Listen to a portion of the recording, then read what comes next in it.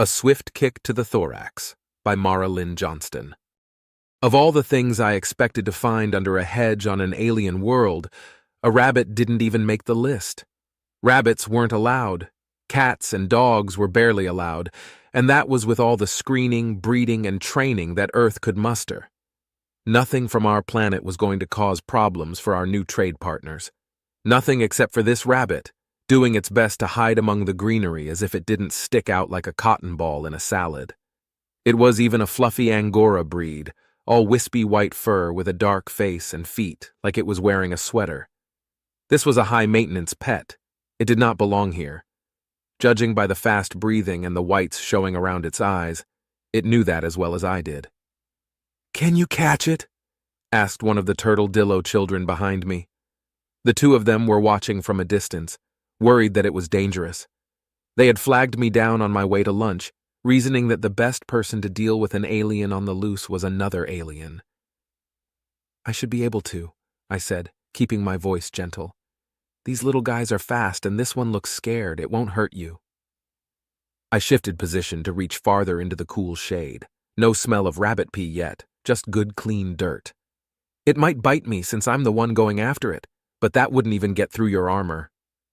The turtledillos, properly called rockbacks, though earthlings agree they resemble an armadillo-turtle cross, shifted uneasily on scaly feet, each clutching their four hands together into anxious bundles. Their turtly beaks were shut tightly on the many other questions I'm sure they had. These two were probably siblings, given the identical size, mannerisms, and similar whirls of lavender paint on their shells. I would have liked to ask their names and introduce myself properly. "Robin Bennett, human extraordinaire and earth animal expert, what can I do for you?" But there was a higher priority right now. "Hey there, Bunny," I cooed in English. "Let's go somewhere safe, yeah?" It kicked up its heels and was gone in a spray of leaves. "Ah!" I crawled backwards out of the hedge, ducking low to keep my braid from getting stuck on the rough twigs. "Or you could make me chase you. Just what I wanted to do." Switching back to rockback as I stood to my full height, I asked the kids, "Can you stand by the gate and make sure it doesn't get out?" They vowed to guard it well, making a four-handed salute and standing as tall as they could, not even waist height on me, before scampering off toward the gate. I wished them luck and began cheating at the hedge maze.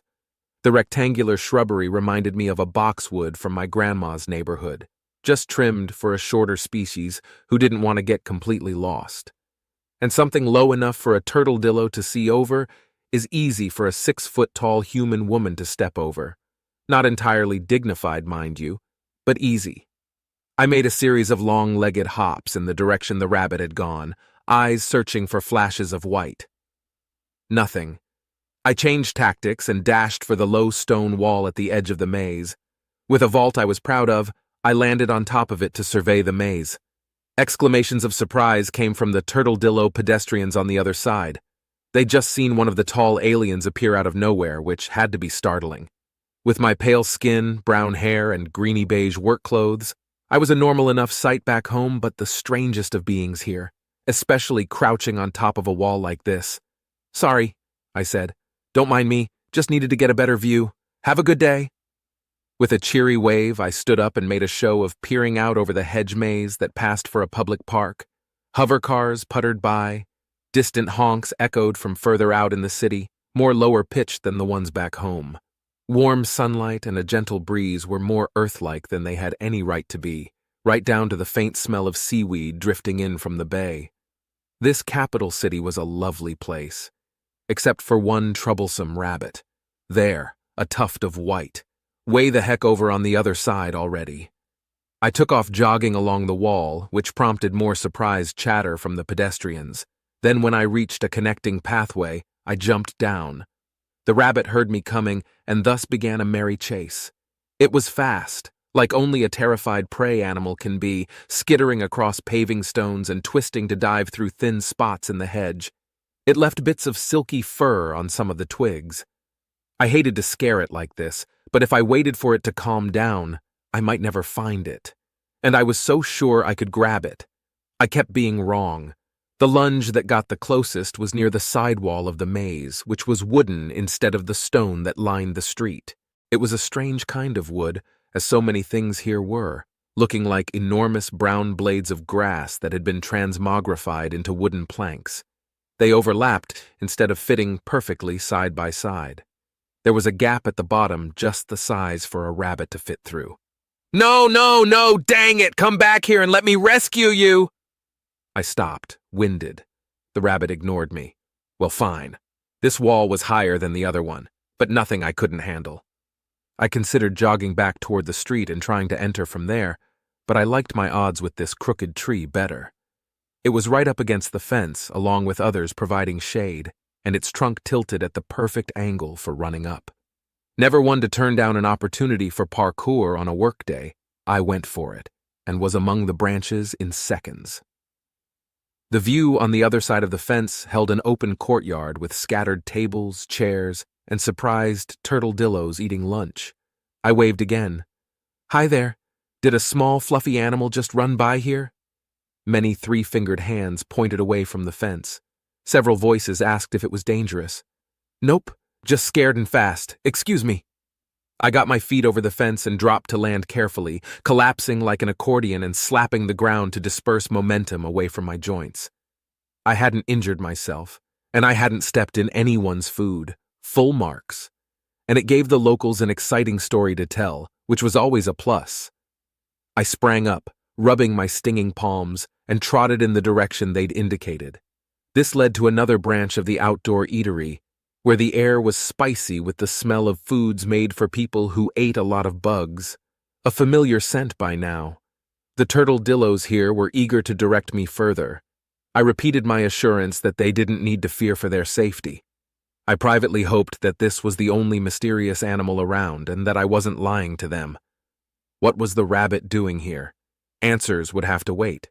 Capture first. I followed the pointing claws toward the closest thing to a dark corner, behind a pair of trash cans. I approached quietly, crouching to look for the white fur. Yep, there it was, holding perfectly still and hyperventilating something fierce, with its face pressed into a corner as if that would hide it better. Poor thing.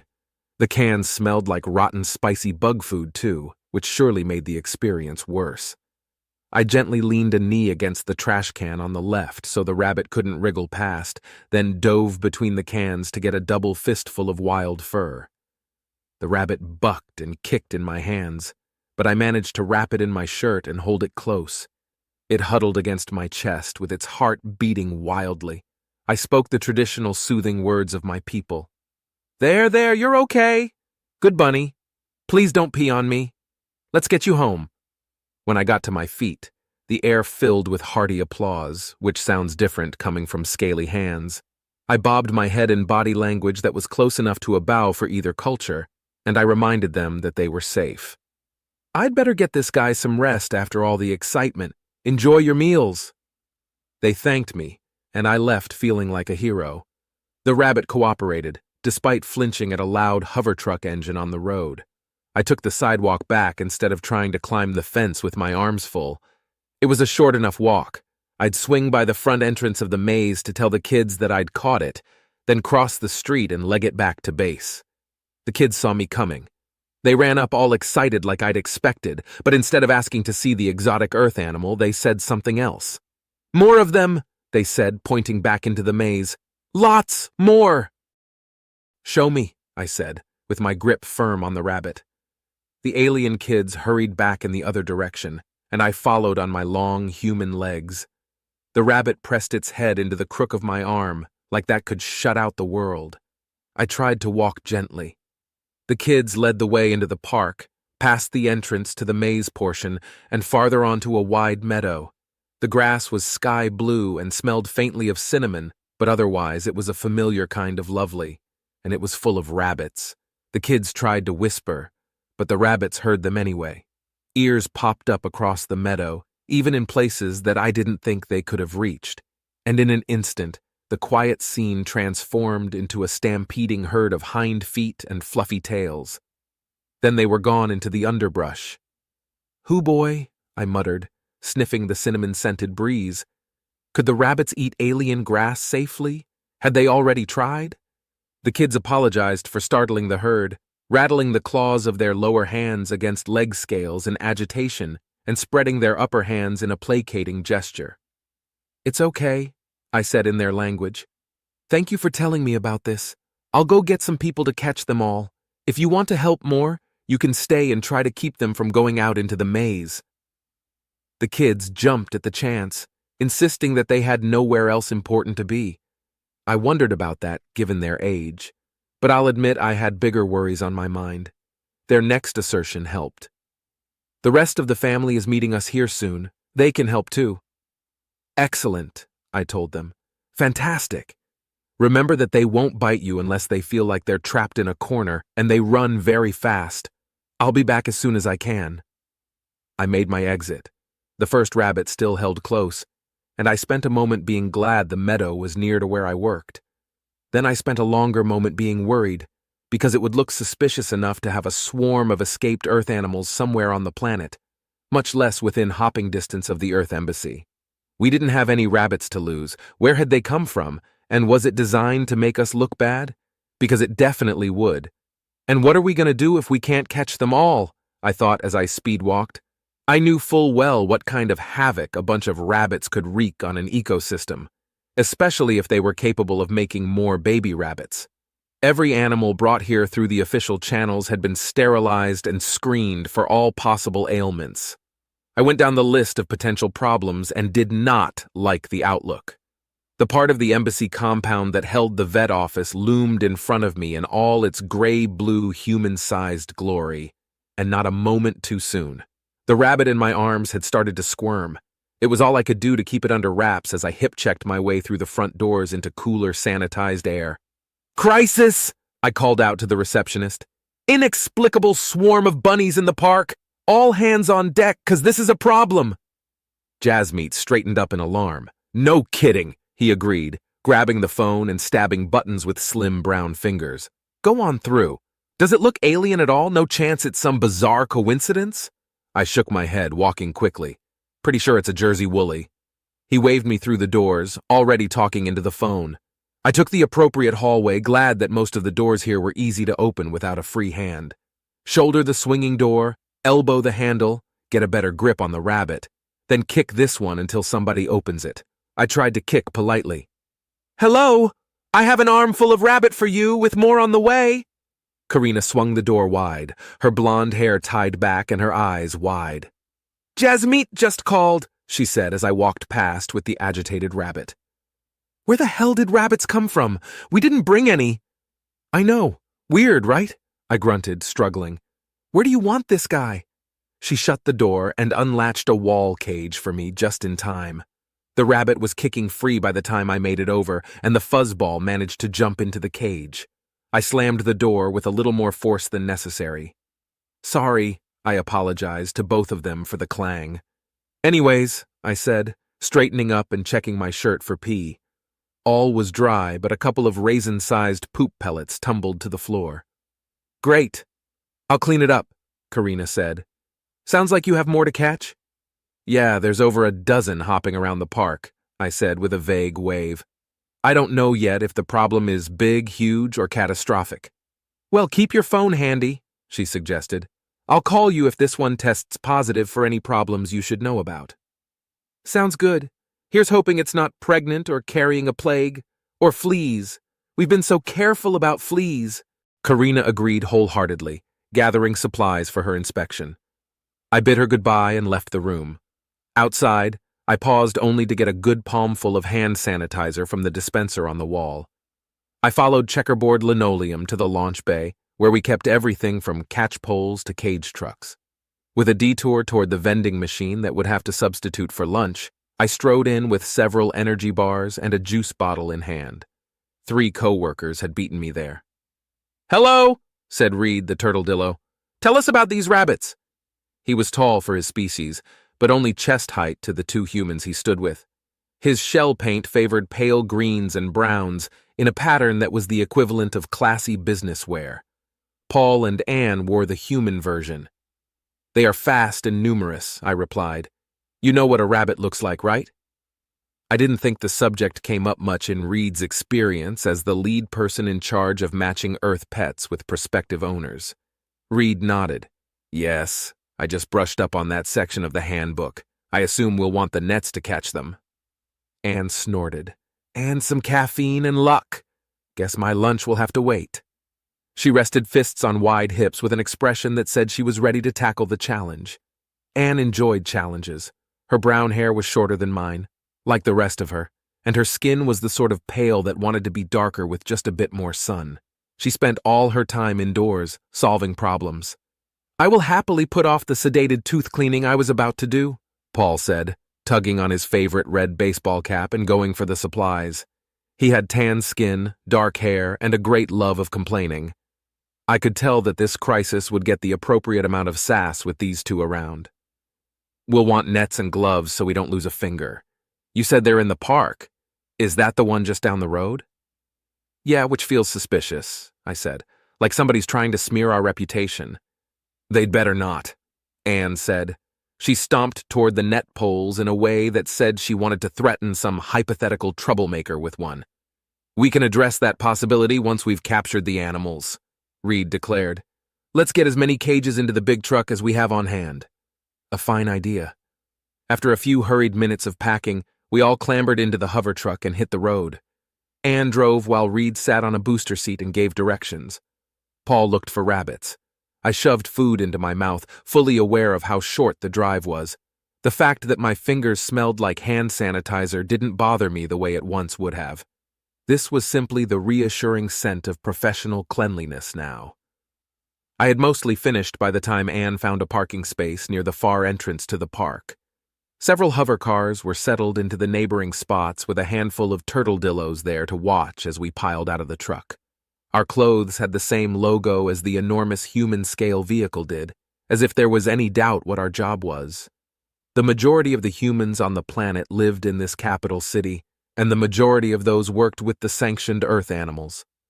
We were here now for the unsanctioned ones. I lost no time in explaining that to the onlookers, to prepare them in case a little alien beastie rocketed across their path soon. If you see a small animal that doesn't belong, will you kindly let us know? I asked the assembled strangers. There are some lost in the park. They won't bite unless you try to grab them, and that's our job. The bystanders agreed. They kept their distance, though several watched as we entered the park with nets and cages. I carried one of each. The cage bumped my leg, and the net pole was a tripping hazard if I didn't watch the end of it. If only that was my biggest concern for the day. This part of the maze must have been designed by a different person than the other. Soft hedge walls with green, heart-shaped leaves rose high enough that I could barely see over them, and they made a barrier all the way to the ground. Smooth paving stones lined a path that turned corners repeatedly, as if designed to make people lost. I hadn't been here before. Maybe this entrance was the hard mode. My thoughts were interrupted by the sound of claws scrabbling on the pathway ahead of me. I shoved the cage into a hedge, wielding the net like a broadsword. "Incoming!" I said, as 3 speedy fur balls rocketed around the corner. I actually managed to net 2 at once, purely because they ran into each other in their panic. The third one flashed past, and Paul and Anne exclaimed about it behind me. I focused on the thrashing rabbits in my net. They were liable to hurt each other if I wasn't careful. Keeping them above the ground, I twisted the net so they had less space to kick each other. Then I wrestled the cage out of the bush, both in the same cage or go back for another. As I thought it, Reed appeared with a spare cage. I thanked him, and the pair of us wrangled the rabbits into separate cages without losing either. It was a near thing. The big brown one was merely fidgety, while the smaller gray one grunted urgently at us. Not a happy sound from a rabbit. I let Reed grab that one, since his hands were tougher than mine, even with the gloves. Anne and Paul had managed their one capture by the time I turned to look. The feisty little white one spun in the cage, searching for an exit. We exchanged a collective woo. Reed and Paul took the 3 cages back to the truck, while Anne and I followed the path toward the meadow. A warm, cinnamon-scented breeze blew. It was a lovely sunny day, full of problems. By the time we exited the maze to see the field of waving blue grass, Multiple voices ahead of us chattered with concern. I was too worried about what might be happening to make any jokes for Anne about bluegrass music, which I'd planned on. We stepped out to behold a handful of turtledillos, all trying vainly to herd the rabbits toward the center of the field. A couple of them held fabric that looked like picnic tablecloths. Probably the kids' family, come to meet them as promised, and taking it upon themselves to catch the wayward earth animals. The rabbits were having none of it. In that moment, while we watched, a good half-dozen scattered past the tablecloths and into the nearest bush. Judging by the number of other bounding shapes, there were more in this meadow than I'd thought. "The humans are here!" shouted a young voice from across the field. Every head turned to greet us as all-knowing saviors. A camera drone with a newscaster's logo floated above. No pressure. We did our best, striding forward with confidence and net poles to coordinate the tumult. Reed directed our willing volunteers out into a wider ring to hopefully drive the rabbits back into a central area without stranding them in the open just yet. Other curious locals drifted in, and their assistance was most welcome. "This one's not running," someone called. I hurried over to find a large turtledillo woman hovering near a small black rabbit, which was indeed sprawled on the grass, panting. The white of its eyes stood out against its dark coat. "It just fell down," the woman was saying. "I didn't even touch it. Is it okay?" "Let me see," I said, putting down my net and approaching carefully. The rabbit barely flinched at my touch. I held it down gently, prodding for injuries and finding none. It let me pick it up. "I think it's just tired," I said, tucking it into my shirt like its predecessor. "And probably thirsty. I'd better get it back to the truck. Will you make sure nothing happens to this?" I asked with a nod at my net pole. "Of course," the woman said, taking up a position beside it with the alert posture of a security guard. I thanked her and whipped through more cinnamon grass on my way back to the street. Halfway there, I passed Anne waiting like a lacrosse goalie with her net pole while some of the locals tromped around on the other side of a bush. She nodded at me as I left the field. Back at the truck, I deposited the rabbit into a nice cool cage equipped with a water bottle. To my relief, the rabbit started drinking right away. I grabbed 2 portable cages and jogged back. There were a lot more where that one came from, and dehydrated or not, these rabbits were fast little bastards. But we caught them. One at a time, slowly and with great difficulty we caught them. Under bushes, in tall grass, behind benches, trying to climb low trees, and pressed vainly into corners with the hope that we wouldn't see them. They were everywhere, and they were fast, but we kept at it.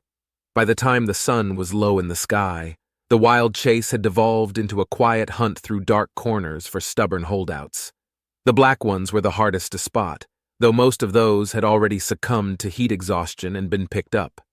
The white ones were most eye-catching, and the brown ones didn't quite blend in the way they would among earth plants. That left the gray ones the color of shadows as the most successful players of hide-and-seek. "Too bad we don't have any good-smelling food to put out for them," I remarked to Anne in passing. "I haven't seen any bites taken out of the smelly grass, and I have no idea if they can eat the local fruit." She grunted in agreement, looking tired. I pulled a squashed energy bar from my pocket and threw it at her. "Catch!" Anne fumbled it a little, then laughed when she saw what it was. "Thanks." She didn't argue, tearing open the package and biting off a mouthful. I needed that. "Do you want some?" She offered me the bar. I shook my head. "I had one in the truck, and it looks like we may be done soon." "I sure hope so," Anne said, taking another bite. "Let's check that back wall again. We never did figure out where they came from, and there are plenty of bushes that could hide a hole." I agreed with this logic. We headed over, pausing to say goodbye to the first 2 kids and their family. I thanked them for staying as long as they did. The parents insisted it was their pleasure, something the children would remember for the rest of their lives. All 4 were there, a standard family unit in Turtledillo society, 4 children hatched from 4 eggs, each named in the order that they were hatched, Primus, Secunda, etc. What with that and the 4 arms, the number 4 was a popular one around here. "Have a great day," I said as the family left. "Come by the facility for a tour sometime after things settle down." "We will, thank you." They waved and disappeared into the maze. That left the field feeling very empty since not many other volunteers had stuck around. But most of the work was done. Anne and I strolled through the quiet shade along the back wall. Trees on the other side were tall enough to cast diagonal shadows from the setting sun, which I appreciated, sweaty as I was after all the running and shouting. We inspected the wall, more of those same huge blades of grass wooden planks, though in multiple tight layers this time, with no holes that I could see. But Anne was right about the bushes. They covered a lot of the wall, more than enough places for a hole to be hiding. We kept looking. Anne jerked back in surprise as something orange flashed past. I reached for it, but it dodged and sprinted down the path to run improbably up the wall before disappearing behind a tall shrub. We stared. "That didn't move like a rabbit," Anne said first. "You're right," I said. "I have the sneaking suspicion that was a cat." "Where did it go?" The answer, we found when we pulled back the shrub, was, "Through that hole we couldn't find." The planks of the wall were broken here. By the looks of things, a tree had fallen on the other side and gone unnoticed, thanks to the bush. A stub of branch as thick as my rib cage stuck out into the greenery, smelling of cut wood instead of cinnamon. This was high enough for hungry rabbits to jump down from, but only a cat could make it back up and out. "Can you see what's on the other side?" Anne asked. I fought the bush, finally managing to push in to where I could stick my head through the hole. Twigs jabbed me in the ribs. "It's a forest," I told her, "or somebody's private park. It looks pretty wild." I'd learned early on that Turtledillo cities were more Swiss cheese patterned than the ones I was used to, with roads that wound between patches of private land. Regular folks lived in the equivalent of suburbs and single-story apartment blocks, but the wealthy rockbacks had little walled-off territories, some not so little. This one looked huge. "Are there any roads?" Anne wanted to know. "Not that I can see," I told her. "It's all dark and bushy without much that would appeal to a rabbit. Our side must glow like an oasis from over there. Wait." I edged forward as my eyes adjusted to the dimness. "Okay, there's the cat. It is indeed a house cat, no collar. Orange tabby, probably came from wherever all these rabbits did. It's walking down the other end of the fallen tree. Here, kitty kitty."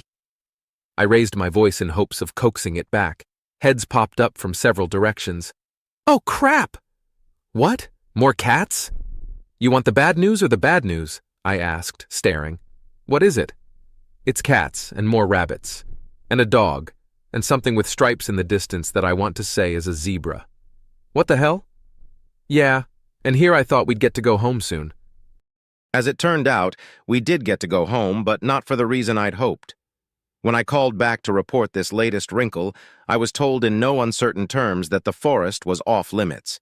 No stepping foot past the wall for any reason. "Why?" I asked. Beside me, Anne gestured for me to explain the one-sided conversation.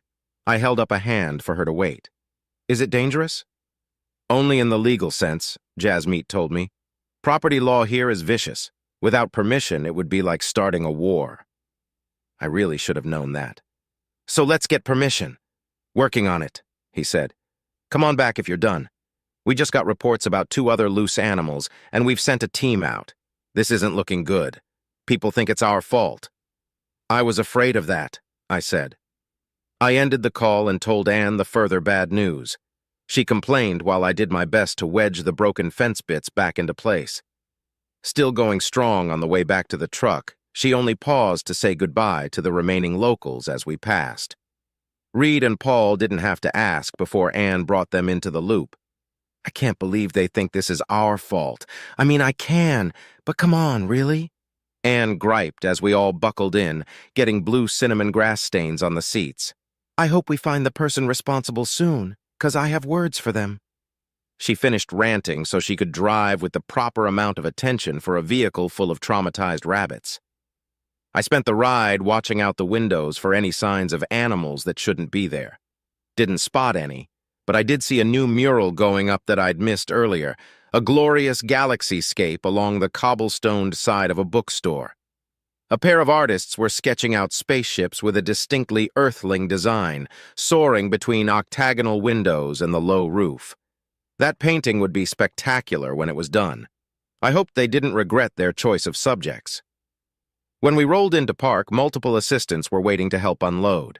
More than a few people had been called in for extra shifts, so this wouldn't be all on the regular crew's overtime. It was a lot of cages and a lot of checkups. I was intensely grateful that we four didn't need to do all of it.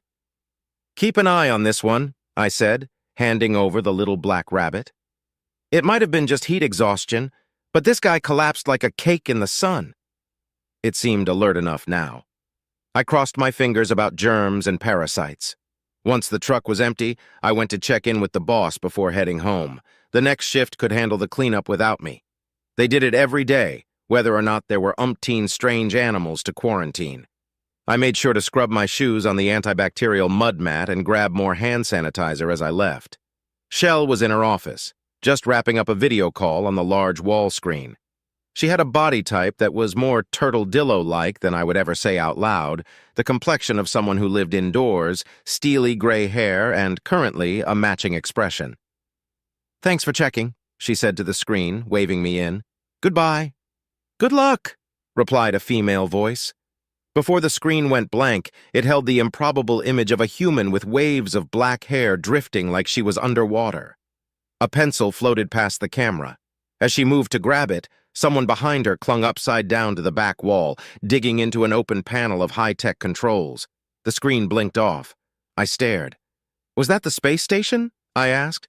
"What's up with their gravity?" "Some glitch in that sector," Shell said with a sigh.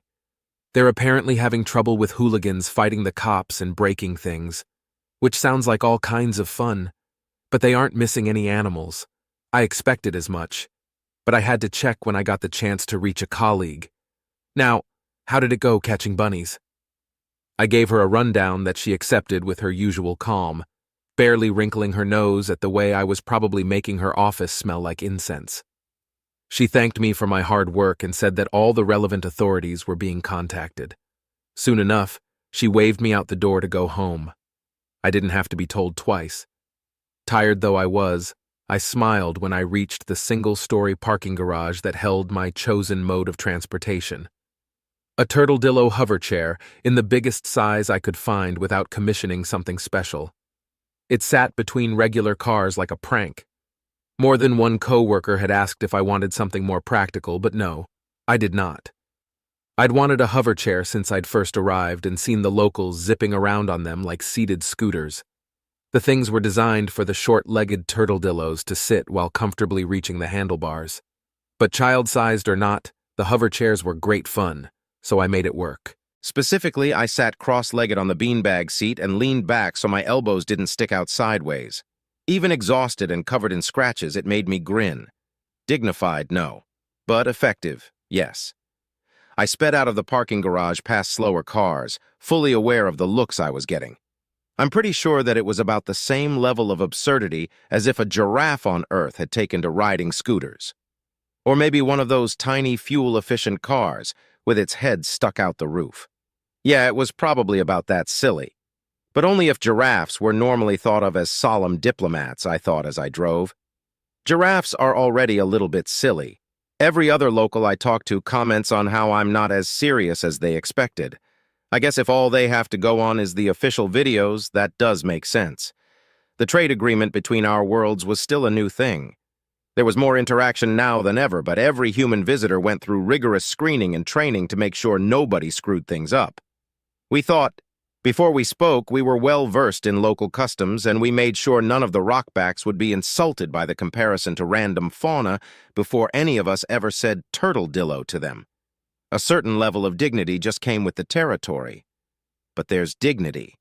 And then there's dignity, I thought as I took a corner at high speed, freeing a hand to make a cocky salute towards several young adults who were likely to appreciate the sight. They did. I heard the exclamations as I drove away.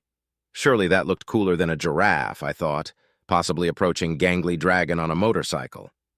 As fun as this was, my thoughts danced around worries about the way our reputation could suffer from this bizarre animal situation. A new alliance was a fragile one. It was all I could do to stay upbeat while I drove.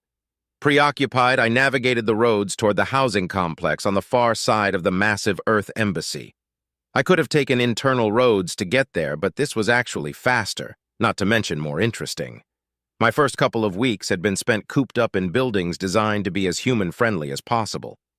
While they were that, no short doorways to be found, they were also deadly boring when there was a whole alien world outside to explore.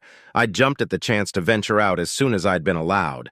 Now I had full permission to go where I would. And I loved it. Seeing the sights and interacting with the locals was an endless joy, without fail. I stopped at an intersection behind a pair of single-person hover cars, both painted a dark salmon pink. Everything here was familiar but different in the details, from the popular car colors, no white, to the traffic lights, symbols instead of colors, to the well-tended plant life everywhere. A gardening crew was pruning a public fruit tree across the street, making sure those bushy green branches remained in easy reach when the next batch of red fruits grew in. The tiny fence around it, barely a handspan tall, made sure no fruits rolled into the road. Other trees peeked over the low buildings farther ahead, planted just for the aesthetic. Looking upward around here gave me an excellent view of the sky, with just enough greenery to accent any cloud structures we had going. There were no canyons of skyscrapers here. If turtledillos needed extra space, they dug down instead of building up, and their structures weren't very tall to begin with. Another car pulled in behind me, this one with the windows open and peppy music playing. I smiled at the tune. The driver immediately changed it to talk radio, and my smile was gone. "Drone footage has caught sight of Earth animals that we don't know the name of yet," declared the radio. Was this an exciting new shipment that they were about to announce to the public? Or something more sinister? It went downhill from there. What is going on? I thought. Who could have even brought the animals here? A zebra of all things. They must have some quality stasis chambers to keep that kind of finicky beast healthy. I knew that the spaceways were open to anyone, though we really were out in the boonies here. Only Terminus Space Station was a reasonable distance away. It was the nearest human habitation, our closest link to home, and it was apparently plagued with gravity problems and riots against the cops. That wasn't normal either. Is there a connection? I wondered, as the light changed from a diamond to a crescent, and the cars in front of me hummed away. I hate not knowing. There's nothing I can do to fix this. I drove my scooter across the intersection with professional posture, not turning my head or giving a hint that I'd overheard the extremely loud radio. The air was full of flowers and distant music. This really was a lovely drive home. I wanted to keep doing this instead of getting sent back to Earth in disgrace as the whole alliance crumbled. If only I knew what's happening at the space station, I thought. Surely that would help. Broken gravity controls weren't the worst thing I'd had to deal with in my time as a mechanic, but it did take a little extra brain power to make sure I didn't lose a tool by forgetting to strap it down. This sector really shouldn't have its own separate gravity. It was just an office block, but some dingus had decided to repurpose a zero-G sports center to make it. The old place went out of business, got sold to someone fond of cubicles and money, and voila, offices where there was a chance of pencils drifting toward the ceiling. I'd actually been called in to fix this same problem before. Maybe the owners would pay for a proper overhaul soon, and I wouldn't have to come save the workday again. No, it wasn't a difficult fix, but it was tiring on top of the work I'd already put in. There had been a scooter with a stuck seatbelt and a malfunctioning hover height. That's a winning combo right there. A faulty moisture adjuster in the private quarters of an amphibious resident, and several jimmied locks on the doors leading to the central ventilation controls. That last was the most worrying.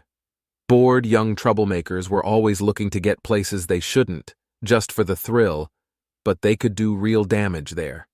Security promised me that they would be on top of it. As for me, my time was finally, my own, now that the gravity box appeared to be functional. I righted myself and told the other human in the room to prepare to be heavy again.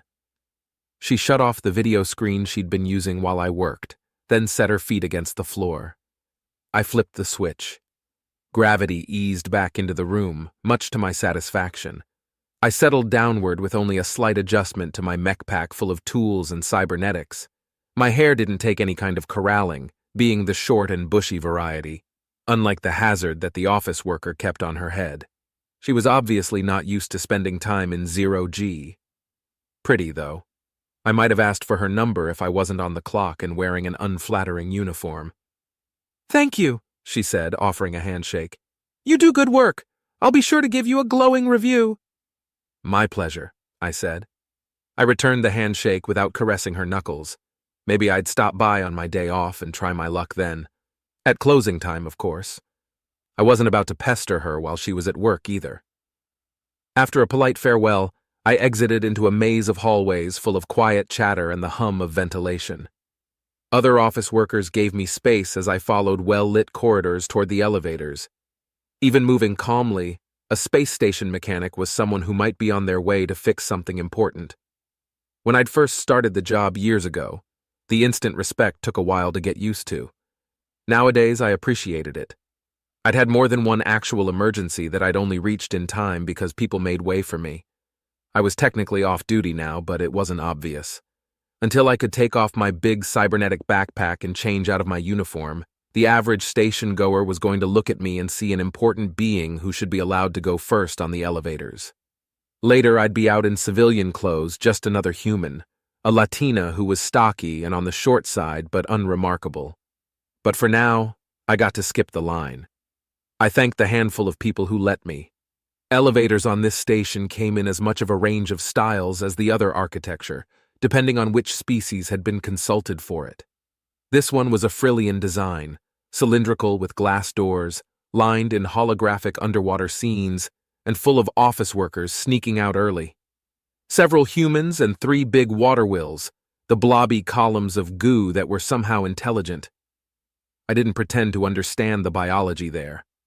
All I knew was that getting squashed up against one wouldn't leave snot on my clothes, but it would sure feel like it was going to, and it would smell like algae. This was an unpleasant elevator ride. 3 levels up, the food court awaited, with much better smells. I slid out of the elevator in a rush. A pair of hardskins waiting outside stepped back with a rattle of their exoskeleton plates. I nodded as I passed. I'd go home and change clothes later. Now, I had friends to meet. As I crossed the open walkway, I ignored the long drop to lower levels and searched among the rainbow of colored food signs on metal walls, artificial plants from multiple planets, and glossy white floors. The tables were pretty full today. A familiar figure was nevertheless easy to spot, sitting alone at the edge.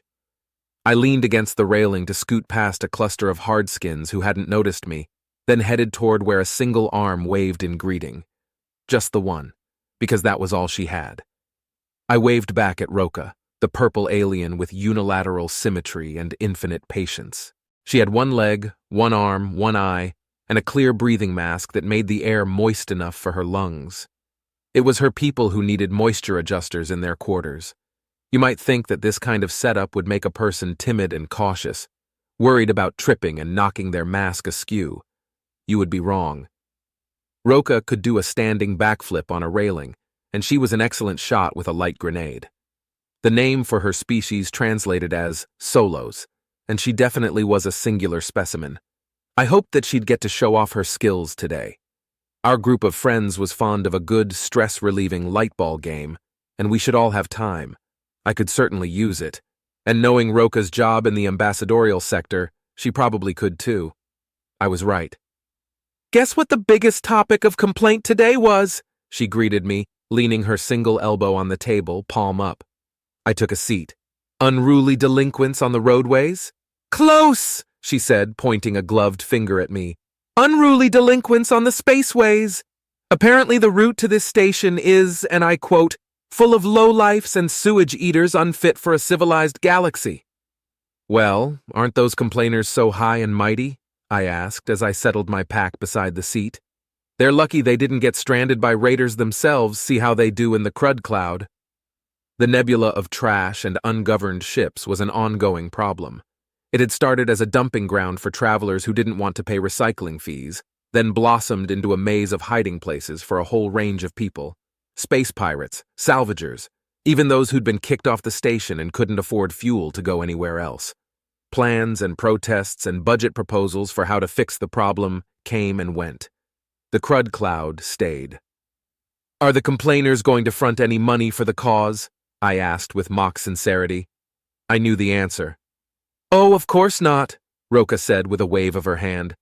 "Ranking nobility here to visit their minor king? Fixing problems is for lesser beings. And honestly, they've been here for a few days and are only now making a stink about it because they ran out of other things to complain about. It feels like a hobby." "I've seen that before. They figure you'll just make it happen somehow, right?" Roka made a rude noise behind her mask. "I told them I would speak with the most important officer I could get a hold of today, and left it at that." I smiled. "And he'll be joining us soon, right?" Roka nodded. I didn't even lie. Right on cue, the other two of our group appeared from the direction of the taxi lot. The mass of blue-gray tentacles wearing a police hat was Kondaru, our good friend and low-ranking cop, who kept forgetting to remove his hat when he was off duty. It looked silly without his uniform vest to go with it. Before he reached earshot, he had the hat swatted off his head by Vitter, who'd just realized he was still wearing it. We couldn't make out the words that Vitter berated him with, but knowing Vitter, they were colorful and Russian-accented. This was endlessly hilarious to me, since Vitter was what you might call a bug alien, looking more like a praying mantis than like any Russian I'd ever met. But he'd learned the language on a spaceship run by Russian humans, and the accent had stuck, with some variations. It suited him. I'm told the species name Mesmer is short for mesmerizing, a reference to the many colors that some of them sported. Vitter was a simple enough green, though with knee joints painted a sparkly silver for fashion, and he was fascinating in his own way. The accent helped. Khan was a different flavor of eye-catching.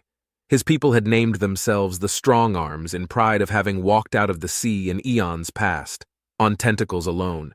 He was personally more proud of the ability to get places he shouldn't, and to imitate other body types at a glance. Truly, the most dignified of lawkeepers. The guys approached with Khan holding his hat rolled up in one tentacle, rather than taking it back to the cruiser that he'd parked among the taxis. Vitter had opinions about all of that. "If you are getting foodstuffs on your hat of officialness, it will not being Vitter's fault," he said, clicking his mandibles. "And your car is all of the obvious in taxi area. Easy target for passing idiots or any of your butt-nugget colleagues who happen to be in the area. At least you are not parking it next to Vitter's taxi." Khan lifted a tentacle in an easy shrug. "Butt nuggets are a risk anywhere I park," he said. "At least this way it's close. Hi, everybody. Ordered any food yet?" Roka and I made space at the table. The conversation fell into the familiar pattern of discussing food and workday details. Khan's less upstanding co-workers were a concern, since now of all times the police personnel were needed at their best. And they were rarely that. Honestly, the rest of us had suggested more than once that Khan should quit and find a job that was less rife with corruption. "I actually got a tip that there's supposed to be another showdown," Khan told us while he scrolled the table's digital menu with a tentacle. Not a very reliable tip, since the guy was just hoping I'd give him drugs in exchange for the info, but we're looking into it. Never seen Armor Lights hold a grudge like this before. "Did they say when and where this showdown is supposed to happen?" I asked, somewhat concerned.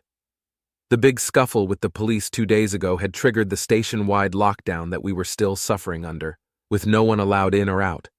According to Khan, it had started with a small gang facing off against a big one. Then the police got involved, and everyone started shooting each other.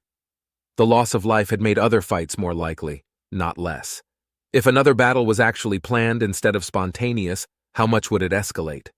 Roka had other concerns. "Did you give him the drugs?" she asked with a disapproving tilt to her single eyebrow. Khan snorted.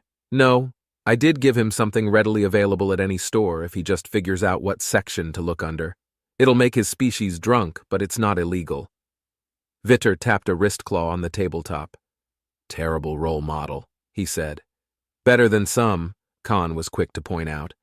"And no, he didn't have much in the way of specifics. But I have people connecting dots right now, trying to puzzle out the details of this theoretical brouhaha." He pulled a communicator from somewhere among all his tentacles, a pocket that had always seemed questionably sanitary to me. and checked his messages. He froze, then shut off the menu in a cloud of the burbling noises that passed for swear words. He stood on his chair to look around quickly. "What?" I asked, as the rest of us caught on. Khan spoke quickly. "It might be nearby and hereby." He looked around, then stopped and burbled, flailing briefly in a motion that almost slapped all of us. Then he jumped down. "Forget the food," he said. "If the troublesome types coming this way are the kind of trouble I expect, then we'll be hearing sirens to clear the area any second now." He unrolled his hat and put it on. "You're off duty," I reminded him, "and don't have a weapon." "Yup," he said, waving tentacles at us to stand. "People are coming to handle that part." We all stood and looked around. Sirens started whooping. An amplified voice directed civilians to vacate the area, while a different voice shouted from down the walkway for them to cower under the tables like the weaklings they were. It sounded like an armor light, the vaguely dinosaurian, toothy types from a culture that prized physical strength and domination over just about everything else. This usually meant that they got into fistfights and such, petty thievery and assaulting strangers, not the current mess. I stood on tiptoes to see past a crowd of running civilians. All I could make out was a row of police hats facing the other way. It looked like they were defending the food court. But would the armor lights even be attacking if the cops weren't there? Civilians hadn't shot their compatriots. That had been the cops, and also the other gang, the one called the Hive, which was mostly Mesmer. Luckily for all of us, those guys didn't seem to be part of today's unfolding disaster. "This way," Khan said, speeding off toward the cars in a tornado of tentacles. We raced after him with Vitter in the lead, me holding my backpack straps and considering using my jets, and Roka leaping along faster on one leg than I ran with two. People panicked, scattering in all directions. Officers in full uniforms appeared behind us to direct the crowds, their vest lights cycling through red, blue, and yellow. Someone down the walkway fired an electricity weapon. I scowled over my shoulder as I ran, knowing there was a good chance I'd have to fix some of the damage from that later. Inconsiderate. Even if these ruffians had good reason to be mad, they were making it everyone else's problem. I could already smell the scorch marks on the air. "I'll give you all a ride," Khan said, pointing out his cruiser. It was indeed very conspicuous, hovering there in the parking space as the only non-taxi, all primary colors and a good head or two higher than the other vehicles, which glittered to various degrees. Taxis were iridescent as a general rule, to make them easy to spot for multiple vision systems. Police cars did the same thing by looking like they were colored by a child with the most basic set of crayons. Just as Vitter was complaining about leaving his taxi behind, Khan discovered the sabotage to the engine. A screwdriver was jammed through the side of the fuel compartment, left there as an obvious insult, leaking all over the floor. Khan burbled and flailed some more. Vitter darted away. A rumble sounded, and his taxi zoomed over to stop inches from Khan, in all its rainbowy prismatic glory. Yes, all taxis were iridescent, but nobody did flashy like a Mesmer. In Vitter's own culture, this glitter bomb marked him as a stylish badass. In mine, it made him a pretty princess, but I wasn't about to tell him. "Getting in," Vitter commanded. He reached out through his window to place a police light on the roof. He pressed a button, and it whooped to noise-making life. "Why do you have that?" Khan asked, scrambling through the passenger window. Roka and I crowded into the back. "Vitter have many things." He put on sunglasses. "Buckle yourselves." "What? Vitter be driving the irresponsible speeds, and you will not be arresting me because you in the car?" I strapped my harness on tight, pack wedged between my shins, and braced for irresponsible speeds, while Khan admitted that Vitter's logic was sound. "Just don't run over anybody unless they're actively shooting at civilians," he said. "Vitter will reserve injuries for pooplings who deserve them." The engine whined, and we shot across the parking lot. Vitter dodged cars, pillars, and people with great skill and small margins.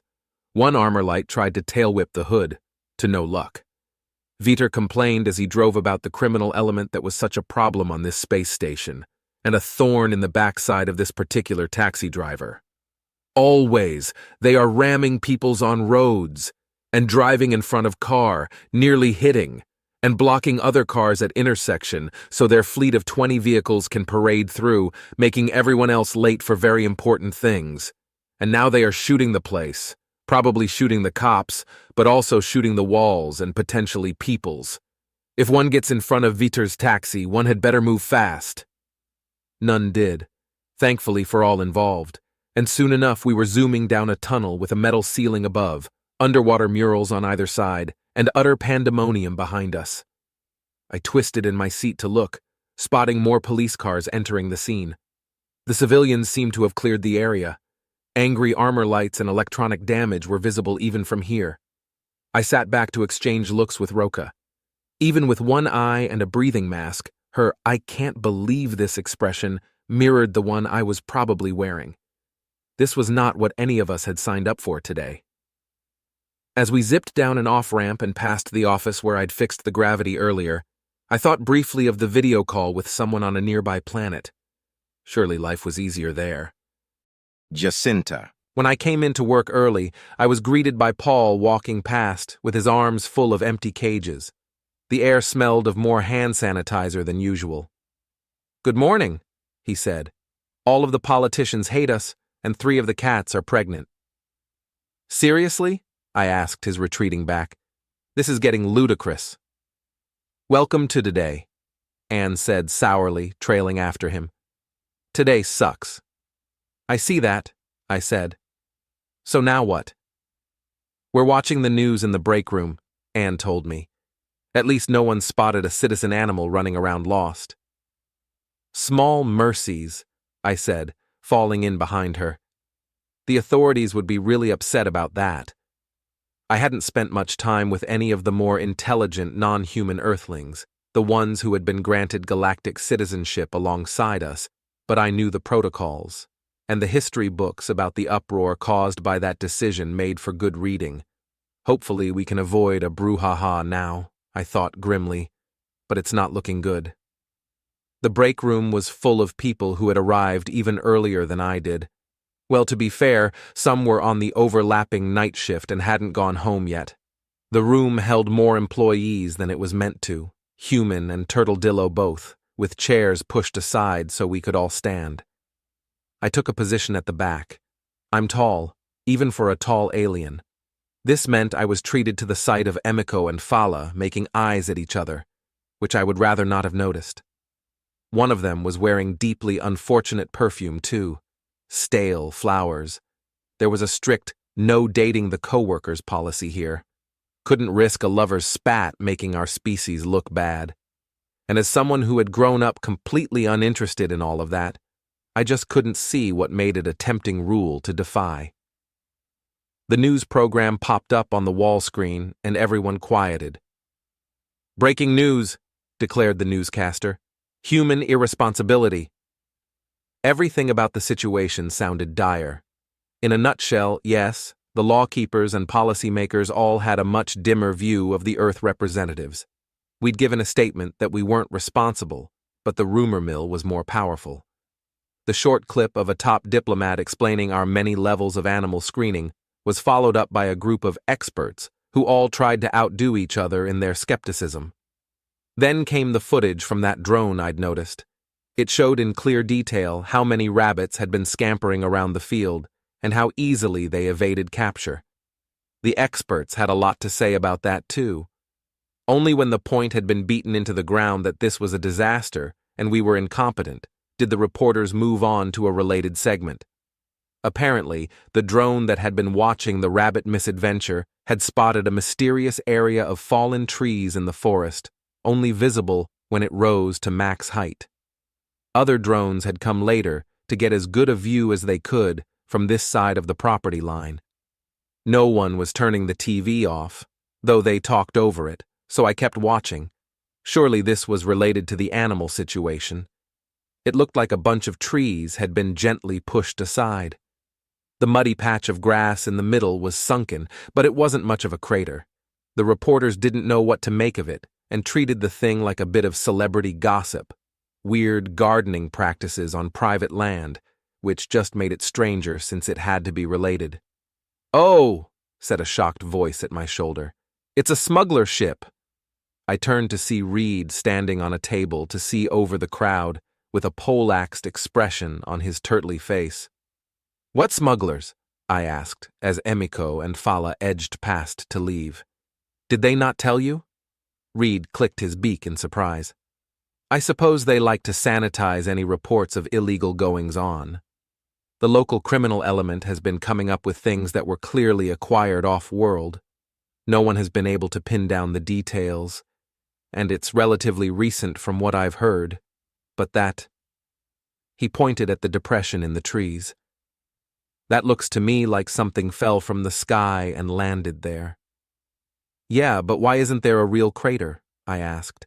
"If a ship crashed from even tree height, there would be more of a hole than that." Anne joined the conversation, leaning around someone else who was leaving to go work. "Inertial dampeners," she said. "I'll bet cleaning duty on it." "Inertial? Oh," I remembered now. "Yeah, it probably is." When Reed asked what we off-worlders were talking about, I explained the bit of tech that some high-end ships had, basically space bumpers. "I think it's based on the same stuff that led to gravity control," I said, "though that's everywhere, and this is super expensive." "Nah, it's a different tech base," Anne said. "I heard that a species with incompatible machinery invented it, and it's expensive because the materials to make it work on other ships are hard to come by." "Makes sense," I agreed. "So the people smuggling contraband are well-funded," Reed said bitterly. "Or they stole it from someone else. Either way, I don't like the odds of trying to catch them." Anne looked speculatively at the screen. "Even worse if that ship's invisible. They've probably got visual shielding." "So there are invisible spaceships?" Reed asked. "I thought that was an exaggeration." "Well, yeah, they exist," I told him. "But I doubt any of the ones coming here from Earth have visual shielding. Pretty much all the friendly species agree it's underhanded and dangerous to use." "Space trash," Anne declared. "Exactly the kind who'd make connections with local smuggling rings." I gestured at the screen, glancing at Reed. "I can't believe the reporters aren't talking about this. Our higher-ups know ships exist that can take a bump without being seen, and of course, they would have told yours. It's hardly a secret. Is the smuggling a secret?" Reed shook his head as more people filtered out of the room. The program was over. "Everyone knows," he said, "though the officials try not to talk about it." "Oh, that's annoying," I said. "They'd better start talking about it. And what about whoever owns that forest? Are they part of this smuggling ring but too rich and powerful to piss off? We should already have people in there searching for the animals." "I couldn't say whether the property owner is involved or not," Reed said. "But if permission to enter has not been granted, then the authorities can only breach the boundaries with proof of significant crimes." "What about harboring illegal animals from off-world?" I asked, pointing again at the screen. "Which could easily bring disease, parasites, and environmental destruction with them. All that stuff the reporters are pinning on us. Is that not significant enough?" Reed shrugged helplessly. "Not if it's accidental. I'm sure someone's working on a workaround." "Not quickly enough," Anne said. "Not if the news didn't even say so." She stomped toward the door with her hands in the air. "Everybody's going to keep blaming us. I'm not looking forward to any of this." I had to agree. Reed and I exchanged unhappy expressions before leaving the room to join the rest of the crew in tackling the workload that awaited us. The night crew had been busy, but there was still more to do than usual. Animals to care for, clean up after, triple check for fleas, and shuffle about in search of a better place to keep them all. Plus, helping Jazz Meat fend off reporters and phone calls. When I stepped outside later, bringing a bag of trash to the dumpsters, which were just like the ones back on Earth, only half the height, I got a brief respite from all the rushing about. I took a deep breath, trash-scented though it was, and appreciated the calm of the back lot. A familiar song drifted through the air. It was a recording with multiple voices and music coming from somewhere around the corner of the building. Sidewalks and a tree-lined sitting area lay in that direction. Someone out there had good taste. I tossed the trash and sang along with one of my favorite space shanties. What do we do with a stabby Roomba in the void between stars? Give him the best knife and some respect. The volume turned down, as if whoever was listening to it had just realized that one of the voices wasn't from the recording. I kept singing as I walked toward the street. Way hey, and hit the warp drive, in the void between stars. When I rounded the corner, I found a trio of young adult turtledillos with a music player and some very surprised expressions. Good choice of songs, I told them. They thanked me, embarrassed, and one asked if I could tell them what the words meant. The recording had been in English. Sure, it's an old song for space travel, about a cleaning robot that has knives taped to it. I paused. Actually, I'm surprised this made it past the censors. Where did you get it? Shifty looks. A friend. I see. And do you know where this friend got it? Another friend. We should be going, actually. Thank you. You have a good singing voice. I said my own polite goodbyes as they scrambled away with the music player, turned off. I should have asked more questions, I thought. There's no way an official channel gave them a song about shanking the captain in the ankles. With a sigh, I turned back to the building. This was something new to discuss with my coworkers. Robin. I gave the good kitty a handful of treats and more attention. Thankfully, the cat was thirsty and didn't object to going into a cage as long as it found water there. I'd been expecting to have to convince myself not to let it ride on my lap for the drive back. Reed disappeared, then returned with a plastic bag of furry leftovers. In case it gets sick from eating this, he explained. Ah, good thinking, I said. While I'd memorized the list of local prey animals that an escaped cat was likely to bite into, I couldn't tell what that one used to be. We'd need to be sure what we were treating for if symptoms cropped up. Reed stored the airtight bag of dead animal, and we hit the road. None of the locals so much as waved as we drove away. Super eerie. We didn't even make it back before a call came in for somewhere close to us. This one was urgent. And weird. They swear it's a human ghost, Jasmeet said on my phone. Voices in the back room of a restaurant. That's new, I said. Did you tell them that there are other animals on our planet that can mimic a human voice? Yes, too rattled to listen to me. Good luck, here's the address. The notification chimed in my ear. Thanks, I said dryly. We'll let you know how the ghost hunting goes. When I relayed the directions to Anne, she changed course with a laugh. It really was close by. So, Reed said from the back seat, all four hands clasped in his lap, which of your animals can talk? I twisted in my seat. You haven't heard about parrots, and mynah birds, and lyrebirds, and actually it's a lot of birds. I have not, do tell me. I did, with great enthusiasm and glee, going off on a tangent about the history of gorilla sign language that got interrupted when Anne parked. We're here, she said. I'll take the net again. Right, sure. Anyways, it's all very cool, I said to Reed, who was already getting out. I will do my best to convince the people inside that the alarming apparition is in fact marvelous. Yes, good luck. The restaurant workers were waiting at the door, desperate for reassurance. Much better than the angry guy. Reed asked them for details while ushering us through another low doorway and a low-ceilinged kitchen full of fish-scented steam to the private dining hall beyond. This place had fancy vaulted ceilings with bare beams and shadowy corners. The aesthetic seemed a little creepy compared to what I'd seen so far, but there was still a lot I didn't know about turtledillo history. It could have been local medieval style or something that only the richest patrons would enjoy. Anyways, there was a huddled form up in the rafters, muttering to itself in English. Didn't look like a ghost to me. Anne made as if to poke it with her net pole. Should I? Wait, I said, setting my carrying cage on a table. I pitched my voice to its most friendly. Pretty bird. The shadow perked up. Pretty bird, it replied, fluttering and shuffling closer. Who's a pretty bird? Taking a wild guess, I called back, You're a pretty bird! Come give kisses! With happy cooing sounds and a shower of dust, a red parrot glided down to land heavily on my outstretched forearm. Hooray for sturdy work sleeves, no scratches. I stroked the bird's dusty plumage, an adult scarlet macaw with no signs of injury. Not to be denied, the bird dodged my hand and nuzzled my cheek, muttering happily about kisses. I told it that it was a very good bird, and a pretty bird, and all manner of other things. Anne looked around. Less of a mess than the rabbit. That's good, though it's probably a biohazard to have in a restaurant. I sighed. Yeah. I wonder if it's one of those swearing parrots. I shook my head in disapproval and stroked the red feathers.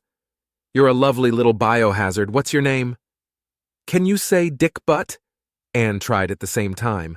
The parrot stood up straight to proclaim, Sunny is a pretty bird, followed immediately by, Jasper is a dick butt. Anne burst into helpless guffaws. Good bird, Sunny, I said. We'll take good care of you and see if we can get you back to somebody who knows Jasper. Dick butt! Bah-ha-ha! Yes, I said to the air. This is the representation that Earth needs. This right here. Nobody out there can understand him, Anne said, looking at the cage. Do you think he'll go for this? We tried. He didn't. Sunny insisted on riding on my shoulder, which I finally allowed when we figured out how to make a leg leash out of several hair ties I'd had in my pocket. It would be a short walk. Just Reed and a few restaurant workers in the next room, then our truck right outside. Theoretically. The first part went fine, with the workers relaxing when they saw the very much not a ghost with pretty red feathers. It's in there, declared the store owner as we walked up. His shell was painted red, his expression was sour, and he pointed at the doorway, clearly uninterested in the greeting that Reed had just launched into. It destroyed my plants and left this foul mess. Yeah, that was some diarrhea. I guess those potted plants didn't agree with a rabbit's digestive system, leafy and green though they were. I reflected that we were lucky the blue grass at the park hadn't proved to be similarly toxic. Catching the speedy buggers was hard enough without dodging nasty piles of poo. I apologize, Reed said. Thank you for calling us. My associates here will catch it right away. You said it's just the one? Anne and I quick-stepped toward the door while the guy went into detail about how he'd seen the terrifying creature, Rabbit, bare its teeth at him, and dash inside to lay claim to the building, hide. Since the man had only just unlocked the front door of his furniture store, he'd let the rabbit have the place.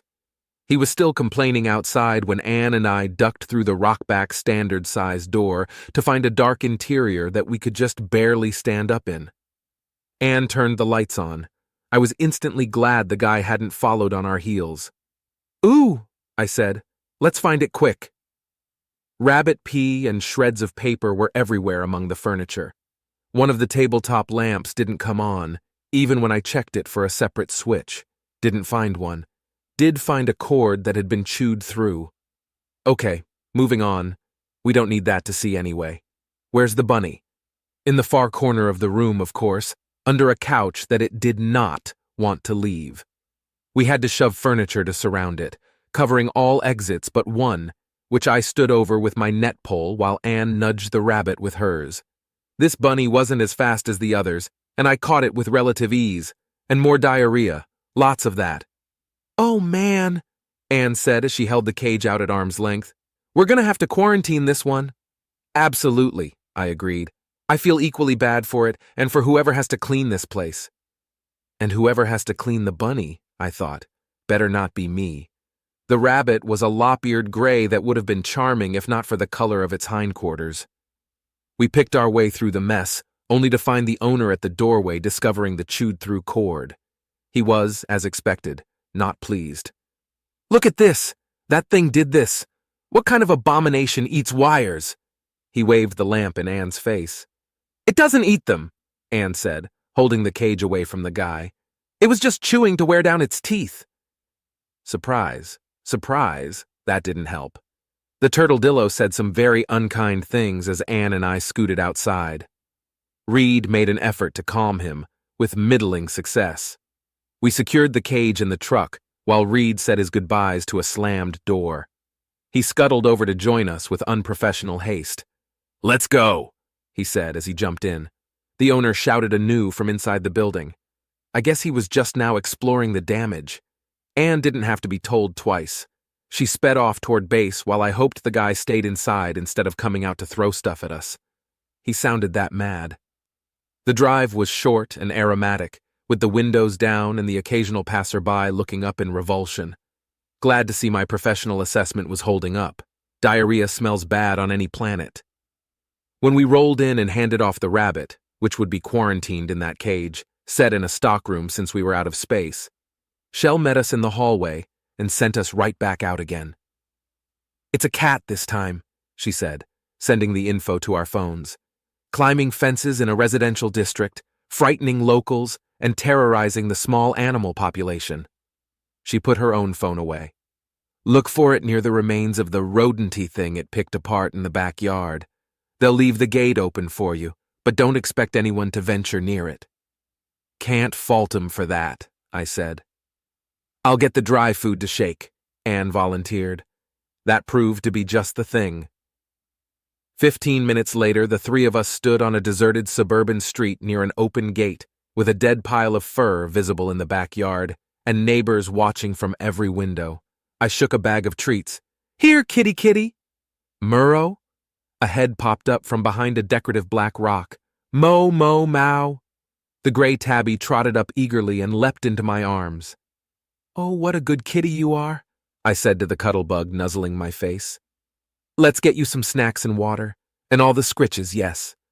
It was certainly as friendly as one of ours, but more overweight than any cat at the vet center or at the Earth section of the zoo. I kept up the encouraging babble all the way to the truck. Reed held the door and Anne put away her net pole. I introduced them, and one small female even worked up the nerve to touch Sonny's wing. Sonny didn't mind. I could tell Reed was itching to do the same, though he maintained the image of a knowledgeable expert on all things Earth. It was convincing enough. In short order, everyone was charmed by the Earth bird and not as stressed as I would have expected about the idea of closing for a thorough cleaning. "We do a deep clean often," said the hefty male who seemed to be in charge. "Our highest-paying customers demand it. Thank you for catching the animal." "Our pleasure," I told him in rockback. "Hey, Sonny," Anne said in English. "Can you say Polly want a cracker?" On my shoulder, Sonny cocked his head and squawked. "Polly want a finger." Anne burst out laughing while the turtledillos made impressed noises. "That's even better." I stroked the parrot's head. "I have some questions for your humans, Sonny, about their choice of words." The restaurant workers all wanted to hear him talk some more, but they also wanted to get to work so they could reopen, so we made our exit. When Reed opened the restaurant's front door, Anne had just gotten Sonny to swear again, an old-fashioned, colorful phrase in an elderly woman's voice that had us both laughing. Then we stepped into the sudden crowd of news reporters. Turtledillo reporters are just like human ones when it comes to the microphones in your face factor. They were loud. Sonny didn't approve. He flapped into the air, was brought up short by the springy leash on his leg. Then he let loose with a spray of bird poop that had them all leaping back. It might have been funny under other circumstances. As it was, the reporters clamored for answers that we didn't have, and declared a number of worrisome things. I answered a few questions. What kind of animal is that? Is it dangerous? Anne answered more. Did it escape from our facility? How many more are on the loose? Reed tried to settle the issue. This isn't a matter of human negligence. We'll tell you as soon as we know more. Then we just shuffled over to the truck and ignored them as we got in. I rode back with Sonny on my knee. Anne didn't ask him to swear more. Whoever had caused this disaster, it was getting worse. I don't know how to fix this, I realized. For most of my life, putting my heart and soul into something had resulted in success. But this was out of my control in a big way. Catching the animals as they showed up wasn't going to be enough if they kept coming, and our reputation continued to crumble. If this all falls apart, I thought, and every human gets sent back to Earth in disgrace, I don't know what I'll do with myself. I might just be bitter forever. Anxious thoughts about therapy and public shame followed me for the whole ride back. They were not pleasant companions. I hadn't heard a foul word spoken about the Earthlings until their animals got out. It was with shock that I stopped outside my office to listen to the gossiping coworkers who hadn't noticed me yet. My lower arms were full of important paperwork, and my top arms held rapidly cooling drinks for two superiors. But I stopped like someone had just announced that we'd be reprogramming the entire building in trinary code. "The humans are dangerously incompetent," said the tall gentleman with his back to me. His voice dripped with disdain. "If they can lose track of this many of their own animals at once, then we want no part in further trade. I'm embarrassed to work in an office even remotely associated with them." "Have they put out a statement yet?" asked a woman who I couldn't see over the man's broad shell. "Any attempt at explaining it?" "Not that I've heard, and I wouldn't expect a very good excuse. These were their creatures, their responsibility. There's been no natural disaster to break the cages or blackout to release the locks. Nothing of the sort. I can't think of a single thing that would leave them blameless. Could anyone else have gotten a hold of that many Earth animals?" "Hardly. No one could—" I broke in. "Smugglers." When they turned to look at me, my dawning horror kept me talking. "It wasn't enough for the criminals to sell addictive food that kills people." I clacked my beak skyward in respect for the dead. "But now they're bringing us animals from off-world and losing them." The two co-workers didn't have much to say to that, but this kind of evil had clearly not touched their own lives. They wouldn't understand. "Can you please bring these to the front office?" I asked, thrusting the drinks forward. "Where did you hear about the animals? Is it on the news? I'll put these away myself."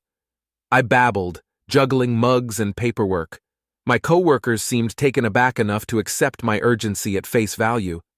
The man took the drinks, and the woman directed me to the live news update that would have more information. I thanked them both.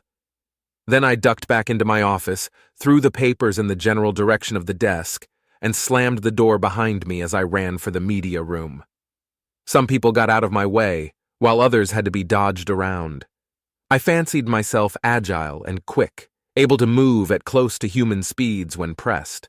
The fact that that comparison might not be a favorable one for long just added to my haste. "Every human I've met has been nothing but honorable," I thought as I ran. "They do not deserve to get burnt by someone else's fire, especially those abominable lowlifes." Heads turned when I skidded into the media room, but when I ran to a terminal instead of announcing some new development, everyone went back to work. I tapped the controls with impatience.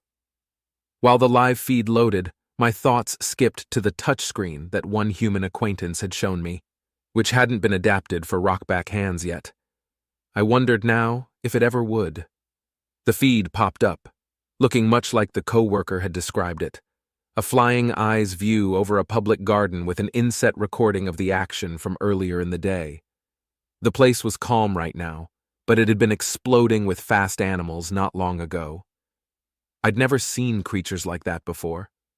Definitely from Earth. I stood there, listening to the account of the events, and completely ignoring the chair at my side until a clock chimed with the end of shift tone. Startled, I looked up to confirm the time, thinking wildly about the many things that I had planned to finish today. The documents on my desk, or near it, would have to wait. This couldn't stand. I had sought out every bit of information that was publicly available, and I needed more. Also, a plan of action. But I was sure to come up with that soon enough. First, I had to talk to someone who knew more than I did.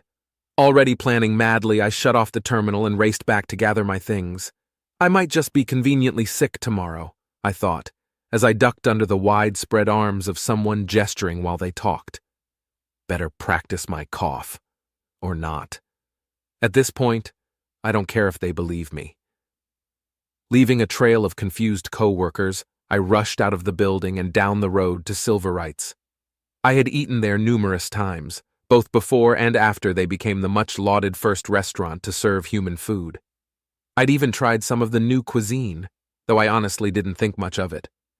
Not that I would ever say so anywhere the owner could hear, because that was who I was there to see.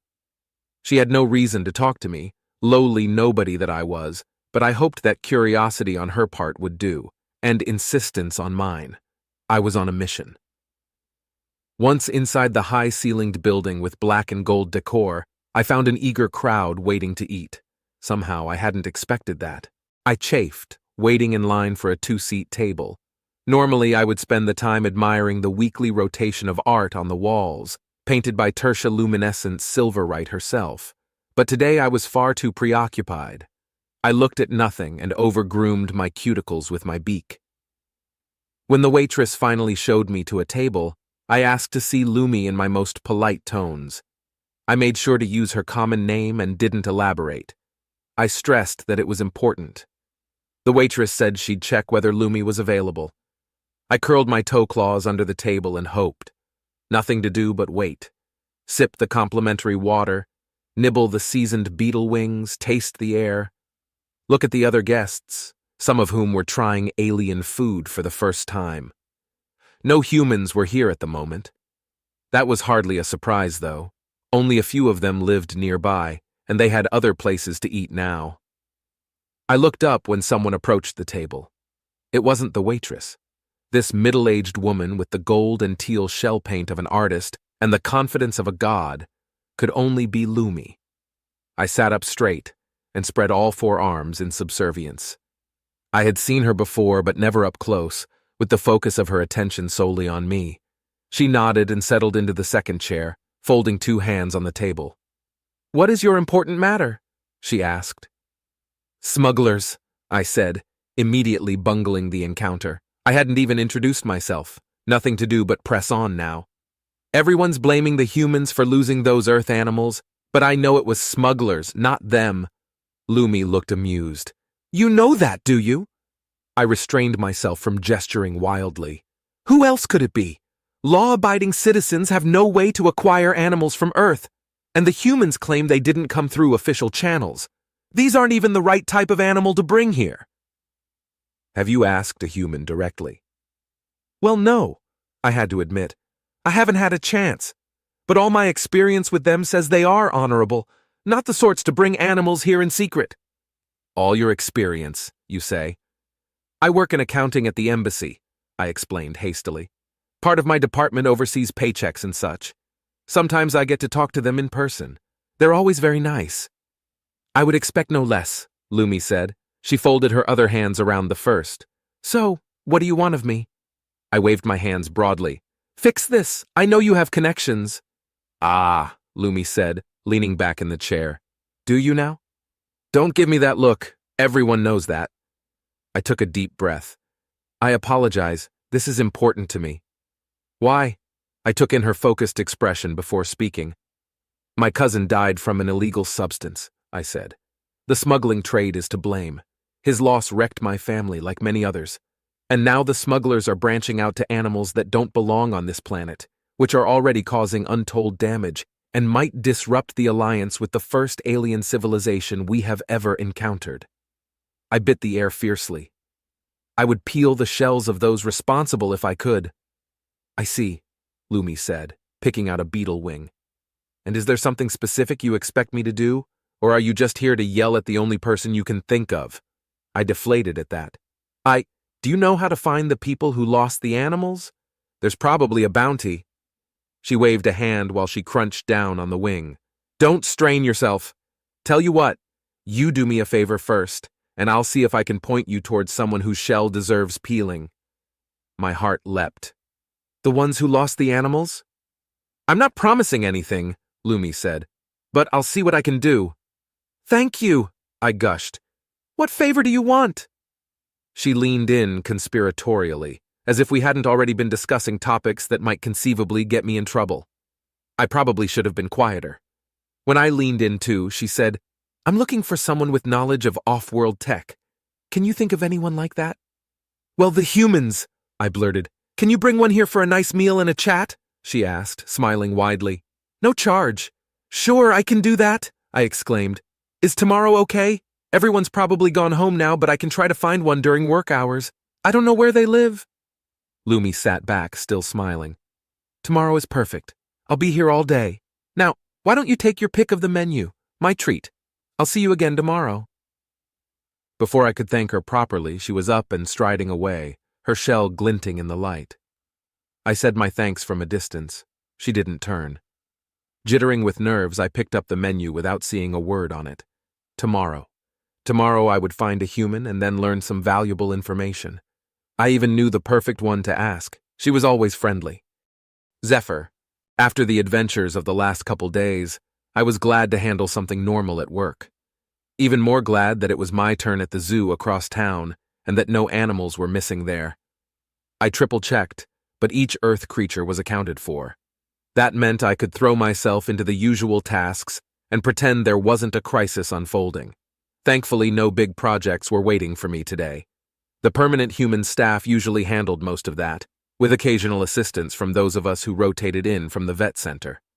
None of the Earth animals on exhibit needed medical attention today, so it was all a matter of routine care, hoof trimmings and such, followed by a wardrobe change and some interaction with the public. I was a bit worried about that part.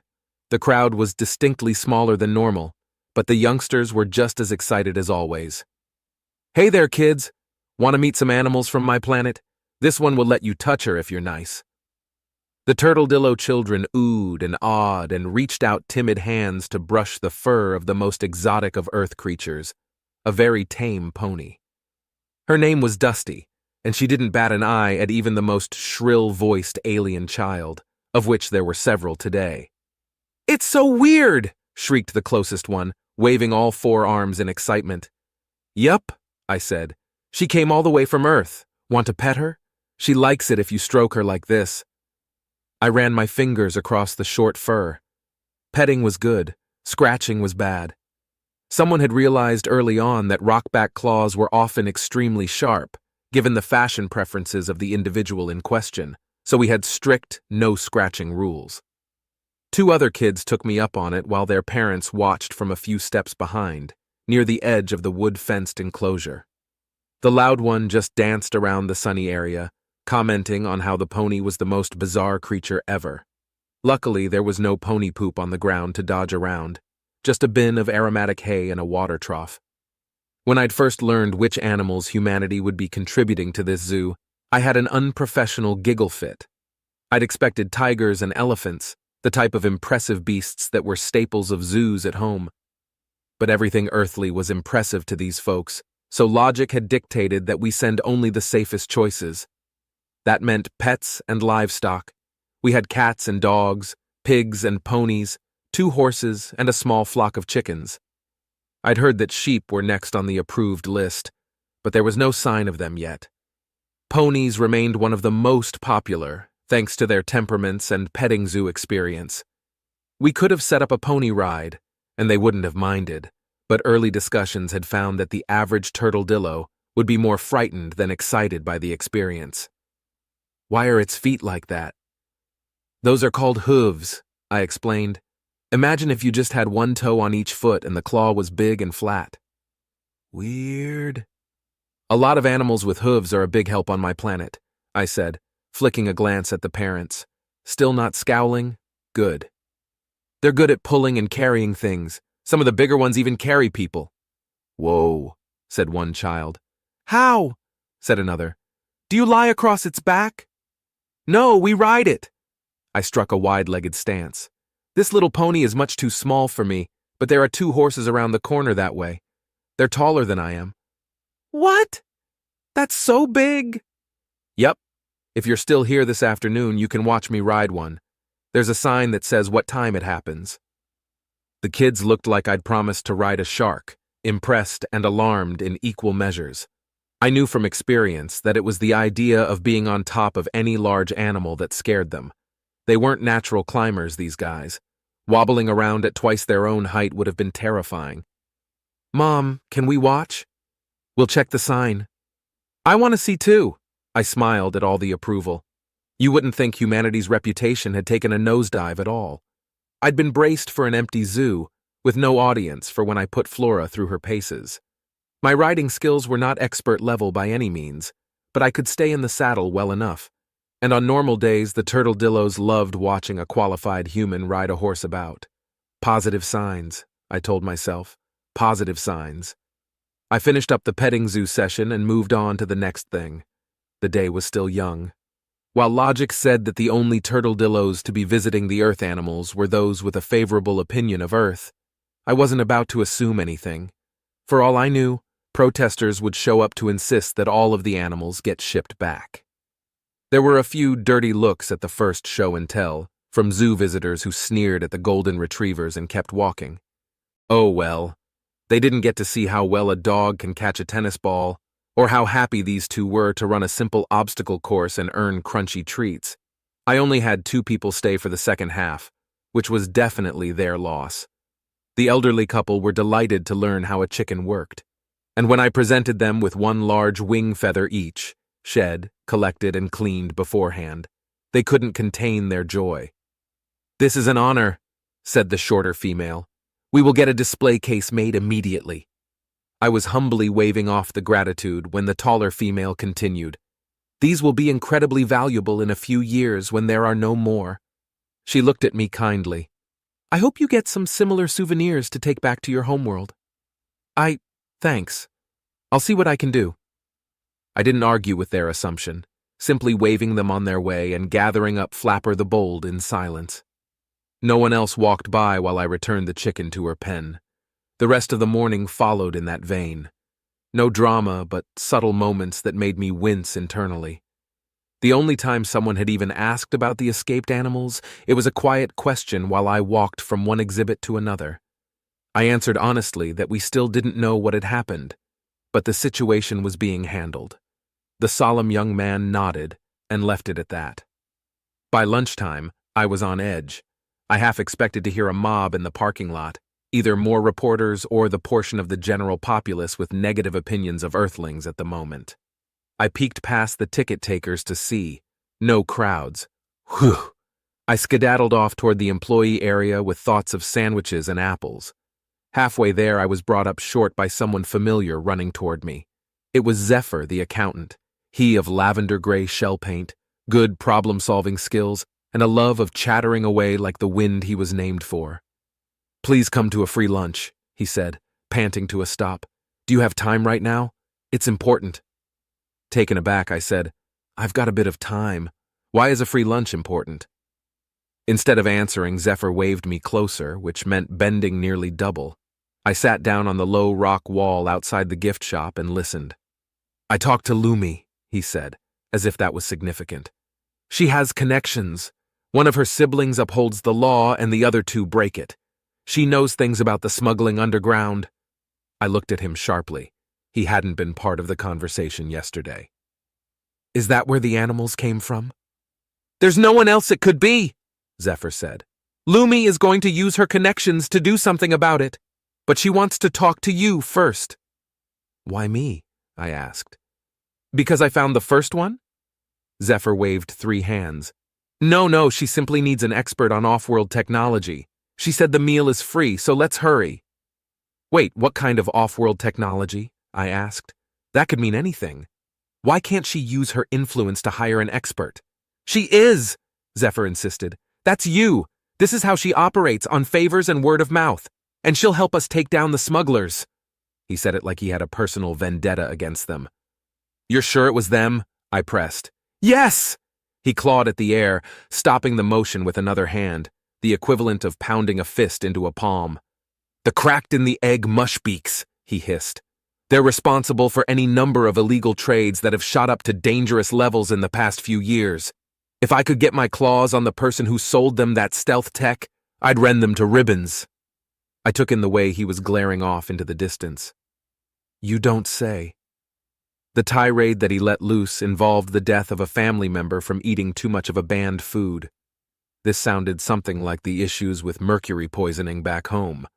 Apparently, when the super tasty and super illegal delicacy had become easy to buy on the street, that relative had learned the hard way why it was banned, and Zephyr had never forgiven the smugglers for it. "Tie rocks to their feet and drown them in the sea," he concluded, waving all 4 hands dramatically. I nodded. He slumped against the wall, catching his breath and looking dejected. "All right," I said, standing. "Let's go see Lumi." He brightened immediately and scrambled upright. "Yes, they have a new lunch special today and everything. You'll have to tell me how it compares to the original Earth dish. It's supposed to be very authentic." He was off and talking as eagerly as usual, though with an undertone of determination that hadn't been there the last time I'd seen him. I was more than a little determined myself, Someone who could help take down the smugglers who were apparently responsible for the disaster? Yes, please. Now, if only this wasn't a massive trap by the criminal underground.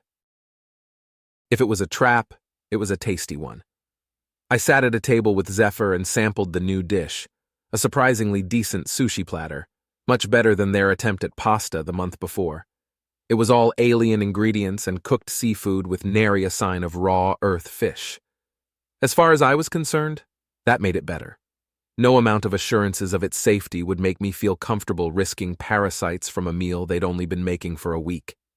It even tasted a bit like crab, which was impressive given the fact that no rockback fit for polite society would harm their world's version of crabs. The capital city of Sea Soul Haven was named after the bay, which housed many of the things. Apparently, some turtledillo in prehistory had looked at the little beasties with armor like their own and decided they were sea souls. I didn't know if they were aware that humans ate similar creatures on our own world, but I wasn't going to be the one to tell them. "That's good," I said to the waiter.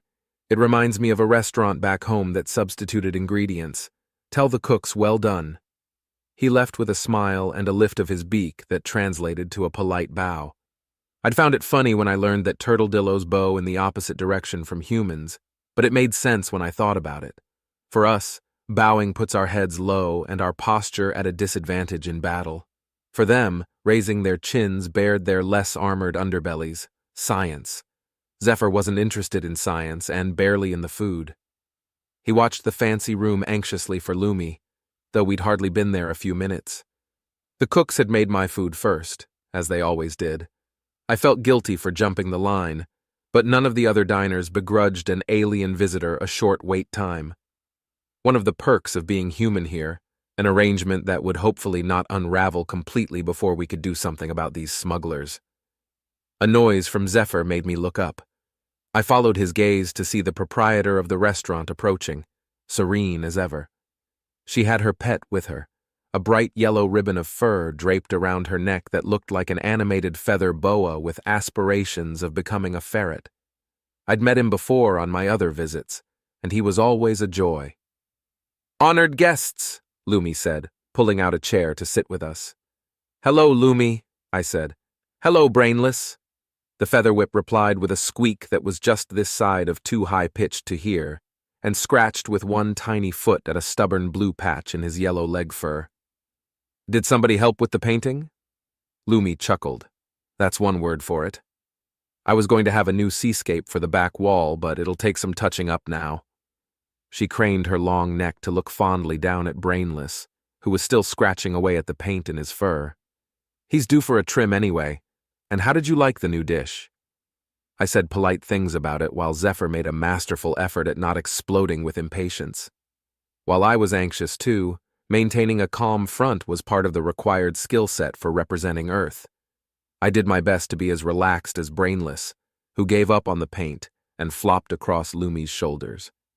Not a speck of color was out of place on Lumi herself, not even in the near-invisible seams of her shell ridge alterations. She'd apparently hatched a tertius instead of a tertia, though that was no more than an interesting factoid now. "So," Lumi said with a dramatic pause, "I'd like you to fix something for me." "What kind of thing?" I asked. Zephyr straightened up eagerly. "The kind of thing that is exotic and broken," Lumi said evasively, "which you are likely to know something about." I frowned a little. "I can't say yes if you don't tell me what it is," she smiled. "I'm sure the why is more important." "Okay, why?" Lumi cast her eyes sideways. "Your friend here is 7 flavors of furious at smugglers in general. Are they also an enemy of yours?" I spoke slowly. "If they caused the current animal crisis, then yes, absolutely." "I understand they did," Lumi said, "and fixing this broken thing of mine will be the start of their end." "Why me?" I asked. "Why not go to someone official?" Lumi looked at me directly. "This may be hard to hear, but I don't trust the officials. I know too much." I sighed, then took a deep breath. I get the distinct feeling that agreeing to look at this mystery thing could get me in the kind of trouble that would have me shipped back home in disgrace. "Illegal, yes?" Lumi spread all 4 palms, lined up along the table's edge. I promise you it is not. You'll understand once you see it. Zephyr caught my eye. It can't hurt to look, right? I looked back at Lumi. Can you really promise me that I won't get in trouble for being part of whatever you refuse to tell me? There's no risk here, Lumi insisted. Just a small thing that is broken, which can help expose the villains if fixed, and I don't trust the official repair people. But you trust me, who just eats at your restaurant. There was that smile again. And who works on a foreign world, passing every test your people have devised. Okay, fair point. Zephyr made good puppy dog eyes for a guy who looks like a turtle. Please, just see if you can fix it. Against my better judgment, I said, all right, fine, I'll take a look at it. Just promise me that this is legal. It is. But you still won't tell me what it is. I distrust the listening ability of the people who can make their vehicles invisible. Okay, that's fair too. Lumi pulled a card from the belt pouch that blended in with her scales. This is the location of where to meet my friend, she said. He will escort you to the item. She showed both of us the address written there. Can you remember it? I nodded. Yes, Zephyr said with a vicious clack of his beak. Then be there tonight when the glow flowers bloom, Lumi said. A poetic way of saying the equivalent of 9 p.m. back home. Those glow flowers were all over the city. I spent a moment wondering if the rabbits would get sick from eating them, then put the thought away so I could say goodbye to Lumi. Enjoy the rest of your meal, she said. Thank you, we will. And we will be there, Zephyr declared. Lumi just smiled and glided toward the door, with Brainless settling into sleep. I wondered if she'd meant to invite Zephyr along with me. Well, this was shady enough that I wouldn't object to having backup. Such as it was. I'll bring my knives, he whispered across the table. I have a collection. Nobody will get away with double-crossing us tonight. I'll be glad to have you with me, I told him honestly. Do you want a knife? Zephyr asked as soon as I stepped inside his apartment. My impression was of low ceilings and more brightly colored angular decorations than I'd expected from the guy's businessware. It smelled like fruity soap. I want to say we won't need them, I said as I bent to avoid the ceiling. But it's good to be prepared. Do you have any that I can hide in a pocket? I demonstrated how much storage space there was in my brown high-collared coat, which I wore with my braid tucked down the back. As far as I could tell, that long hair was my most identifying feature to the average turtledillo. There would be no disguising my species, but I could at least make an attempt at disguising which human I was. On Zephyr's insistence, I accepted a slender pocket knife that reminded me of an ice pick. It seemed designed to pierce a turtledillo's natural armor. I didn't ask where he had gotten it. I also didn't ask, moments later, how he expected me to fit comfortably in his tiny car. Luckily for us, I fold up well. The back seat was barely wide enough for me to sit sideways, knees to chin, hoping that he would drive safely. The seat had a weird texture that wasn't quite worth complaining about, and the floor mat stank of fuel. I dearly hoped there wasn't a leak. As we took off, Zephyr talked about things he'd uncovered, the celebrities who had died of overdoses similar to his cousin, the children who had been sold dangerous things, the bystanders who had wound up in the wrong place at the wrong time. The way he talked, it sounded like there was a far-reaching network among the rockback criminal element, possibly with all the clout of a few organized crime rings I could name. The fact that the local criminals appeared to be working with off-world smugglers made it more alarming. This could be huge, I thought from the back seat. If an underground empire like the Borsnats or the Wheelers is getting a foothold here, then it'll be worth risking my career to stop them. We rode in silence for a while. I just hate not knowing what we're walking into. The ride seemed to take forever, but when signs appeared that we were getting close, it was somehow far too soon. For me, anyway. Zephyr was as hyper as a squirrel. I had to remind him to calm down a little, so people wouldn't wonder what his problem was. He nodded and took a few deep breaths, driving with exaggerated care and looking for street addresses. There were none, of course. This was that kind of neighborhood. Directions given here were more along the lines of, turn left at the collapsed red building, turn right at the broken statue, and go under the bridge made of abandoned construction materials. It was not classy, is what I'm trying to say. It was also super dark, because of course the glowflowers here were wilted and faint. The signs of various skeezy businesses lit the streets. Pedestrians hurried by with quick steps, looking over their shoulders. I started to wonder if Zephyr's car would be a target for break-ins. I had a hard time telling how its style matched up to those I saw parked nearby. It was in good shape, which made it look valuable, but I hoped that it wasn't a model that would start losing bits the moment we walked around a corner. Zephyr parked in the brightest spot we could find. Everybody knew that criminals were more likely to steal things in the dark, where no one could see them. I assumed it worked that way with turtle-dillo psychology at any rate. Speaking of turtle-dillo psychology, I learned something interesting that night. Or rather, I had it confirmed.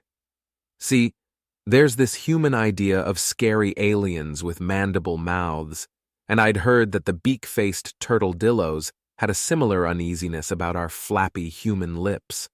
Silly, I know, but I'd wondered about that, and never had a good chance to ask a friend if they found my face unsettling. But I got the perfect opportunity. It was when we'd left the car in the distance. Zephyr spotted a landmark and hurried ahead, right around the corner and into a trio of armed muggers. He made an undignified squeak, trying to jump back but finding himself faced with several knives more dangerous than the one in his pocket. The leader was already demanding money. They didn't see me. It was perfect. I stepped out of the shadows, arms wide as I loomed over them, bellowing with all my might. "Rawr! Booga booga! Habla blabla! Grr! Thupt!" The muggers stared up at me for a heartbeat, with the widest eyes I'd ever seen, then bolted for their lives. I yelled after them, blowing raspberries and adding in some dog barks for good measure. When they had disappeared from sight, I collapsed into laughter, leaning against the side of the building. "Did you see their faces?" I asked Zephyr, who was regaining his own breath. "Who? I thought they were going to pee themselves. That was excellent." I stayed there chuckling while Zephyr pulled himself together. "Yes," he managed. "That was well done. Thank you." I waved it off. "Oh, my pleasure, absolutely. I've always wanted to foil a mugging. Tell me, what was scarier, the RAR or the THBT?" The turtle-dillo gave me his honest opinion, the THBT, and soon we were on our way again, though this time much more carefully. I peeked around corners first, higher than the average mugger would be expecting. We had no more trouble. I was almost disappointed. But, as the rules of such things go, a second encounter surely would have gone much worse for us, so it was probably for the best that we didn't meet anyone else. When we reached the building that Lumi had directed us to, I found it to be decidedly Earth-like. The sort of construction that I'd have thought they'd learned from us, if I wasn't pretty sure the Alliance was too new for that. At any rate, that side of things wasn't my expertise. This nightclub was big and sturdy, made of poured concrete with blacked-out windows, a glowing red sign, and a bouncer out front with locals milling around under a corrugated awning. Zephyr's pace slowed, but he squared his armored shoulders and strutted forward with me, towering behind him. He probably thought he looked important, with his businesslike stride and tall alien as backup. I let him think it. I was pretty sure that he wasn't impressing anyone. Certainly not the bouncer. That beefy individual looked like she could have taken on the entire street and come out on top. Her shell was painted a fire red that was much like the sign. I found myself noticing how the larger-than-average arm muscles caused her natural armor to separate a little, which was surely a weakness. I wondered how that factored into knife fights, but set the thought aside for another day. The bouncer regarded us with the same unruffled gaze that everyone was graced with. Zephyr stopped right in front of her. "Lumi sent us," he said, still trying to be cool. The bouncer replied with a quick look up and down for both of us, then a step aside to open the door. "You'll find Rumble at the back," she said. "He's expecting you." Zephyr nodded a crisp thanks, as if he had expected no less, and strode past. I thanked the bouncer, wanting to whirl around and booga-booga the onlookers, but I nobly resisted. I did hear the conversation start up as the door was closing, though. Indoors, we found a dark, loud hallway with red-orange lights, a ceiling that was only slightly too low, and ventilated air thick with rock-back body odor. It honestly smelled better than human BO. How unfair is that? The floor was painted matte black. The walls were covered in abstract fiery patterns that were surprisingly artistic, tapering upwards into smoky clouds on a gray ceiling. I almost tripped while I looked up at it. Zephyr saw nothing, striding along in front of me. I recovered just before we turned a corner to see a dance floor full of turtledillos. They were more graceful than I'd honestly expected. And the music wasn't bad. Not much more than drums, but a good beat. Most importantly, the ceiling was higher here. Same decoration scheme, though, with spots of light moving over everything in specks of red, orange, and yellow. Zephyr clearly didn't care. He looked to make sure I was following, then began weaving his way through the crowd at the edge of the dance floor. We passed red-curtained booths and doorways to private rooms that I didn't want to speculate about. I didn't have to. Zephyr caught my attention to jerk a disdainful thumb toward them. "This is one of those clubs that sells illegal entertainment on the side," he told me over the music, yellow lights passing over his face. "It's only illegal because rich people commissioned the films to be available to only them, but they got sold anyway." He sniffed haughtily. "These are barely criminals." With that, he strode off toward the back of the dance floor. I readjusted my impression of the place and followed. A sitting area filled with black couches lined the wall, which was likely where this Rumble character waited. The crowd parted with impressive speed. I couldn't say whether it was awe, fear, or the prudent desire not to be stepped on by someone so much taller than they were. Either way, it suited me just fine. Zephyr plowed ahead and I followed, stepping carefully. Wouldn't do to trip now. We made it to the couches without incident. Zephyr narrowed in on the likely choice of Rumble, the large fellow seated in the middle of the biggest couch, flanked by guards and sycophants of one type or another. As we approached, he waved for us to join him. I wondered again just what I was expected to fix, especially in this sort of place. Did the dance floor use off-world lights? How did any of it fit in with stopping the smugglers? "Welcome," said Rumble in a subterranean bass that made his name choice immediately obvious. He spoke with authority and an easy confidence that made me respect him on an instinctive level. Some things are universal, I guess.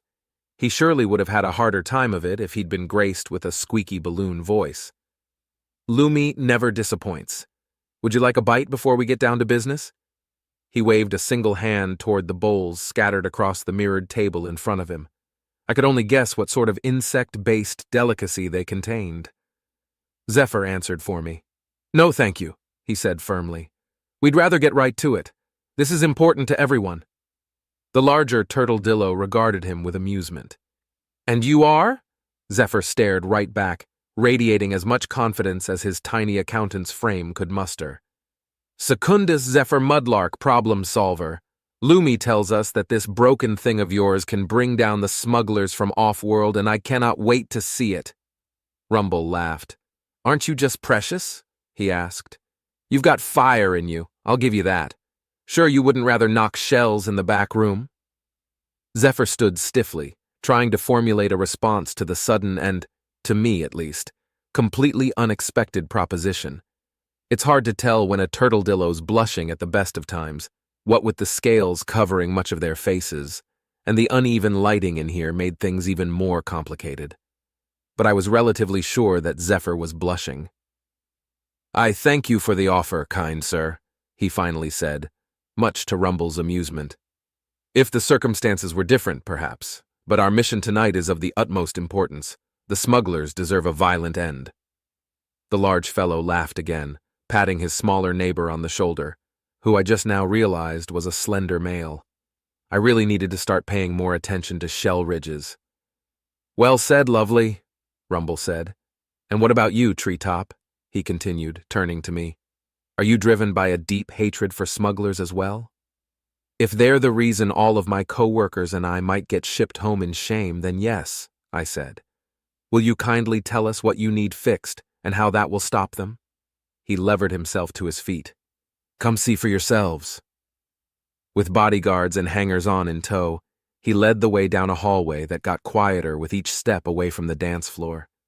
The ceiling was just high enough for me to stand up, though I had to duck through several doors as we walked. Rumble spoke without looking back. It's a rare day when someone threatens my territory and doesn't treat a warning shot with the respect it deserves. I guess times have changed. Used to be you could run a fine, illicit business, bothering nobody but the law grubbers, and only have to snap at a few upstarts now and then. There hasn't been a full-on street fight in a fingerless number of years. I mentally ran that through my idiom translator, remembering how many fingers the turtledillos had to count with while Rumble went on. But now, he said, now these invisible mud eggs are bringing off-world merchandise in, causing problems for everyone. They step on more turfs all the time. With how long their list of enemies is now, our original plan was to unite the gangs and beat them into the dirt once and for all. Send the message that they're not welcome, despite the traders who keep signing up to do their distribution. But, he pointed upward with both right hands, most of those bosses are cloaca kissers who can't be reasoned with. One of the bodyguards snorted but held his silence. I privately wondered about the translation for the insult. It could just as easily have been butt nuzzlers, though I supposed it amounted to the same thing. Rumble was still talking. The new plan is to let the police do the hard work for us. They just need to be able to find the off-world egg holes. He looked sharply at me. That's the part we'll need your expertise for. In here. He told most of the crowd to wait for him outside another low doorway, bringing only a couple of the bodyguard types with him. I held my questions and followed into what proved to be a high-ceilinged garage workshop sort of place. The door locked behind Zephyr. The other door, a large one for vehicles, was already shut. No windows. A number of single-seater air cars lined up along the wall, painted in the same fiery color scheme as the building's decor. In the center of the room waited the fabled off-world tech.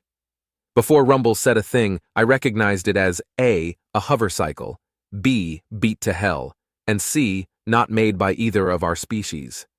Judging by the shape of the seat, it was designed to fit somebody with a long thorax and multiple legs, either arms or tentacles too. Probably one of the insect-like species. Of course, the criminals are from a creepy race, I thought. Why do you have to be a stereotype like that, you smugglers? You're letting down the rest. We managed to score this when we clashed with the mud eggs, Rumble said. It was already a little broken. Otherwise, we never would have seen it. The creature that was driving it got away with the goods it was trying to sell in our territory. But we kept this scooter. He picked up a wrench and stepped forward. Let me show you what the problem is. With deep misgivings about how much he expected me to do, I followed. When we got it, Rumble said, this part here showed a chart of some kind that marked where the soft shells and their ships were, a stealth breaker of the highest order. He looked at me significantly. If we'd had this kind of tech when they first showed up, they would never have gotten a foothold. I was curious about what kind of turf Rumble was protecting. Did the off-worlders have better holovids than the restricted films he sold?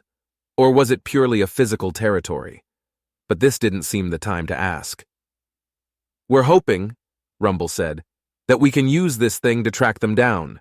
Either we shred their ship enough that the invisibility shuts down, and the police take them out for us, or we carve off enough pieces to show those thick-headed officials that they'll have to believe the report of where the ship is.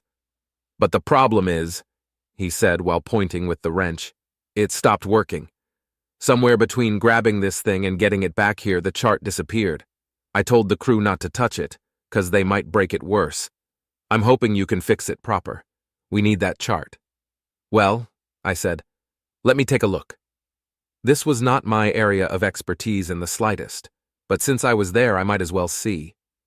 With Zephyr urging me on, I looked for buttons or other obvious controls. Buttons, yes, squishy ones. Makes sense if these folks have pointy exoskeleton claws. No idea about the language, though. Is that a language? Has to be.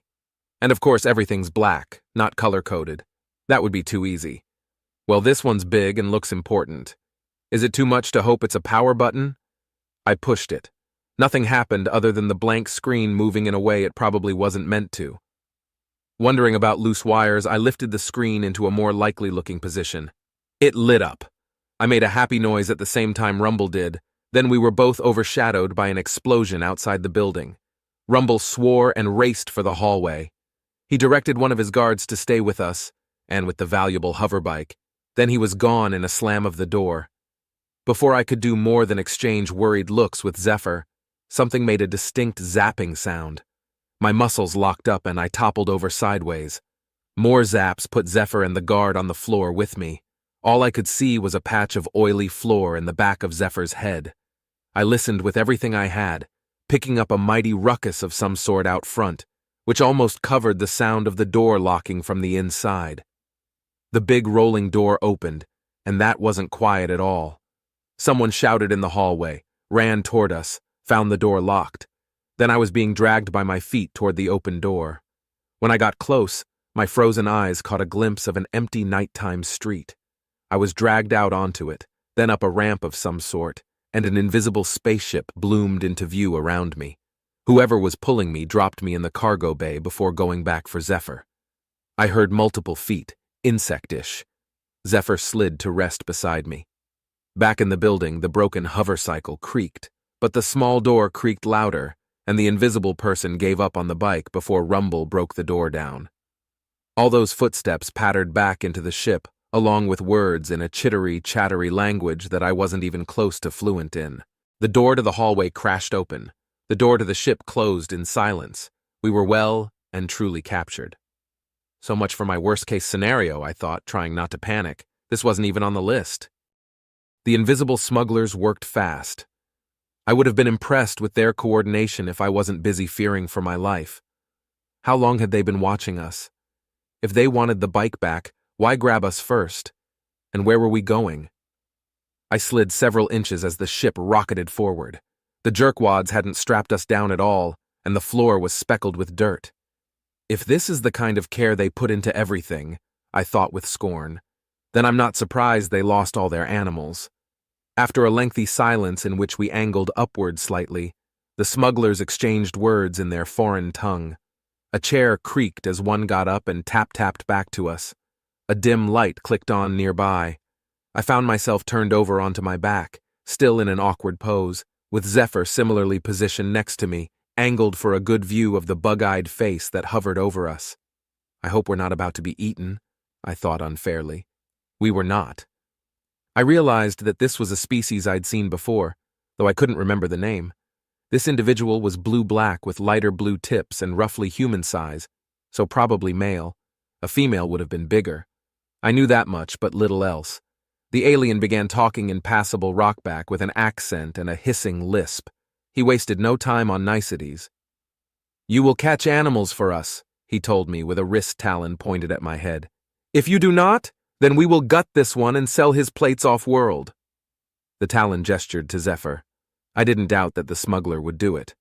And there probably was a market somewhere for turtledillo shell segments, which didn't bear thinking about. The smuggler was moving toward me with a strange device. I couldn't tell what it was until it touched my shoulder and restored my ability to speak. I coughed instead, licking dry lips and thinking madly. The smuggler told me, "You are no good to us if you don't cooperate." The driver shouted an interjection, and the speaker added, "Never mind, you are probably good for leather, but that's not worth much. Answer now, will you capture the animals for us, or do we kill the both of you now and start skinning?" Put that way, it wasn't much of a choice. I would have liked to say something rebellious, like every action hero I knew of, but that wouldn't do me any good. Dying now was out of the question. I wrapped myself in false confidence and answered in the affirmative. "I will catch the animals," I said. The smuggler leaned back, out of my field of vision. I still couldn't move my eyes. "Good," he said. "Do not disobey. Your friend here will suffer for anything we don't like." I heard more footsteps and miscellaneous scrapes. Something cold fastened about my neck with a click. "This is a shock collar. Do you know what they do?" Crap. Shock me, I assume. "Yes, anytime you need mild disciplining. Would you like to know what it feels like?" "No, I believe you—" My jaw clenched as untold volts tore through me. It was incredibly painful. Everything was on fire and I couldn't breathe. After a long few seconds, the electricity cut off. I lay there panting and sweating, unable to tell if I had soiled myself. That hurt a lot. Mild disciplining, my ass. "Obey," the smuggler instructed me. "Yes." was all I managed through jaw muscles that were still more than a little stiff. I wanted to voice a few select insults, but it wasn't worth getting shocked again. I was sure thinking them, though. The smuggler didn't bother to do the same routine on Zephyr, simply leaving him frozen there as insurance on my good behavior. He still didn't secure us against sharp turns either, which was more than a little irritating when the shuttle took a steep dive. We slid again. The jerk just went back to the seat up front and let us. I swore quietly, glad I was able to talk. Not that there was much I could do with that right now, other than reassure Zephyr. I wasted no time in telling him I would look for the first safe chance to escape and get him out with me. These bastards wouldn't be getting away with it. Zephyr couldn't answer. I hoped he believed me. Neither despair nor blind rage would do him any favors when his paralysis wore off. I hoped it would wear off. There was no way this was healthy. Shadows flashed past, making me try to blink. I realized that they were trees lit by moonlight. We were in the forest. The shuttle slowed in midair, coming to rest on the ground so smoothly that I didn't realize we'd landed until the smugglers both got up to walk around and open the doors. With the lights turned up, I saw that the driver was female, a good head taller than the male, colored in purples and reds, with sharper blade arms. Both aliens were just as beat up as the hover cycle. Did Rumble's people manage that? My jaws were working normally again, though nothing else was. "What happened to you?" I asked. "A crash," said the male sourly.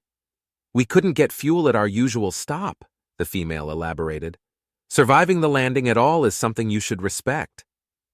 The male was staring directly at her like he wanted her to stop talking, but didn't want to say so out loud. "Why couldn't you get fuel?" I asked, because no one had told me to shut up yet. "Blockade at the station. Also not my fault."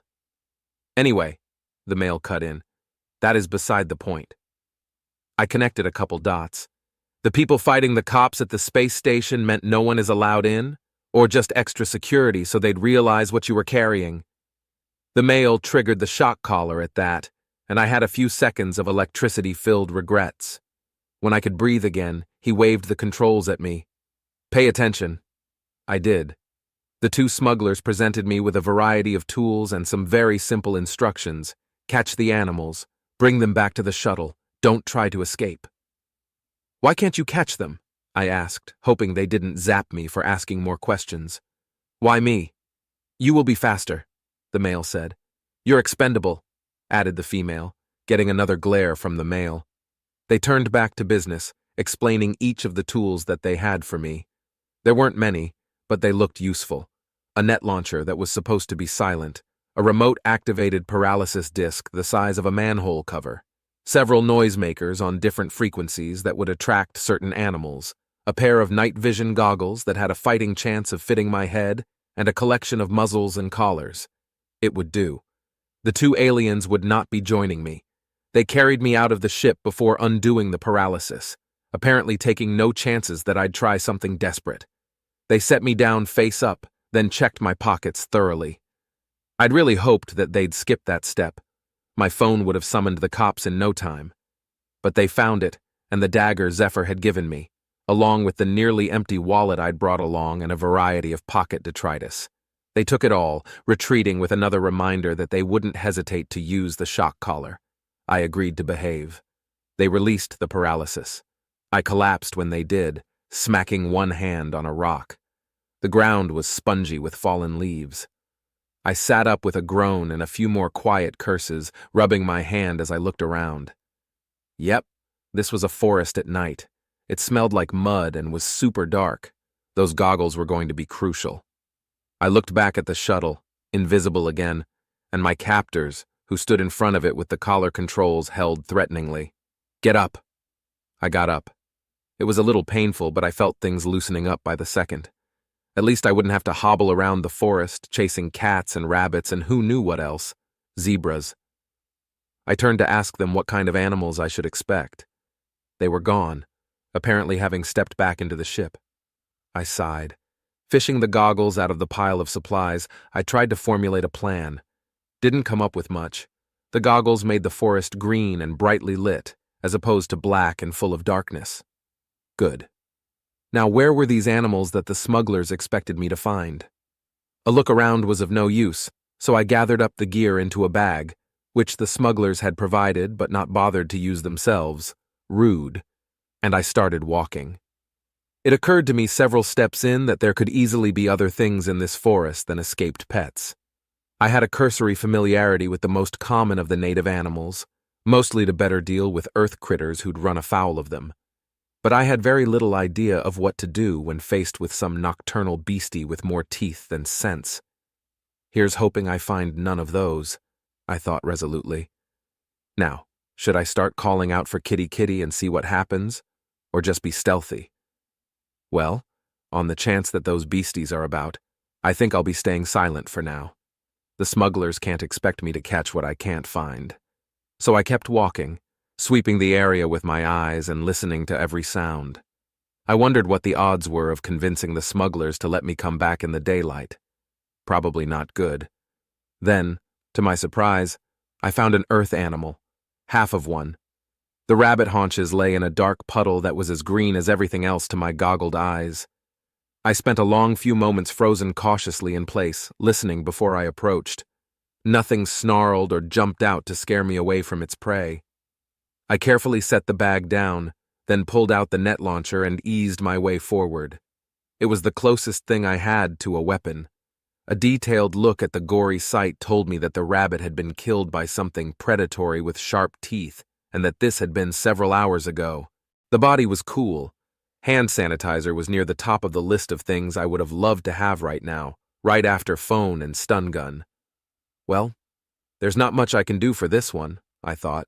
The smugglers probably only want the live ones. Probably. How am I supposed to tell them when I've caught something anyway? I looked around for the invisible ship, with a predictable lack of results. The forest here was sparse enough that the shuttle could float between trees without moving a branch. I had only a rough idea of how big it was. All right, executive decision, moving on, and not bringing this guy as bait. I stood and moved away, returning to the bag of gear. Still no signs of life. Then something whined. I froze. There it was again. That sounds suspiciously like a dog. I left the gear where it was, tracking down the noises with my trusty net gun at the ready. Something moved under a bush. I crouched down and did my best to see into the dense foliage. A dark lump of some sort huddled in the center. It could have been a dog. "Hey there," I said gently. "You want to come out? I won't bite if you won't." That was a very canine whimper. The lump shifted, then crawled toward me. I stepped back just in case it was a dog-like alien beastie. It was a beagle. Young adult, favoring one front paw, with a dark patch on its muzzle that might have come from the rabbit. Well, beagles are hunting dogs, I reminded myself. "Hey, buddy," I said, holding out a hand. "You okay?" The dog limped over to my hand and nuzzled it, whimpering and licking. I set down my net gun and stroked the poor thing before taking a look at its injured foot. Just a bruise, by the looks of things, but I'd want to be sure in better lighting. There were no visible cuts, and the bones didn't feel broken, though it was hard to say in this green darkness. I retrieved the bag to fish out a collar and a leash, which the dog appeared familiar with. When I had these fastened in place, just as I was starting to wonder what to do next, a blinding glare appeared behind me. I screwed my eyes shut, keeping one hand clenched on the leash while I pulled off the goggles. The dog whimpered again and crawled to hide behind my legs.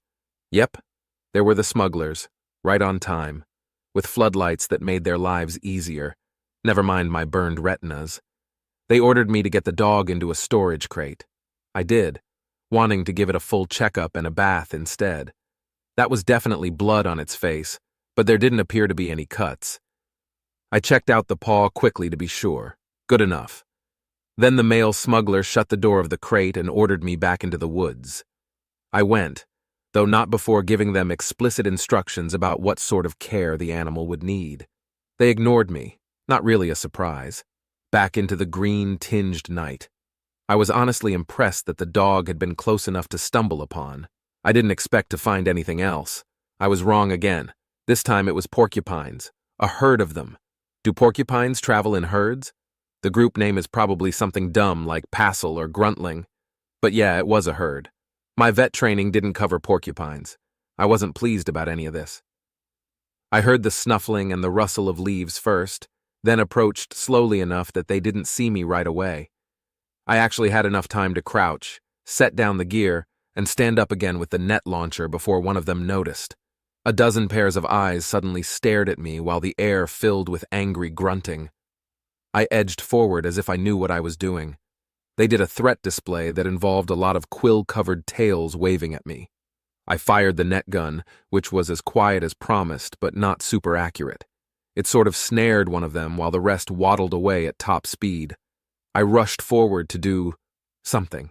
Ever wrestle a porcupine? It was a first for me, too, and it was every bit as unpleasant as you might expect.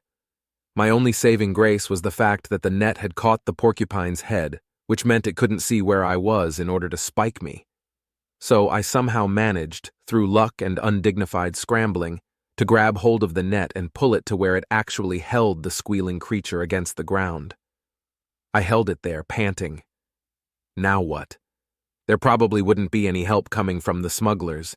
Even with their paralysis tasers, they seemed to be extremely unwilling to put themselves into the action, maybe because of their injuries. Maybe they were just jackasses. Either way, it was up to me. And the leashes that were almost close enough to reach.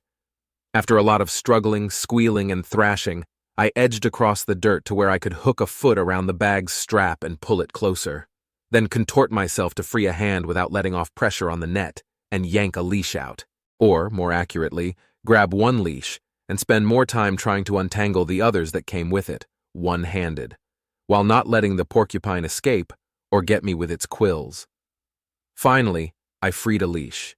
I threaded it through the edge of the net, hoping the porcupine would cooperate enough to let me tie it up. Predictably, it didn't like this. Threading one side of the net wasn't so bad, with my feet straining to hold the other side down like the most awkward game of Twister, though the other side was a near miss of quills to the arm. "Hey, I got it!" I yelled at the sky. "Come and get the dang thing, it's not going anywhere!" For a moment, nothing moved. Then those floodlights appeared to my right. I managed to close my eyes and turn away before my vision was completely washed out. The smugglers appeared with another crate and very little sympathy for my difficulties. Before going out again, I demanded gloves but was refused on the grounds that they didn't have any. Reasonable, I suppose, but still annoying. "I really need Zephyr's help," I said, "and it's not like we'll be able to escape, what with the shock collars and you guys following us all invisible." They weren't buying it. Back to work for me. Further complaining would be met with a zap from the shock collar. I gave up and went, faking a limp for sympathy that I didn't get. The rest of the porcupines were predictably long gone. I did my best to track their footprints in the leaves, but other than the original scattering, there wasn't much to see. I kept walking for lack of anything better to do. The forest seemed a bit brighter up ahead, smelling more like wood chips than mud. I trudged onward, pressing through a spiky mass of bushes to find an odd clearing with fallen trees that looked like they had been politely pressed aside. I stopped, taking in the sight. It had to be the crash site.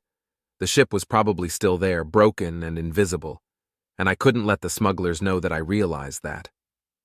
I pretended to hear a sound off to the right, then moved away at a stealthy pace like I was actively stalking something. Who knew? There might actually be porcupines there. There weren't, but after a long bit of walking, I reached muddy ground that held footprints better than the leaves, and that was helpful. Gotcha. That herd of prints probably belonged to the porcupines. Probably. I followed it, and this time, when I found them, I had my net gun ready. I'd been considering doing a deliberately bad job on this capture, just so the smugglers would see how much I needed assistance. But as it turned out, I didn't need to try. As soon as the net left the gun, they all saw it and scattered. I had to run after them, belatedly wondering just how many nets were stored in that launcher. 3, as it turned out. That third net snared the biggest porcupine in the herd, and when I went to launch another to seal the deal, nothing came out. So, back to swearing and struggling. At least now I'd done it before, not that that really helped. The local plant life turned out to be more useful. I wrestled the critter into a shrub and managed to pin it there while I tried to slip a hand under it without getting spiked. I'd remembered that there were no quills on the underside of the tail.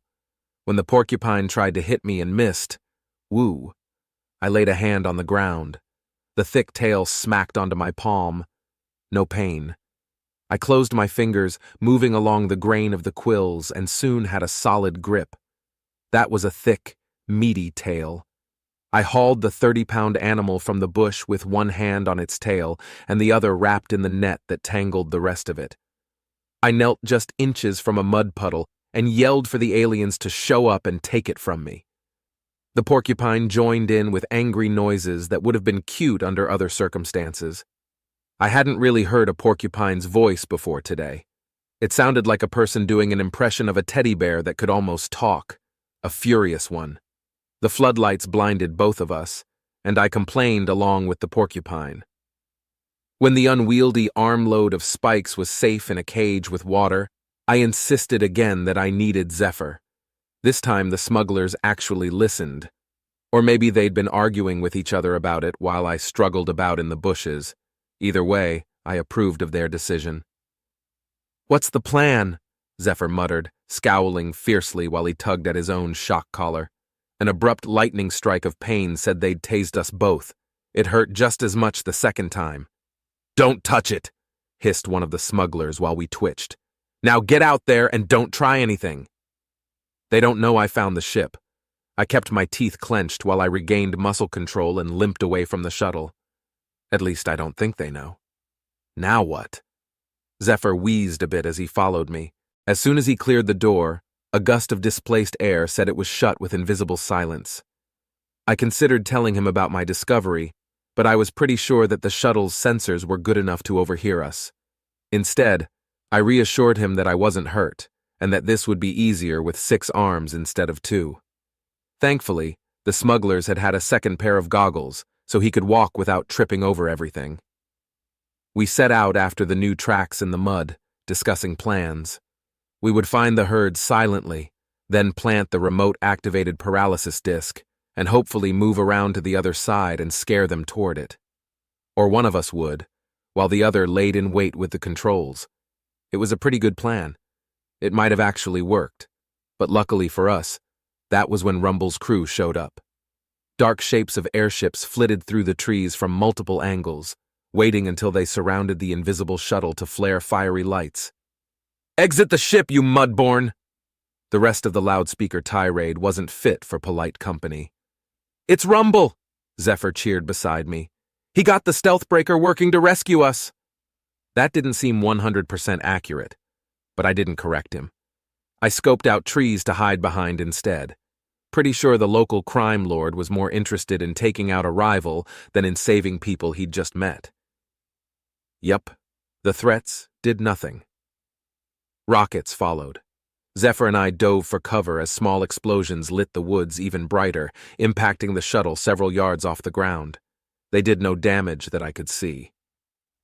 I hope Rumble has a plan B, I thought, peering through leaves from where I crouched with Zephyr. Maybe he's going to herd them toward the police. Oh, there they go. One way or another, the shuttle had taken off at top speed. I could only tell by the trail of explosions and the way Rumble's group of airships flashed off after it. Suddenly the forest was dark again, and very quiet. Zephyr spoke first. "Any idea how to get these collars off?" The shock collars weren't as high-tech as I'd assumed, but they were stubborn buggers.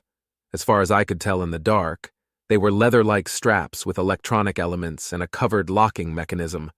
They'd probably stand up to an animal scratching at them, and they might or might not shock us if we tried to take them off. Sure hope not, I thought, inspecting Zephyr's collar while he looked at mine. "Do you have a knife?" I asked, not expecting much. Zephyr shook his head.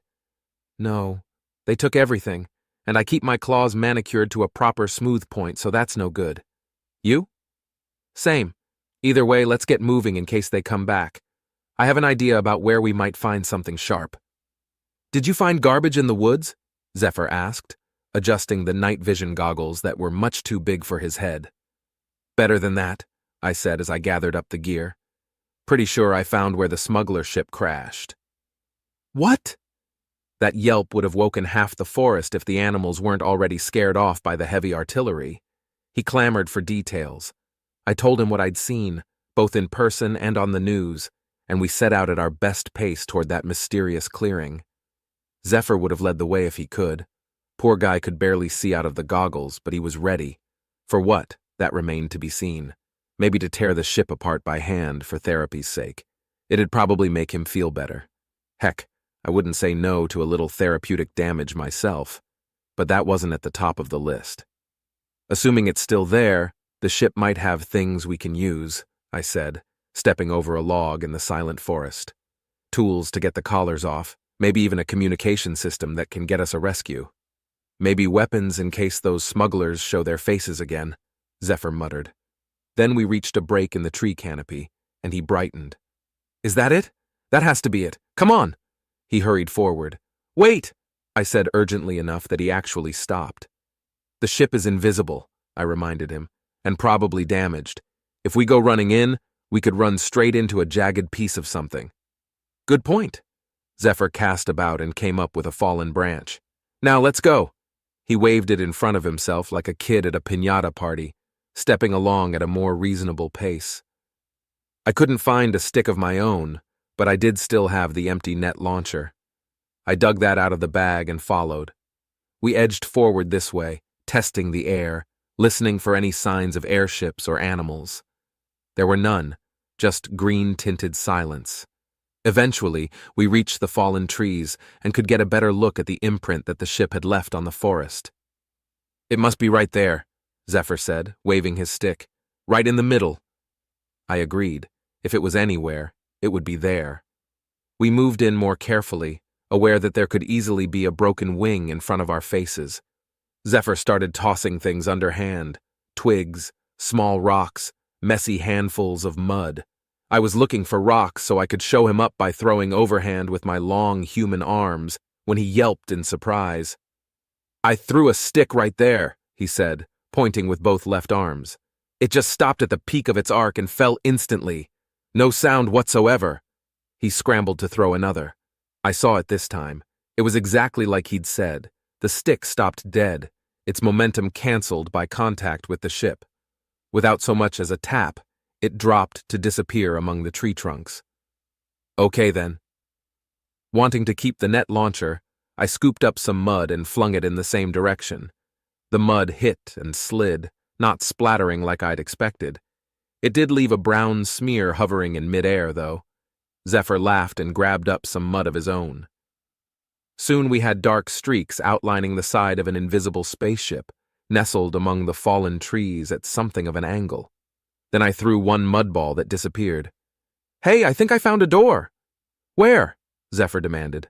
I pointed, threw more mud, then followed the eager little turtledillo as he scrambled across the tree trunks with stick in hand. I held the net launcher out in front of me. Zephyr grabbed a leafy branch and pressed it to the invisible surface next to a mud streak. The leaves rustled as they compressed. I caught up and tapped the net launcher against the ship. Tried to, anyway. It stopped suddenly in the strangest way. Zephyr turned his branch around and gave the area a mighty whack. The stick halted in midair, with no sound and no bounce back. The expression on Zephyr's face was a funny one. I reached out with apprehensive fingers to find a wall that felt smooth and slightly cold, but oddly undefined otherwise. I rapped my knuckles on it. Silence, and my hand didn't bounce. So weird. My whole arm was just suddenly still. Zephyr had finished marveling at the technology. He edged forward with one hand on the ship and the other pressing his branch against it, searching for the door. I followed with careful steps. This was not the time for a broken ankle from falling off a log. Ha! Zephyr exclaimed when his stick disappeared from view. He felt around some more, then stuck his head into the empty air. This is it, he said, his voice suddenly echoing. Come on, there's even some light in here. Careful, I whispered, the thought only now occurring to me. It might not be empty. Zephyr made a distracted noise as he climbed over the edge of the door frame, vanishing from sight. I caught up and stuck my head after him. Wow, I said, as the interior of the ship popped into view. This is it, all right. I climbed through the doorway onto the crooked floor, which smelled more like fuel than Zephyr's car did. What a mess. Now that I could see it, the place was full of cracks, and the door had been ripped halfway off the hinges. I was glad that we hadn't approached from the other direction. We would have had to navigate around it. "There's a light from over here," Zephyr said, pressing on down the hallway. I looked back the other way, my goggles showing only green darkness. This was an odd sort of entrance to a ship, I reflected, as I walked with bent knees on the crooked floor. There must have been a bigger cargo bay elsewhere. This was purely for people, and the hallway was a wreck. Those oh-so-amazing inertial dampeners only went so far, apparently. They could handle mud balls and even trees, but a full-force impact with a planet was too much. Though they did blunt the damage at least, a normal ship wouldn't have left more than a crater and shrapnel. Still amazing, I thought. The question is, what happened to everybody else on board? Were there more smugglers? Did all the animals escape? It seemed likely since the ship was quiet. Though with the paralysis guns, that didn't mean much, and that doesn't mean none of them came back here for shelter, I reminded myself. I opened my mouth to tell Zephyr the same thing, but he'd reached the next room, and his attention was elsewhere.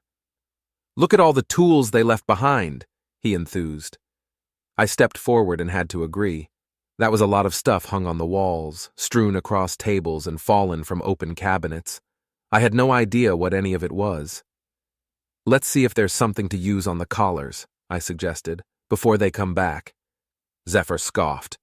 "They're not coming back," he asserted. "Not with Rumble after them. They can't hide anymore, and it's only a matter of time before they're blasted out of the air." He threw his stick aside and began digging through the tools. I looked at him with a raised eyebrow. "Those rockets didn't seem to be doing much," I pointed out. Zephyr waved a hand dismissively. "Those were probably just to scare them away from us so Rumble could use his real ammo." "Uh-huh. He knows what he's doing," Zephyr insisted. "I'm sure he'll have the rotten smugglers taken out in no time." "And what about the animals on board?" I reminded him. That brought him up short. "Oh, right. Well, Rumble probably disabled the ship without destroying it so they could be taken alive. He's clever enough for that." I opened a cupboard. "You seem quite the fan," I observed. Zephyr made an indignant gesture. "He was nice," he exclaimed. "A man of integrity, despite operating on the shady side of things. I'm sure he's valuable to have as a friend. And that voice, I laughed.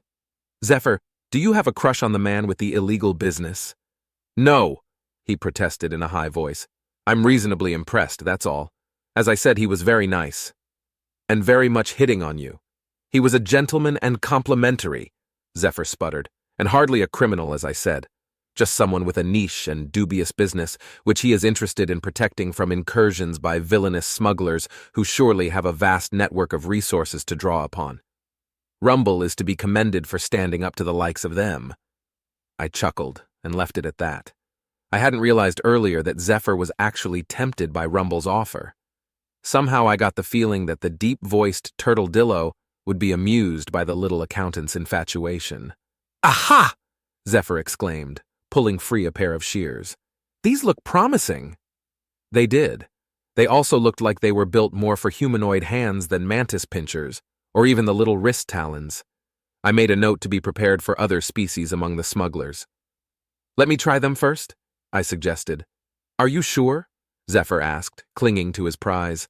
"I'm good with scissors too, you know." "Ah, but have you freed panicky animals from things that they've tangled themselves up in? Repeatedly while being a panicky animal yourself?" He had to admit that he didn't have that exact type of experience, and he handed over the shears. Then he let me use them on his collar, since we didn't have a mirror around for me to use them on myself. I rotated the collar, looking for the least dangerous-looking place to cut, and finally settled on an area near the latch. Being extra special careful after the little speech I'd just given, I slid the shears into place, held the material away from his neck as best I could, and sliced through it in one clean go. Huh, that was easy. I let Zephyr cut mine off. It was just as easy that time.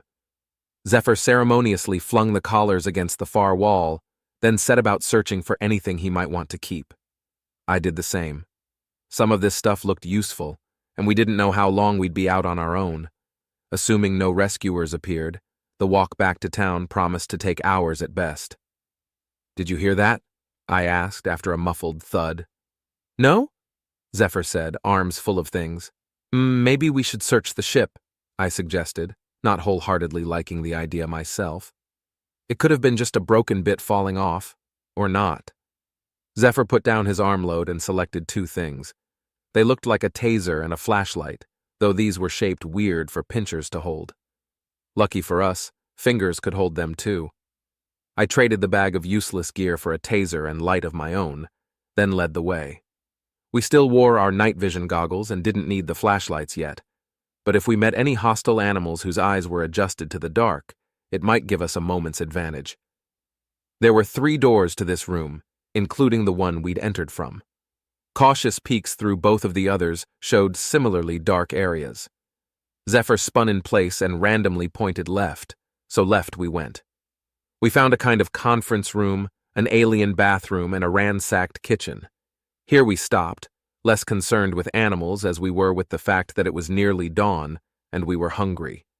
Most of the food was either spilled, spoiled, or so alien that I couldn't make heads or tails of it. But some was recognizable to one or the other of us, and we managed to cobble together a meal. It was, in my professional opinion, super gross. Almond butter on fish jerky kind of gross. But it was food. Then, finally realizing how tired we were, we made the executive decision to hole up here for what remained of the night. It was a long walk to the woodlands border. Goggles or not, it would be easier to find our way back to civilization in the morning. And the forest was dangerous now that we didn't have an invisible spaceship following us around. Zephyr was particularly worried about large predators that I'd never seen in person. We hadn't heard any other suspicious noises, though that didn't mean much. After checking the room for hidden critters, we barricaded the doors with tables and set about gathering hand towels to use as pillows and an attempt at blankets. I took off my goggles, loosened my braid, and was asleep before Zephyr finished settling into place. I woke to the horrendous scraping sound of the door being forced open by something very strong. Scrambling to my feet in the dim light, I retreated to the far corner of the room alongside Zephyr, where we both realized we'd trapped ourselves. We snatched up the most dangerous things we could get our hands on. For him, a wrench, and for me, a flashlight. I aimed it at the door without turning it on yet, hoping that I'd be able to stun the whatever it was long enough for Zephyr to throw the wrench at it. Or something. Just as I remembered that turtledillos weren't built for throwing, the door opened the rest of the way. Something large hulked in the darkness. I switched on the flashlight and yelled wildly. Zephyr yelled too, and the unlikely creature in the doorway flinched, then thundered into the hallway with heavy steps. Listening was difficult over the blood pounding in my ears, but I thought it had stopped right around the corner. Still screaming, Zephyr huddled next to me. "Ah! Ah! What was that?" I answered with wide eyes. "That was a gorilla," I told him. "The smugglers took a gorilla." "Is that bad?" the turtledillo asked, waving his wrench. "Do they eat people?" "No," I said, looking down at him. "They are people, just a different kind. And there's going to be 80 flavors of hell raised when people find out that these guys kidnapped one to sell off-world." "So it's not going to eat us?" Zephyr lowered his wrench, looking back at the doorway. "No," I said, taking a hesitant step forward. "But we might have scared him enough that we could get hurt if we're not careful." I raised my voice, trying for gentle and apologetic in my native tongue. "Hello?" I called. "I'm sorry we scared you. We were scared too. Can you hear me?" There was a pause long enough that I started to doubt my training. All gorillas were supposed to recognize English. The people who had started the reservation resorts for these particular citizen animals had been English speakers, and it had stuck. But this one wasn't responding. A dark head peered around the corner. I made sure to point the flashlight at the floor. This lit things up well enough that we could all see each other and no one was blinded. "Hello?" I said again. "Sorry about that. Are you okay?" The gorilla grunted, bobbed his head, and made a hand sign that I recognized from long ago classes. Yes. The next one was less obvious but clear enough. Scared. I nodded in exaggerated fashion. We were scared too, I repeated, hoping I knew enough gorilla sign language to get through this conversation. It was slightly different from the standard signs that everyone learned in school. I'd never expected to meet a gorilla, much less talk to one solo on an alien world. My name is Robin, I said, pointing to myself. This is Zephyr. He's a friend. I used the rockback word for his name, but signed it out in GSL at the same time, hoping that made sense. Translating between three languages was hard. The gorilla edged forward, still looking ready to run, and, conversely, ready to rip the wall open if startled. Silver fur showed over his shoulders, making him a male of at least 12 years old. The most dangerous 12-year-old I've ever met, I thought. The gorilla signed something that I recognized as a bird symbol, then pointed at me in a questioning way. It took me a moment, but then I nodded and agreed. Yes, Robin like the bird, and he is Zephyr like a breeze or wind. I also repeated Zephyr's name in both languages. Zephyr whispered urgently. What's it doing? He asked, and I remembered that he wouldn't have understood any of that. Talking in sign language, I told him. Give me a minute and I'll translate. The gorilla was already volunteering his own name. The sign he used stumped me, an embarrassing thing so early in the conversation, and I had to ask him to clarify. The additional signs took me a minute to put together. Fire, animal, flying, dragon. Your name is Dragon? He nodded vigorously. I kept my surprise to myself. Of course, the spacefaring gorilla would have a name that cool. I told Zephyr what his name was, having to explain the mythological earth creature, then having to interrupt that explanation when Dragon wanted to know where the giant stinging bugs had gone. Guess he's met the smugglers in person, I thought. Doing my best to be clear and brief, I explained that as far as we knew, the only two stinging bugs had been scared away by some people who looked like Zephyr. We didn't know if they would be back. It was at this point that we heard distant voices outside. I couldn't make out words or guess the species. The three of us looked around in unison. This kitchen had no windows.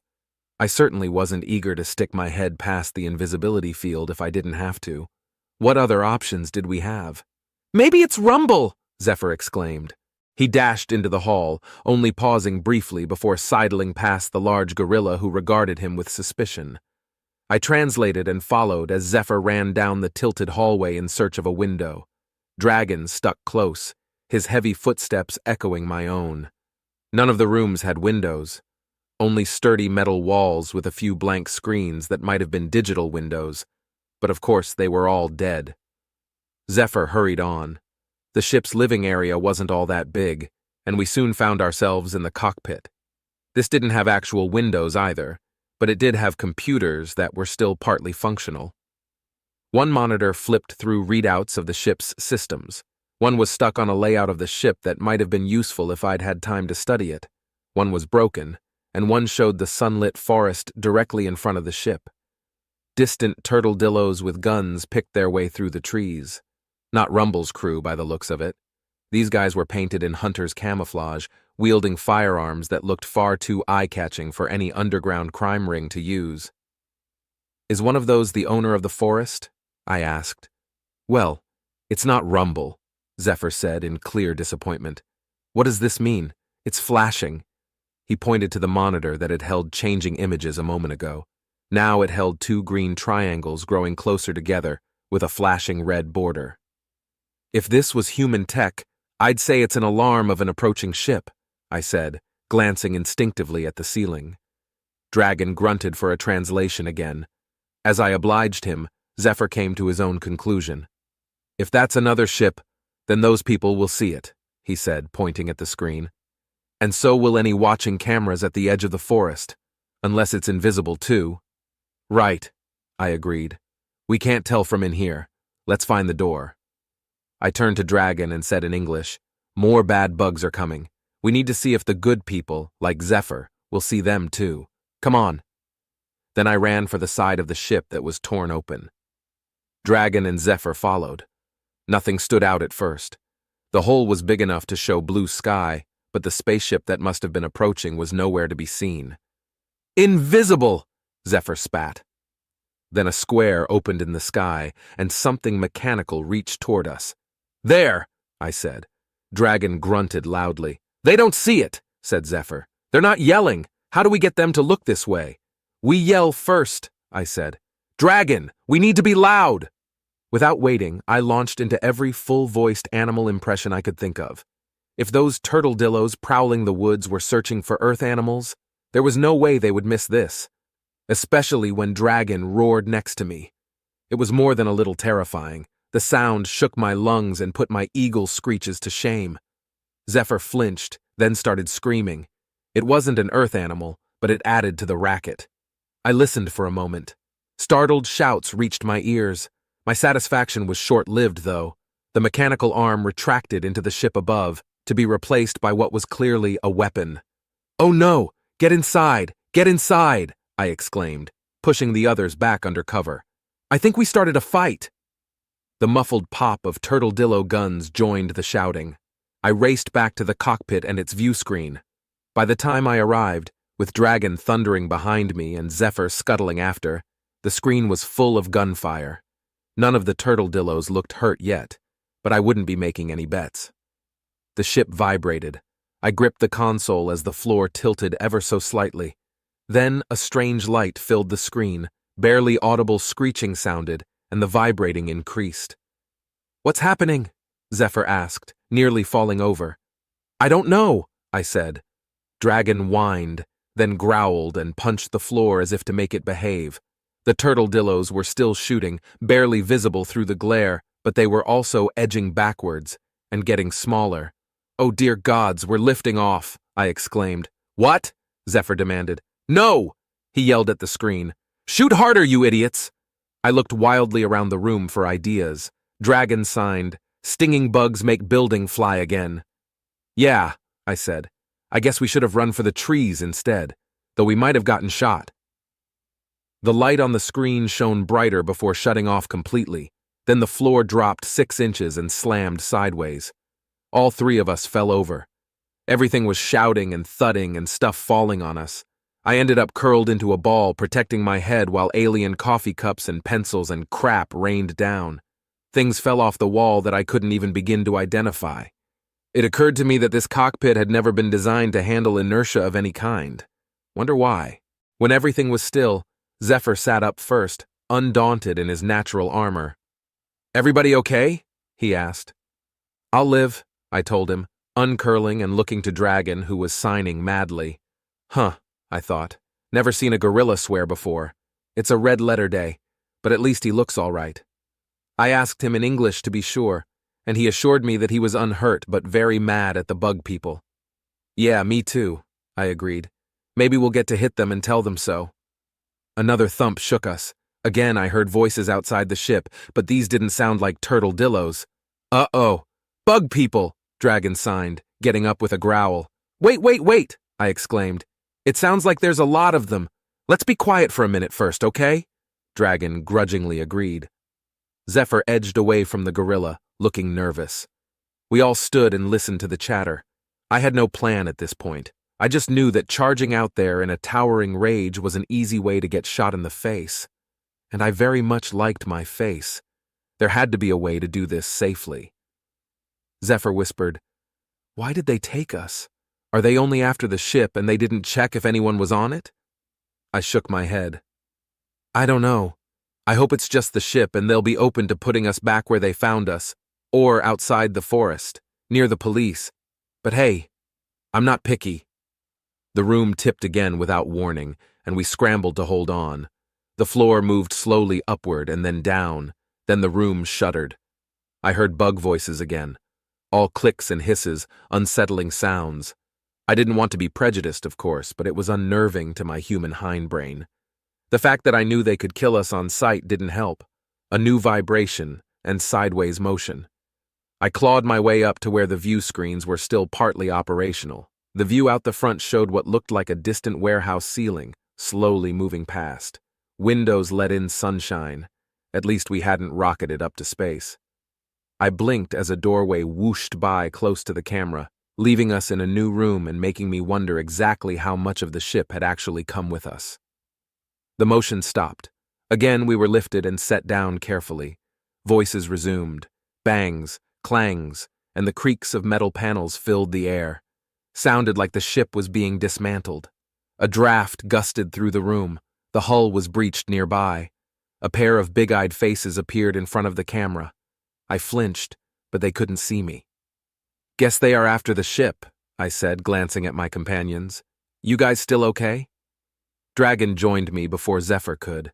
The big guy had a musky smell and was surprisingly warm, like a furry heater appearing 2 inches away.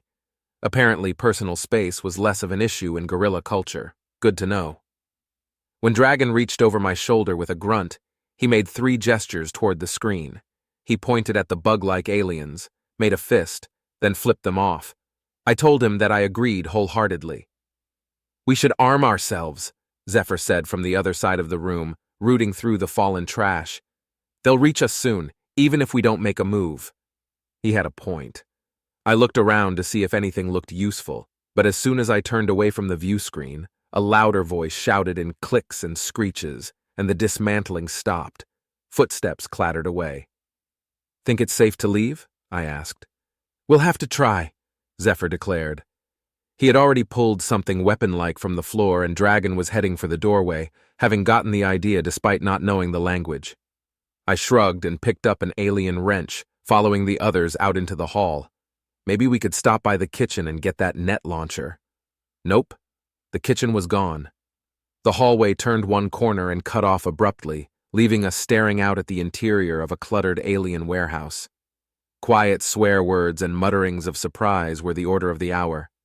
We ventured forward like puppies encountering snow for the first time, stepping off the edge of the hallway and down onto the floor, like we expected it to go away at any moment.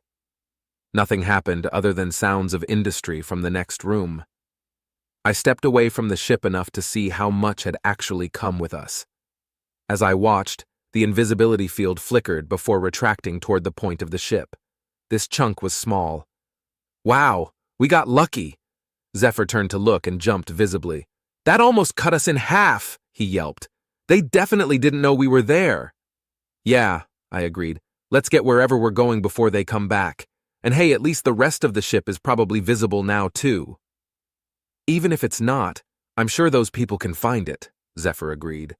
"It's still covered in our mud balls. Now all we have to do is survive to find a way home." "Yeah, speaking of which," I said with a deliberate look around, "this doesn't look like the inside of a spaceship."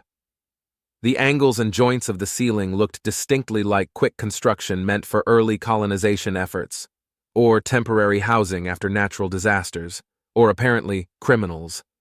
Zephyr followed my gaze and hissed in sudden fury. He scrambled between crates and boxes to glare at a logo up close. I didn't recognize it, a red symbol on a pinkish wooden crate, some alien glyph that I couldn't read. "What is—" "My cousin," Zephyr said slowly, "bought the poison that killed him in tins with this symbol." "Oh man," I didn't know what to say.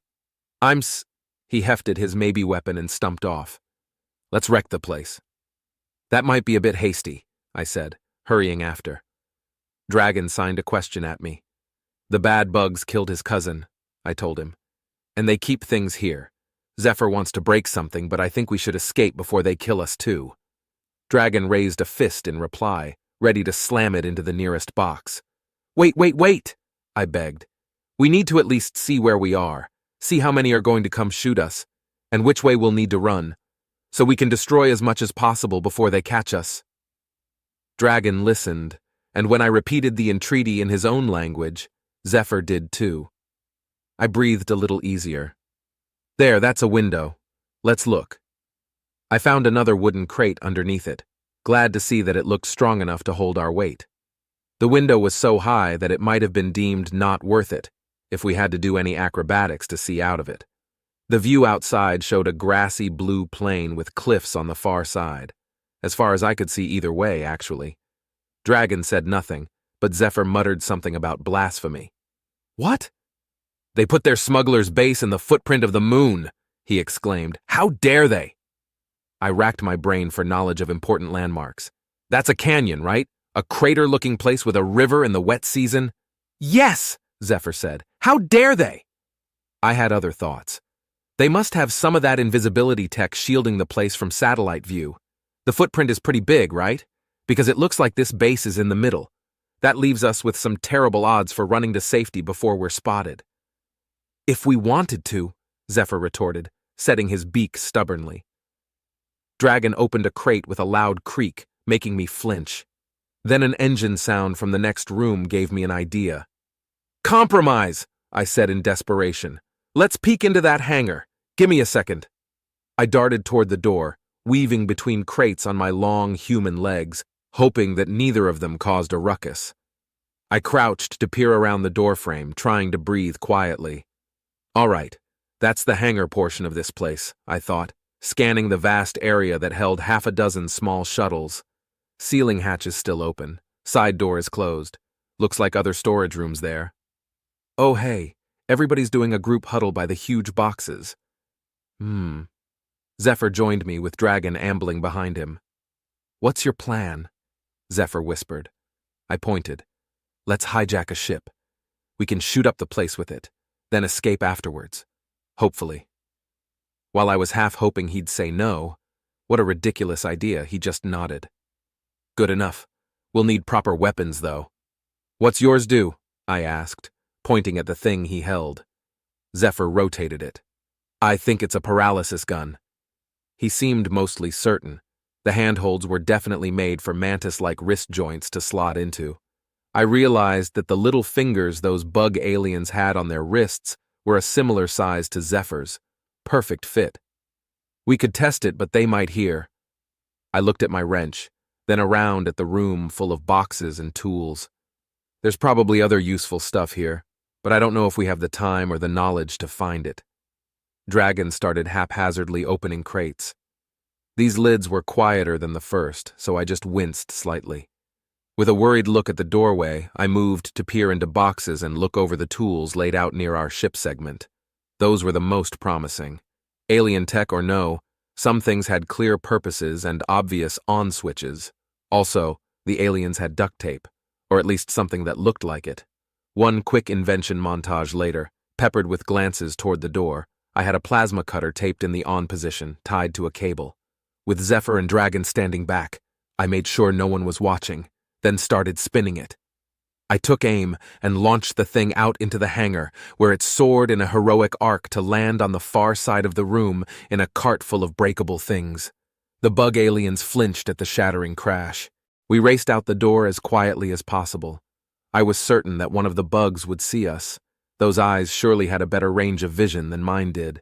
But the broken stuff seemed important. They were much too busy yelling at each other to notice. We ducked behind a cart near our chosen ship, a sleek, pearlescent thing. The cart was empty, and the loading hatch of the ship was open, with boxes visible inside that held another label Zephyr recognized. He hissed to himself, nearly incandescent with rage. But he followed my lead when I was sure our way was clear. All I carried was another cutting torch. We got lucky. No one saw us creep into the ship's hold. There we found deep shadows and crates to hide behind, with enough space for all three of us. The shouting was still loud as we settled into place, with Zephyr's shell bumping against the wall and Dragon almost knocking over a box. I tried to catch my breath in silence. Infernally lucky. I don't know how long we waited there. I'm sure it was a shorter time than it felt like, but the bottom line was, no one found us while the alien smugglers cleaned up the mess and assigned blame and probably looked into the other room. No one checked the ship, or at least no one did more than peer through the doorway. The hatch closed. I breathed a little easier, but only a little. Zephyr shuffled in place.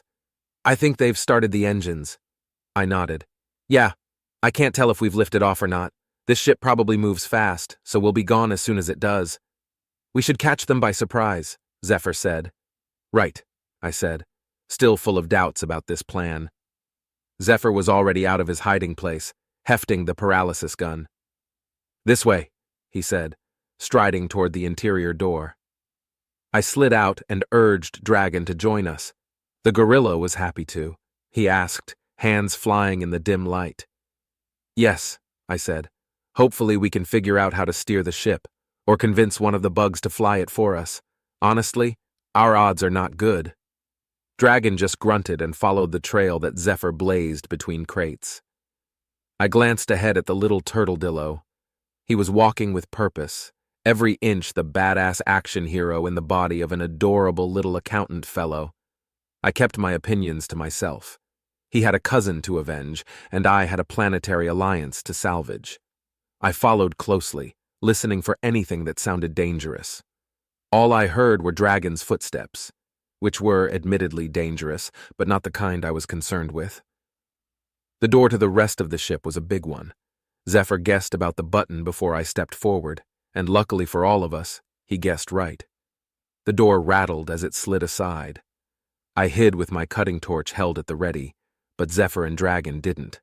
When no sounds of battle greeted my ears, I stepped back out to join them in entering the corridor that looked like the ones in the half a ship that we'd just left. Definitely the same technology base at work here. Why did the smugglers want to get that bit of the ship back, I wondered? To keep it out of enemy hands?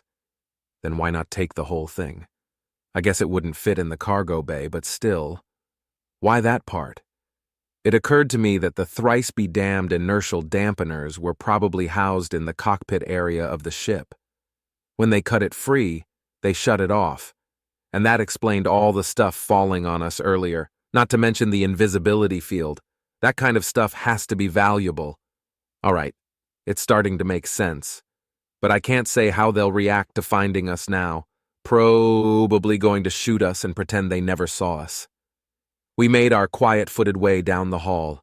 Distant bangs, footsteps, and voices soon filled the void, getting closer with every moment. There was nowhere to hide. A corner waited up ahead.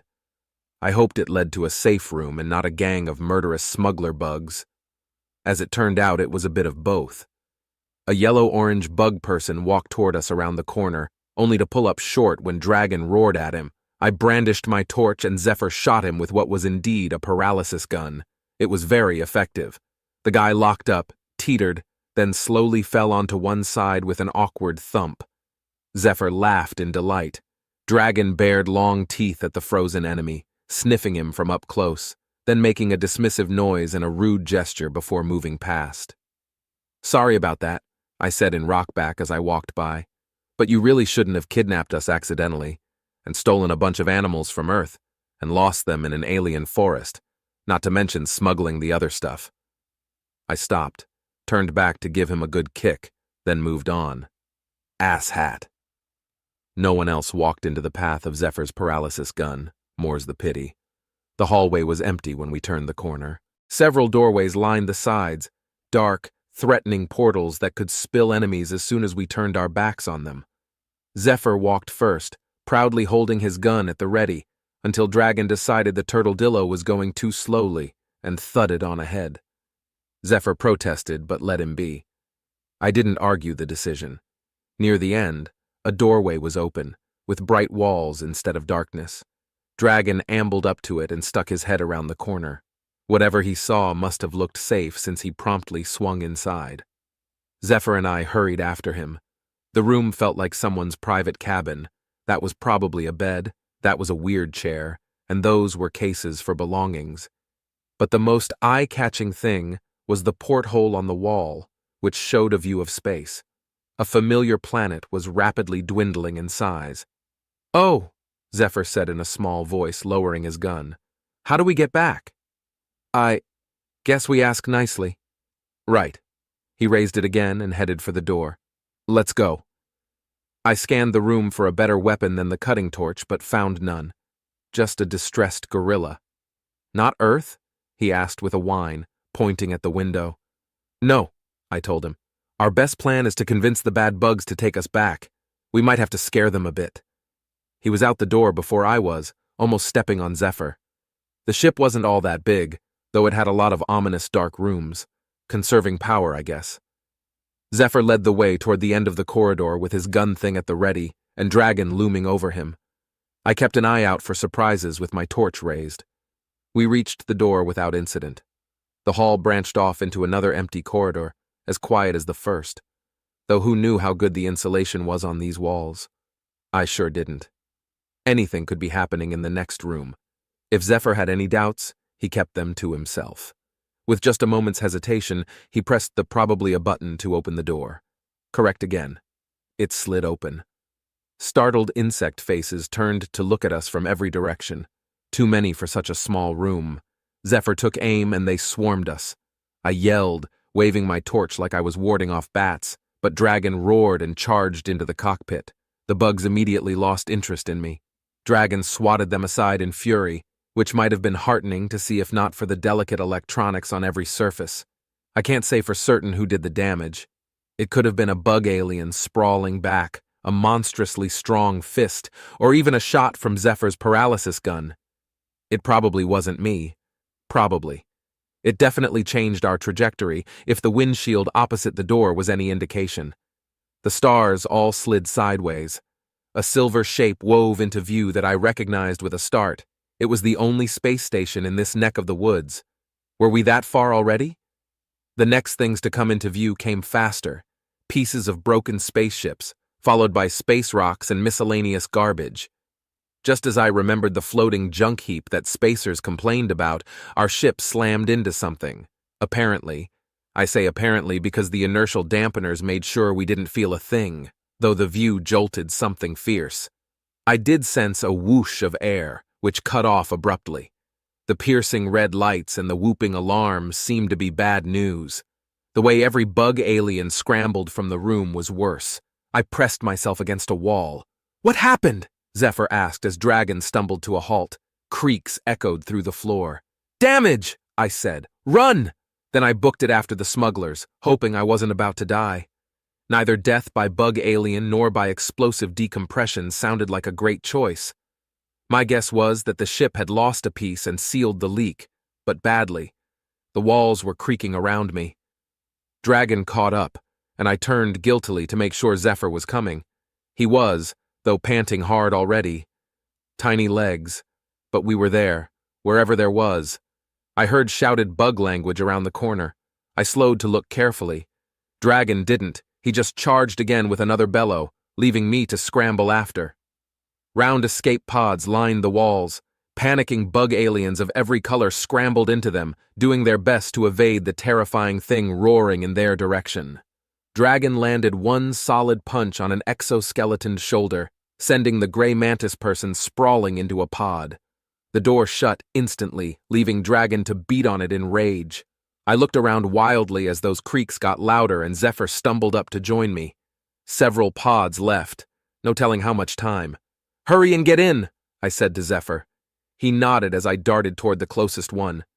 As soon as I left him, I heard a thump and yelp. I whirled to see one last bug alien wrench the gun from Zephyr's hands, holding it in spiky brown arms while kicking the little turtle-dillo with one leg of many. I yelled and ran. Dragon beat me there. The alien smuggler took aim at Dragon but couldn't focus on all of us. I threw my torch. Zephyr headbutted him, knocking him off balance so the shot at Dragon went wide. My torch also missed, but it gave him something else to think about while Dragon closed the distance. The bug guy made a clear decision. He ducked and ran for the pods, dodging the gorilla's grasp and giving Zephyr another kick on the way past. The turtle-dillo was knocked off his feet, but I was confident that his shell was strong enough to take the hit. I was also lucky to be out of the bug's way since I was ignored in favor of escape. 2 heartbeats later, the escape pod was gone, and the ship creaked ominously around us. A door slammed into place on the hallway we'd come from. Horrendous wrenching sounds echoed through the ship, and air gusted sideways. "Let's go!" I shouted. Dragon scooped up Zephyr and carried him like a football toward the nearest pod. I followed. They stepped inside and the door shut in my face. Dragon turned to stare in panic through the window while I tried not to panic myself. "Push the button!" I shouted, pointing at the red thing on the far wall. "I'll get the next one!" Dragon nodded solemnly, not pausing to set down the struggling Zephyr before pressing it. The pod blasted away into the night. The ship creaked louder and I heard the sound of crumpling metal. I threw myself into the next pod, slammed my hand on the button, and fell over as the pod jetted away. I know there's no sound in space, but I could have sworn I heard a kaboom behind me. I hoped the pod had good navigation abilities. Zephyr, when Robin was shut out of the tiny room, I confess I didn't notice immediately, caught up as I was in struggling free from the arms of the monstrously large creature person. This led to an undignified descent to the floor. Then something beeped, and the room moved, making me tumble against the wall and lay there blinking in confusion. Though it shouldn't have been a surprise, the face that appeared close before me was something of a shock. Large, dark, utterly alien, and too close for comfort. For the split second while my eyes focused, the creature made quiet grunting noises. Then I'm afraid I ruined the moment by shrieking in startlement. The creature jerked back. I scrambled away over a curved bench and hit the wall of the very tiny room, spinning to behold the off-worlder that regarded me with equal alarm. After a moment of heavy breathing from both of us, I said, "Sorry, you scared me. What happened?" Those massive hands moved in several quick gestures that I didn't understand in the slightest. I realized that we wouldn't be able to say a thing to each other without a translator. The room was otherwise empty. "Where's Robin?" I asked, hoping he recognized the sound of the human's name.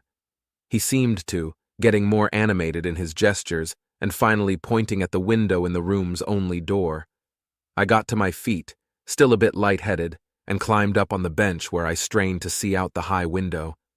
A field of random detritus greeted my eyes, with a mostly intact ship in the center.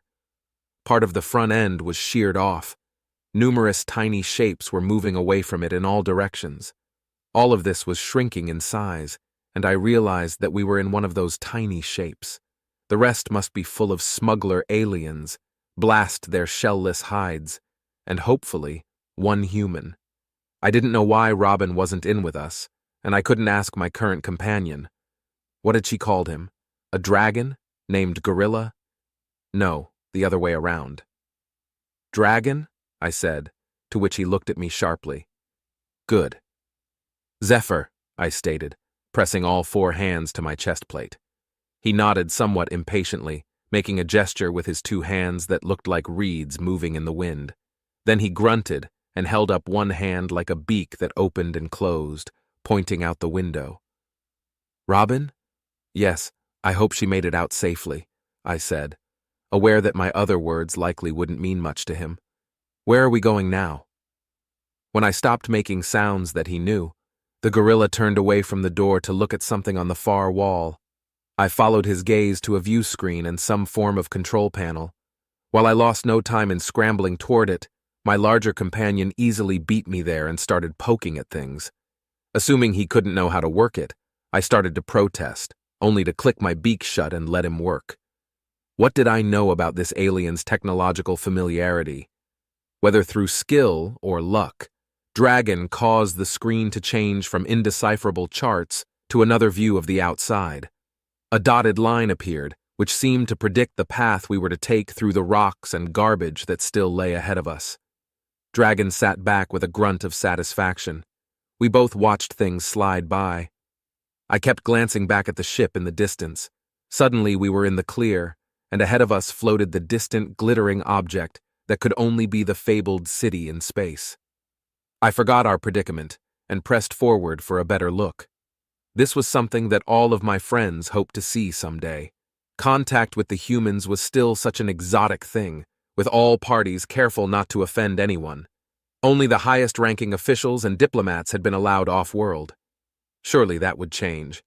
We all knew there were many species coming and going through the space city. It was only a matter of time before the average rockback would be able to take a trip into the sky and join them. But I got to be ahead of the crowd. This was beyond exciting, despite the circumstances. As I was taking it in and watching the improbably large structure grow closer, the screen changed on its own. A human face appeared, wearing a stern expression and speaking to us sharply. He, I think it was male, face hair, broke off mid-word, peering at us in surprise. I realized this was a 2-way view screen. Another human appeared behind the first, adding more words in a language I didn't know. These sounded like questions. Dragon was gesturing beside me, no doubt explaining things. I chimed in for good measure, but the expressions on those 2 faces didn't become less puzzled. The first one said something else to us, which meant nothing. The screen abruptly changed back to a view of the approaching space city. I looked up at Dragon. He made a gesture that looked impatient and possibly rude, then sat down on the floor to wait. I turned back to the screen, trying to recapture the magic of my first glimpse of the space city. It was much closer now, and I could make out the shapes of many tiny ships stationed around it. Several were peeling away from their formation to head in our direction. This made me a tad nervous, but the ships didn't shoot.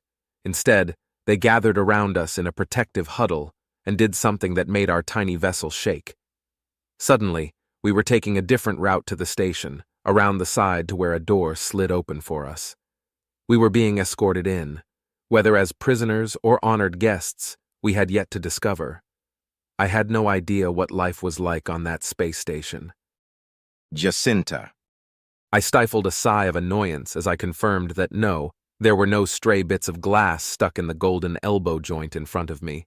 This was a repeat customer who had just happened to catch me on a street corner with a few minutes to spare and a very flimsy excuse to talk. "You're sure?" "Oh, I could have sworn there was something grinding in there after I hit the table. Shattered like anything, I can tell you," the cyborg said, laughing and waving his other hand.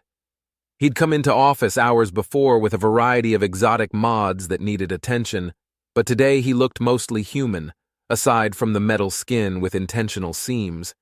His eyes were clearly able to see more than the usual human range. He reminded me of a frog, a very talkative frog named Loyal who had trouble getting to the point. It wasn't some street gang that caused the ruckus that time either. It was ranking members of the hive. He bent the elbow and kept talking. "They're just terrible, don't you think? These ones wanted seats at a restaurant and didn't mind having their bodyguards literally throw people outside to get them. I was lucky to hit the cafe table and not a car." I put my tools away, balancing my pack on a handy trash can. "Yep, they're a menace, all right." "So glad you agree. You know, they stole something from me, and the police have been no help in retrieving it."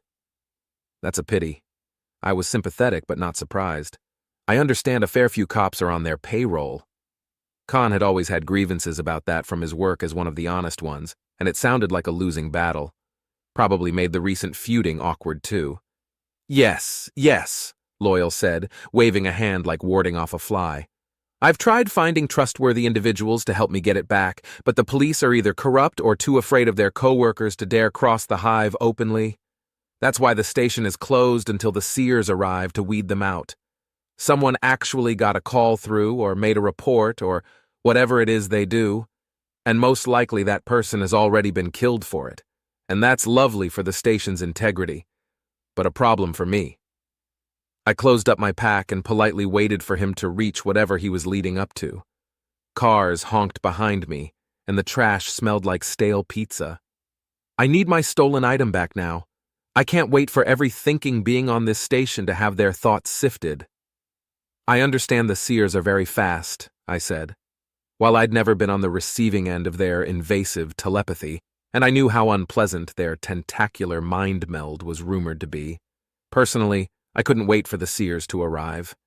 Getting that crime ring uprooted was going to do wonders for my stress levels. "Not fast enough," Loyal insisted. "Honestly, I would pay impressive money for someone to help me get it back before they arrive. Very impressive. All it would take is some skill with electronics." He gave me a significant look. "Like a tool set and skill set that could cut through a security system?" I shook my head, not hiding the sigh this time. "No thanks." "But you would be so good at it," he wheedled. "Surely it wouldn't take you much time. I can show you the back door to their enclave and everything. I'll pay you enough to set up your own independent business, working with anyone you please." I refused again, looking out across the light traffic in hopes of spotting my ride. Of course I wasn't going to break into the hive's central property, not for any amount of money. This shouldn't have been a surprising answer. But he kept at it, stressing what a good deed I would be doing, how pleased the seers would be with me after the fact, and how much money he had. I doubted all of that, especially since he wouldn't even tell me what the item was. "It's important," he said, "precious to me. Something that should never have fallen into the possession of any kind of criminal network, especially one as powerful as this one, and unethical. Did you know the hive is on record for threatening to hit a volcano with orbital bombardment? In order to bully a colony into giving them natural resources? Yeah, they're pretty bad, I admitted. But I'm afraid you'll have to wait for the seers to sort things out. Ah, there was my ride. I shouldered my pack. Sorry I couldn't help. Good luck. Vitter's taxi pulled up right on time, glittering in the lights, and I got into the front passenger seat with all haste. Loyal waved after me in an attempt at being upbeat. All right, but if you change your mind, you can find me at the spaceport, berth number 354. Hope to see you. I waved back and said nothing. Vitter likewise held his silence until he'd sped us off into traffic. Then he had questions. Did Shinyface want you to doing illegal mods? He asked. Lockpick attachment for hiding in closet from the seers finding secrety secrets? I arranged my pack in the footwell, grateful as always that it was a multi-species model car. No, he just wanted me to break into the Hive's home base for him. Vitter burst out laughing. What? Shinyface is soft in the head. Very possibly, I said. I never did find out how much of him is metal and how much is meat. With a sigh, I leaned back against the cushy headrest. Vitter's seat was entirely different from mine, adjusted to fit his bug-like shape, though with a similar headrest. That was important in case someone else on the road crashed into him. Vitter would never cause a crash himself, oh no, and he would be the first to tell you so. Soft minds ask Vitter stupid things as well, he said. Find places to hide selves, hide shady dealings, not enough brains to think it through. If Vitter shows them hiding spot, then Vitter will know, defeats entire purpose. He shook his head. Numbskulls. The stress is making everyone lose it, I said, thinking over the chaos of the last few days. Citizens panicking over minor crimes, big-time criminals trying to break into places either to escape or to hide, and just idiots making life hard for the rest of us. Vitter detoured to pick up a fare, a non-cybernetic human waving him down from the side of the road. I didn't mind the delay. Vitter was giving me a ride to a job on the other side of town, which I hadn't expected to be called in for today. Otherwise, I would have gone out in a company car instead of on foot. It wasn't much of a rush. The business owner with the busted shop front would have disagreed, of course, but no lives hung in the balance. It could wait a few minutes for this guy to get settled. Yes, be getting in car, Vitter was saying. Is short drive to shopping centers. How is your living in trying times? The man collapsed into the seat, tossing his bag on the floor with a gust of fresh shampoo scent. I'd rather not talk in the taxi, thanks. Is okay, Vitter said as he pulled away from the curb. I talk for both of us. No conversation. Is only conversation with both people's talking. Is lecture now? You have paid for Vitter's wisdom. I kept my eyes forward, but I could hear the guy sigh in frustration. What's the price for Vitter's silence? He asked. Vitter didn't miss a beat. Triple fare. I'll take the wisdom. Already you are becoming more wise. I had to stifle a laugh. The passenger kept his mouth shut while Vitter launched into a cheerful tirade against the current state of things, ranging from the cost of fuel to the detours he had to make thanks to the riots. He didn't need to go into much detail about those, but he did stress how irritated he was personally with the leaders of the biggest crime ring, who had the bad taste of being troublemakers of the same species as Vitter himself. Are bringing bad name to all, he exclaimed, tapping the controls with what amounted to a wrist on his mantis-like forearms. How dare! Was bad enough doing crime quietly, but now is bringing down high muckety mucks to bother whole space station, and we hard-working types have to suffer for it. He paused to make eye contact in the rearview mirror, making sure the man was paying attention. You have likely never given ride to self-important tourists prevented from returning home on time, or business people's cranky about missing appointments. Station lockdown is hard on all, but taxi drivers deal with every rudeness, is unfair. The man murmured non-committally. Vitter was undaunted, continuing on to offer his opinion about many things. When we reached the fellow's destination, he paid Vitter, gave him a terse thanks, then hurried on his way. Happy time to you, Vitter called after him, getting no response. I sat in quiet amusement while Vitter flicked his antennae in the equivalent of a shrug before pulling out into traffic again. My own destination wasn't much farther. I'd been tasked with repairing some of the damage I'd seen inflicted during the food court kerfuffle the other day. I would have thought that the shop owner would have gotten someone to work on it immediately, but I had the impression that there was some kind of holdup with the insurance. "Here is familiar-friendly food place," Vitter announced, "with familiar mess made by inconsiderate larvae. Good luck with the fixing." He pulled up at the curb. "Thanks," I said, picking up my pack. "We should really plan another get-together, one without inconsiderate larvae." "Yes," Vitter declared, giving the controls a decisive whack. "Lightball game, or dinner chat at very least." I got out. "Maybe we can go to that place with the holographic things built into the dinner tables. No one will beating Vitter at the table games." "I'll check with the others. Thanks for the ride." I closed the door and waved him on his way, back into traffic at a speed that he would insist was entirely reasonable. I turned to take stock of the damage. It was extensive. I definitely don't have enough supplies for this, I thought. Even with the van, I would have had to make multiple trips. That part's not standard, and that looks custom. Ah well, let's see if I can at least get their lights back on. Someone shouted behind me in the food court, and I flinched. But it wasn't a gun-wielding menace, just an everyday jackass. I took a deep breath. The Sears really couldn't come soon enough. Robin. When the escape pod shot away from the ship without exploding, my first thought was, hooray, I'm not dead. My second thought, which occurred to me as I sat up, was, where the hell is this pod going? A look out the back window showed the crud cloud far in the distance. I couldn't tell what had become of the damaged ship or the other pods. Well, actually, if I looked far enough to the side, I was pretty sure I could make out a couple headed the same way as me, just not terribly close. I hoped that Zephyr and Dragon were in one of them. They had to be, right? We'd taken pods right next to each other. On the wall opposite the door, I found a view screen that looked like it might be useful. Further inspection showed it to be frustratingly alien, with controls that made no sense and charts that were next to useless. I couldn't tell if any of it was a way to steer the pod. For all I could tell, it was instructions to an in-flight meal cooker.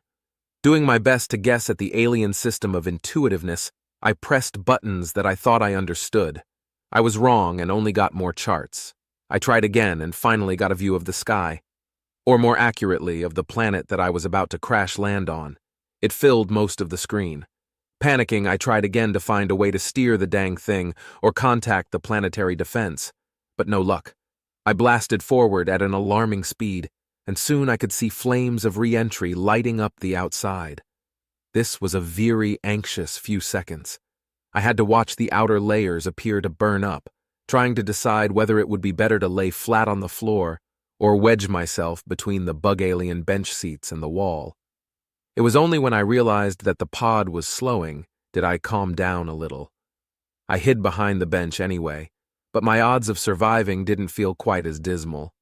It was a good thing I did that since the landing was no cakewalk. The pod rolled on impact, which it definitely wasn't supposed to do, and might have been due to my button pushing. I managed to stay in place for a few revolutions, but eventually was flung out into the room to bounce around painfully while the pod rolled to a stop. Good thing that floor was soft. The walls weren't. I swore my sweariest swears and took stock of my injuries. Many bruises, but nothing seemed broken. Hallelujah. I got to my feet with a wince, careful of sore neck muscles and something wrenched in my back, not to mention the new angle of the floor. I had to step on the control panel to reach the exit. Granted, this is better than getting stuck with the door against the ground, I thought as I clambered upwards, and it doesn't look like I'm underwater. So far, so good. The viewport on the door showed only gray clouded sky. Hoping that the locks unlatched automatically, I prodded the weird-looking thing that passed for a handle. It took a couple of tries to figure out which way to turn it, but I finally managed to pop the door open. It swung back silently, which was almost anticlimactic. I would have preferred a dramatic hiss. At least a creak of hinges, I thought. Oh well, time for my grand entrance. Here's hoping I didn't land on anything important. I peered over the edge, ready to duck back down. But there was no angry crowd of locals, hungry pack of beasties, or other obvious threat on the ground outside, so I climbed up for a better view. Rolling hills of farmland greeted me, smelling of churned-up dirt and lit dimly by that gray morning sky. It was morning, right? I hoped I was still on the same side of the planet. Rows of mysterious wicker structures loomed nearby, with a few trees and whatnot scattered in the background. This was a scenic place with no close-packed houses to be destroyed by the impact, but with civilization near enough that I wouldn't starve trying to walk there. The auto-navigation had chosen well. Now, as long as I haven't destroyed some really valuable crops, I thought as I turned to look behind me. A long furrow of flattened plant life lay where the pod had bounced and rolled. I winced, but reflected that at least it hadn't hit one of those wicker things. Turning back, I threw a leg over the side and began the climb down. A dust plume in the distance caught my eye. Here's hoping that isn't super angry farmers, I thought.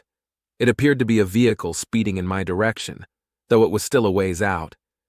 I slid down the side of the pod and fell in a heap when my abused joints protested the landing. Grateful for the time before the car arrived, I got to my feet and tried to make myself presentable. It occurred to me that I didn't know what had happened to the other escape pods. I looked around but didn't see anything past the hills. No signs of explosions and fires, so that's probably a good sign, I decided. Guess I'll ask the locals if they saw where the others landed, assuming they speak the language. I don't know what continent I'm on. This might be super awkward. I hope Zephyr and Dragon are doing okay. At least one of them should be somewhere they recognize. Dragon wait for door to open. Little Shellman make talking sounds, but no real words, so Dragon ignore. Door open, show humans wearing uniforms and nervous body language.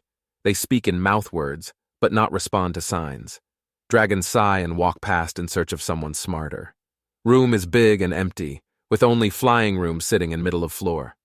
Shellman follow Dragon, still making not words. Humans give him no answer either. Instead, one hurry toward new door, looking over shoulder to make sure important guests follow. Dragon nod and do so, Shellman still talking. Other humans walk behind, would probably make good helpers if could understand signs like civilized people. More humans wait on other side of door, holding still like scared children. Dragon stop to sniff one, curious about stillness. Human nod politely, say nothing. In uniform like others, with buttons and hat. Dragon like hat. Take hat. Fit well enough. Human open mouth to say something, but close mouth instead. Dragon keep walking. Look important in hat. Now just need pockets. Pockets are civilization. Lead human open door and gesture for guests to go inside. Dragon go first, with Shellman, finally quiet, tapping after. His feet have claws that sound like tiny antelope. Dragon huff in private laughter at idea. Shellman is timid like antelope, but seem to think self-brave like lion. Is funny. Inside room are two humans and one moving pile of snot that somehow make talking sounds. Impressively human-sounding sounds, too. Dragon spend long few moments investigating weird snot person. Smell like river water, move constantly, would probably taste bad. Talking, but not saying anything important. Oldest human ask about spaceships, and Dragon reply with flurry of signs, wealth of information, all he could ever want. But human is stupid like others and not understand signs. Dragon huff in impatience and walk over to look at potted plants. Humans try to talk to Shellman but not understand each other. Plants tastes bad. Room boring. Still no one able to talk properly. Dragon take matters into own hands. Approach each human in turn, sign clearly none do. Dragon head for door. Humans object. Dragon ignore. Sign to humans in hallway looking for communicator. Other humans follow out of room. Dragon look back and see Shellman coming too. Maybe communicator will talk to him too. Lucky Shellman. Get communicator first. New human hurry in from other hall. Talk in shell person words. Shellman happy, talking much. Dragon unimpressed. Consider trading hats, but no others look better. And no vests or pouch belts to be had. Space station humans badly prepared. When Dragon finally talk to smart person, will complain. Dragon about to leave again when Shellman trot forward and wave for Dragon to follow. Humans walking somewhere. Dragon take rightful place in front, only behind human who knows way. Other humans and snot person make space. Walk is short. Down hall to big metal room like other, with no flying room but with table of food instead. Dragon walk to table and start eating. Familiar fruits first, human snacks next, then try weird things. Purr happily. plenty for everyone, but Shellman not join at table. Dragon turned to look and find door shut. Room empty, footsteps walking away, Shellman making upset noises on other side of door, Dragon in cage again, throw down food and roar. I thought at first that the humans had simply made a mistake, locking Dragon away. Perhaps they hadn't meant to lock the door. But when my protests were ignored, I began to worry. He won't take well to being trapped there, I insisted. He was stolen from Earth in a cage, and I don't think he likes them. A sound of thunderous rage from behind the door punctuated my speech. See? He's going to break your door! The human behind me said something terse, which the translator behind her repeated as, "Be quiet." I turned to look, offended, and found myself shoved forward by the business end of a blast gun. "Keep walking." Shocked, I did as I was told. What was happening? Loud banging shook the corridor, but the humans ignored it. I couldn't tell if they had left any of their number to guard the makeshift prison. When I tried to look back at where we had left Dragon, the gun pressed between my shell plates, so I subsided. We walked in silence for a few more paces, then they ordered me to stop while several objects of unknown function were pulled from a small closet. To make space for me. When the human prodded me forward again, I lunged to bite her on the knee. I would escape and free Dragon, then we would find someone reasonable, but she wore armor. My beak slid off with a clack. The rudest of kicks sent me sprawling on the floor of the closet while the door latched shut. This left me in mildewy near darkness. The lead human said something in a commanding voice, which the translator repeated as an order to stay quiet. The group of them exchanged a swarm of words in their own language. I listened for any familiar sounds but heard none. Dragon hammered away down the hall. The huddle broke up and most of the humans left. One of them stayed, no doubt to guard the door from accidental rescue, and that guard wouldn't answer me no matter how I pleaded. This wasn't looking good. I searched the dim closet for anything that might help my predicament, but they had cleared it thoroughly. Empty shelves were all I found. This can't be normal, I thought in agitation. Unexpected guests from planetside should be cared for and their family contacted, not shoved in a closet like a dirty secret. It occurred to me to wonder if in fact I was a secret, and why that might be. It took no great stretch of the mind to make the connection between the smugglers and the only place nearby that they could stop for fuel. I tucked my chin against my shell at the sudden chills I felt when I remembered the threat to gut me and sell my plates off-world. This was off-world. Was this who they meant? Oh, this is bad. The smugglers obviously have allies among the officials here. I assume these are official uniforms and those were guard ships outside. But at least I know that they don't have complete control of the station. Otherwise, they wouldn't have to hide me.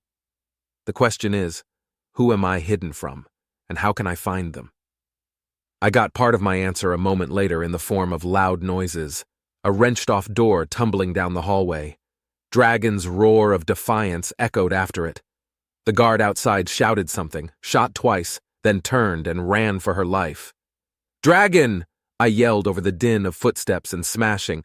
"Dragon, I'm in here!" Familiar heavy footsteps thudded toward me while weapons blasted in the distance. "Dragon!" I pounded on the door. The handle twitched, shuddered, then tore free as the door was flung open by the outraged earth monster that I was very glad to see. Dragon grabbed me and ran, barreling down the hall on 3 limbs with me clutched to his side like an infant. Gunshots behind us made me curl up instinctively and grasp his coarse fur. I hoped the gorilla had some idea where he was going, but I knew with a sense of despair that he was probably as lost as I was. Lost or not, he blazed quite a trail. We plowed through several unlocked doors and upended a variety of furniture, leaving bedlam and exclamations in our wake. At least the voices sounded more startled than angry, and the gunshots had stopped. So much for keeping us a secret. Dragon shoved another door open and galloped through, this time into what sounded like a crowd of people. I uncurled in alarm at the screams. Dragon hardly slowed, just dodging around the various humans and others who didn't get out of the way quickly enough. I caught tantalizing glimpses of beings I'd never seen before, aliens from the far reaches of space, but I had no time to stare. We raced across a wide open area with many entrances and a balcony at the far end. I thought I recognized the shouting of the humans with guns pursuing us, loud and authoritative among the hubbub. Instead of running down a hallway, Dragon rushed toward the balcony. I expected him to slow, to look for escape routes, or maybe to turn through a hidden doorway. When he vaulted over the railing into thin air, I screamed loud enough to make him grunt in irritation. But we didn't plummet to our deaths. The hand he'd placed on the railing still held it, and we swung down and away from the abyss to the level below. He let go at the right time to kick past the lower railing and land with a running start on the floor. I couldn't tell you if there were startled people here too. I was busy trying not to pass out in terror.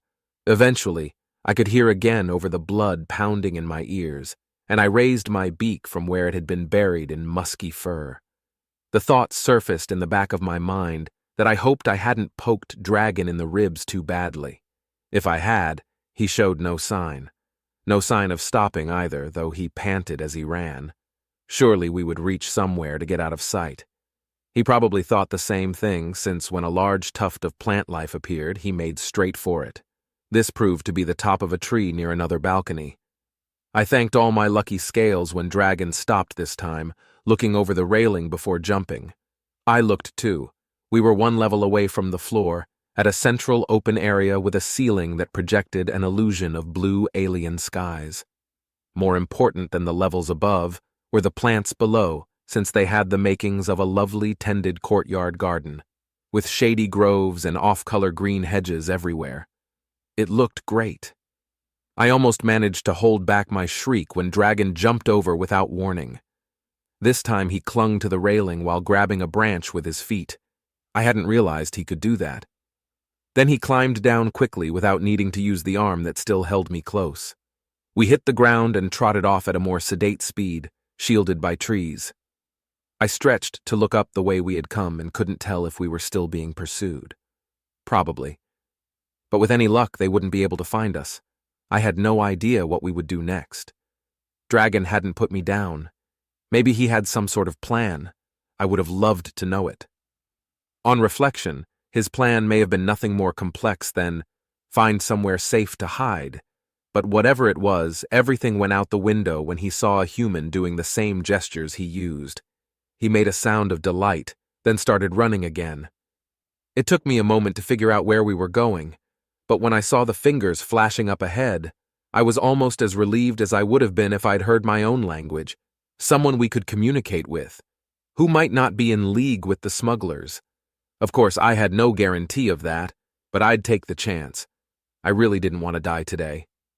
The human in question was conversing silently with another, this one covered in a startling amount of metal, some of which actually looked attached somehow, and the one making the gestures wore a reddish uniform very different from those of the shady officials.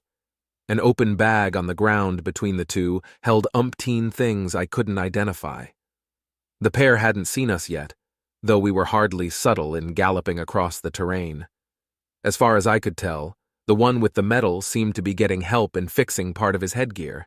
As I watched, the one in the uniform removed a new tool from the bag, did something with it to the other human's head metal, and that seemed to fix the problem. The metal-clad human smiled and nodded, speaking with his mouth for the first time since I'd glimpsed them. They were still too far away for me to hear the words exchanged, but the odds were good that I wouldn't have understood them anyway. But Dragon seemed to.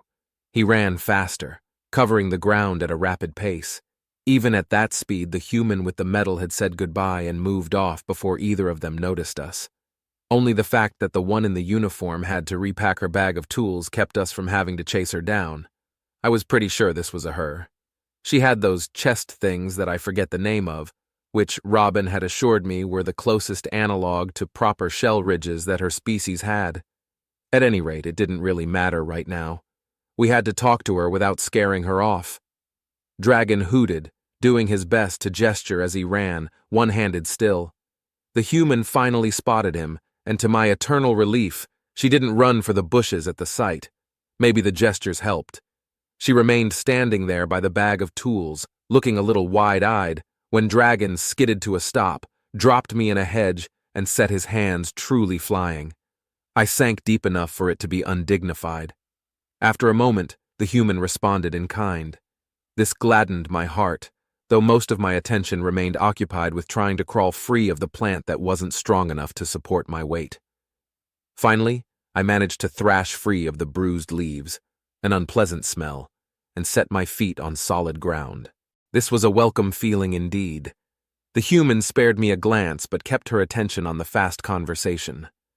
I stood there, content to catch my breath while they talked. This area was quiet and peaceful.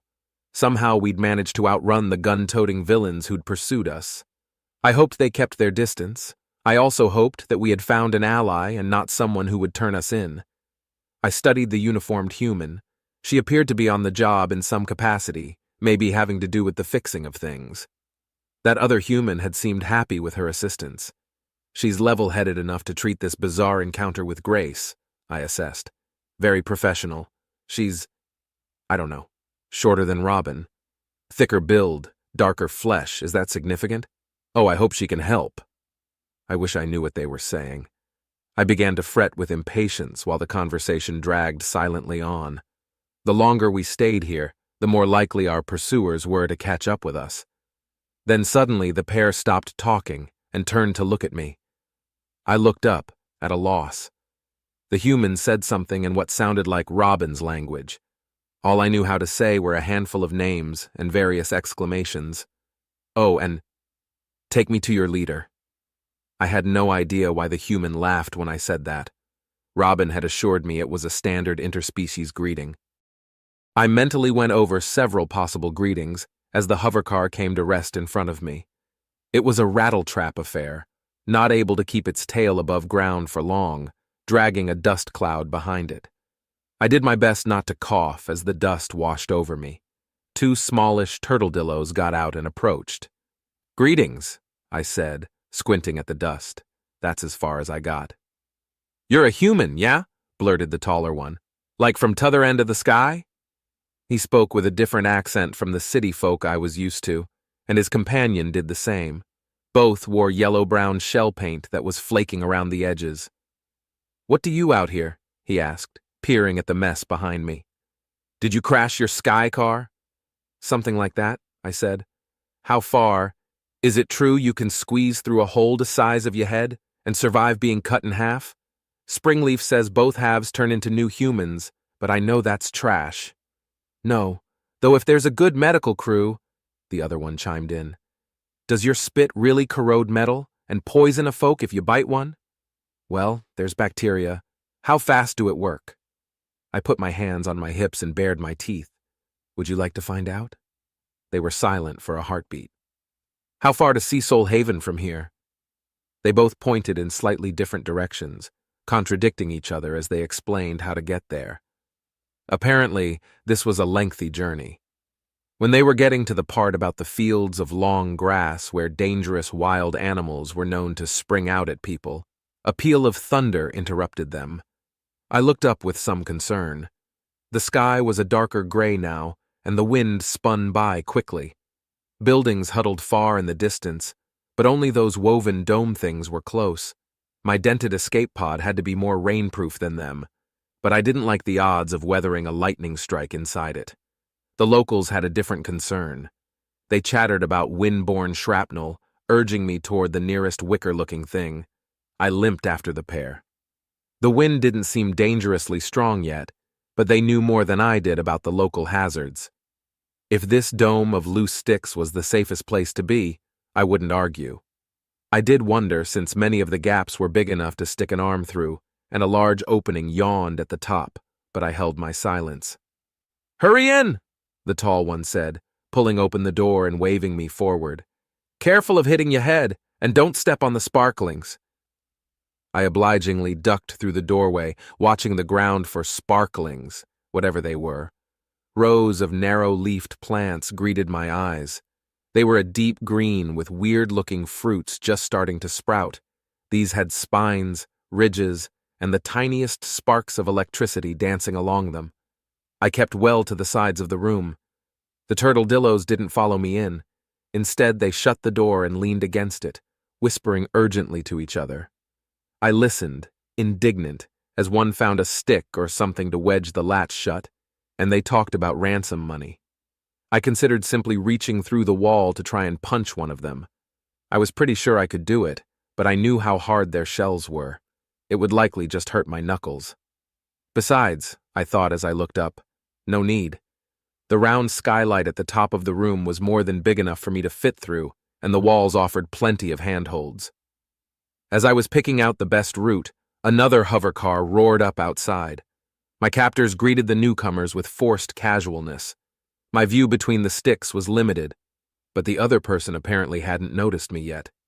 The first two agreed that the fallen sky car was exciting and claimed to have seen some alien beastie running off that-a-way. Before I could decide whether to yell something or not, other cars joined the growing crowd. None of these people seemed overly concerned about the thunder or the wind.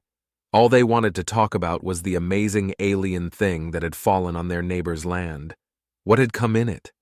Was it dangerous? Where did it go? Where was that neighbor anyway?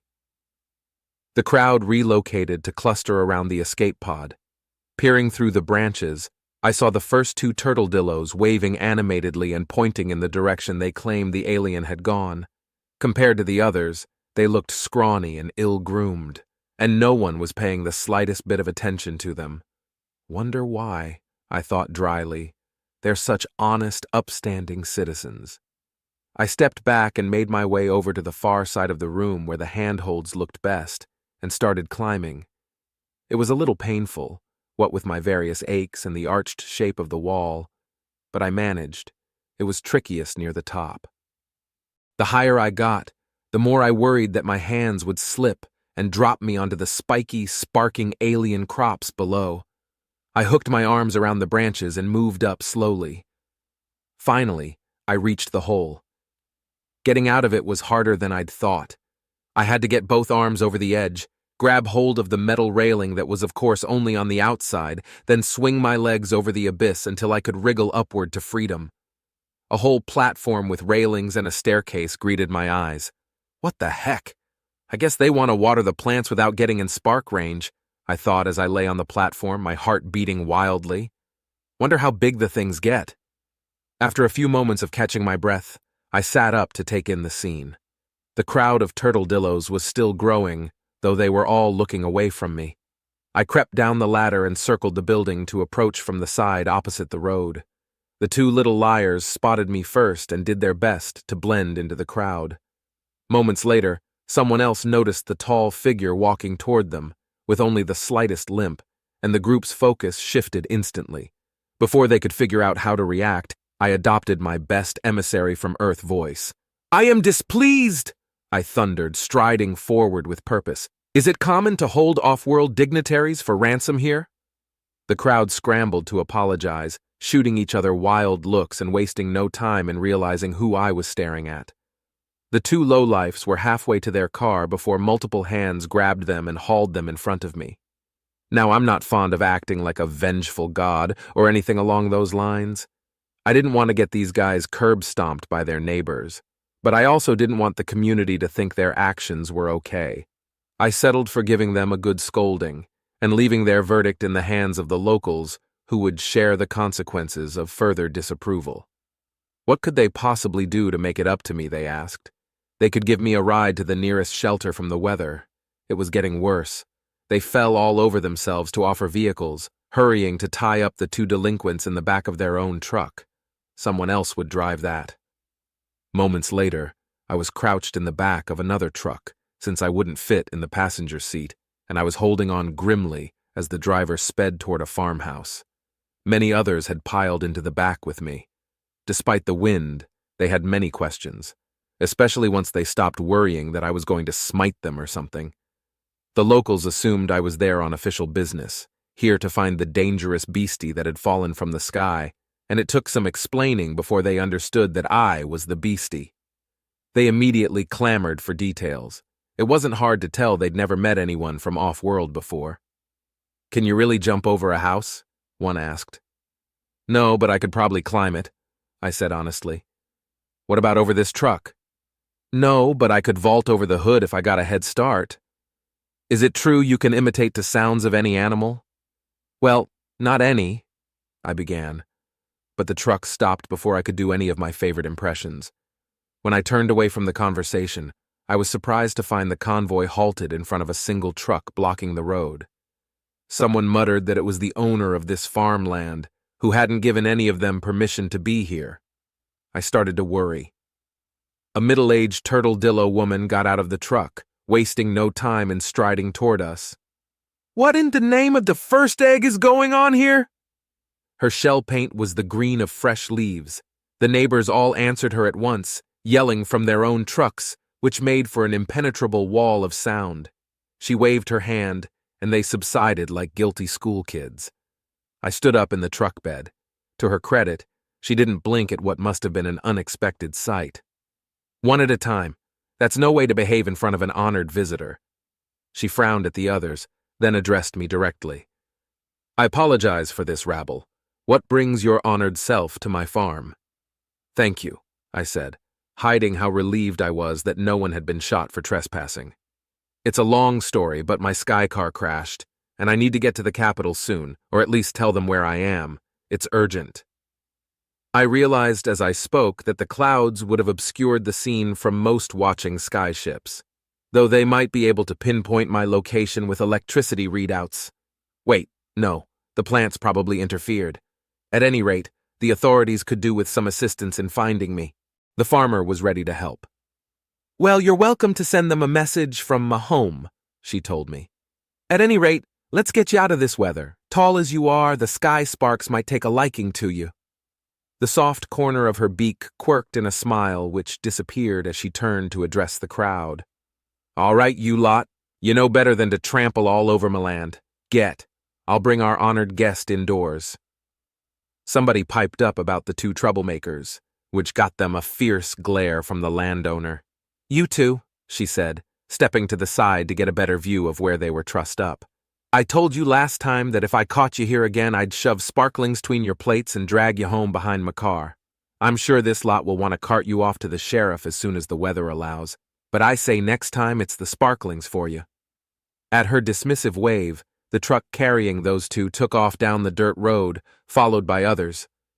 I waited until the way was clear to climb down. Once I was safely on the ground, I bid polite goodbyes to the locals who'd ridden beside me. Everyone waved in excitement as they left. Soon enough, it was just me and the farmer, whose name I didn't know. She fixed this as soon as we could hear each other over the motors. "My name is Prima Beetle Soil Master," she said as she waved us both toward her own truck, which was the same green as her shell paint. It was also big enough that it might just have legroom for me. "By what name should I be calling yourself?" "Robin Bennett," I said, following. "It's a pleasure to meet you." "And to meet you," Beetle said. "First alien we've had in these parts. No surprise to see every folk in driving distance coming for a gander. Say, do you need to close the top of your sky car? The rain'll get in." I looked over my shoulder at the distant escape pod, which was visibly open, and shook my head. "Let it," I told her. "To be honest, it belongs to someone who wronged me greatly. They deserve a little rain damage." The turtle-dillo barked a laugh, a funny sound, really, and opened the driver's side door. "I'd love to hear the storying behind that," she said. "I'll tell you what I can," I said, reaching the other door. "Some details I probably shouldn't say right now for security reasons." I folded myself into the passenger seat with as much grace as I could muster, trying not to hit any bruises. Success. "Of course," Beetle said magnanimously. "I'm not wanting to pry." She started the engine and sped away from the crash site, in the direction of what was probably her home. Thunder sounded again. I hoped the escape pod filled with water. Dragon. Dragon glad to find smart, civilized human. Human fixer of machinery, no less, was helping Cyborg when Dragon approached. Good. Fixers and helpers always good to find. And this one listened well when Dragon explained problems. Taken from Earth by bad bug people. Crash on other planet, meet Robin Human and Zephyr Shellman, taken again into space, end up here, chased by bad humans. Fixer help? Fixer help. Name self Jacinta, say we'll get to safer hiding place, then find good people to talk to instead of bad people. Dragon make sure Fixer know of Shellman, who say silly movie greeting to make Fixer laugh. Laughter good. Fixer not know shell language, but like Zephyr anyway. Take phone from bag, explain calling friends, start talking to it. Dragon wait, watching bushes for bad people. Shouts in distance, but none up close. Shellman look nervous. Have heart of mouse with owls overhead. Dragon try to comfort. Pat on back, but startle him more. Dragon sigh, give up. Watch for trouble. Fixer put away phone and say friend with car on way. Good. Dragon spend time answering Fixer's questions about bad men, what clothes and hair humans wear. Dragon not pay attention to boring details, but show nice new hat to Fixer. Maybe that useful information. Fixer say yes, helpful. Bad people wearing clothes of good people, this big problem. Dragon again unimpressed with people in charge of space station. No knowledge of sign language, bad people in with good. Obviously many people failing at jobs. At least Fixer seemed competent. She explained all things to Dragon's curiosity, even bag of tools. This give Dragon something to do while waiting. Soon car with friend beep from other side of bushes. Fixer tell Dragon to stay quiet while she talk to friend. Dragon agree, ready to grab Shellman and run again if need to. Shellman stay close, more nervous than before. Dragon would explain, but no language between them. Fixer come back, tell them to hurry. Dragon pick up Shellman, only slightly noisy, and follow Fixer around bushes to car. His small car of shiny rainbows, very bright. Maybe enough room for Dragon to fit. Fixer throw bag into trunk, open door for Dragon, looking around for bad people. Dragon stick head inside car. Driver is Bugman. Dragon snarl and jerk back, turning to Fixer accusingly. Bugman, like stinging bugs that took Dragon from Earth. Fixer hurry to calm Dragon. Different Bugman, she sign. Good bug, not with bad bugs. It takes some convincing, but Dragon finally get in car when Fixer spot bad people in distance. Dragon push Shellman in and shut door, find seatbelts like humans love on Earth. Fixer get in front of car with Bug, say to drive fast. Bug drive very fast. Bad people not follow. Dragon watch space station go by, not impressed, but maybe get better. Jacinta.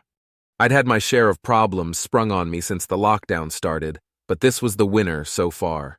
An alien from a newly contacted world in the company of a gorilla of all things, running from security in a public park. Never have I been so glad for standard spacer sign language training. It always comes in useful.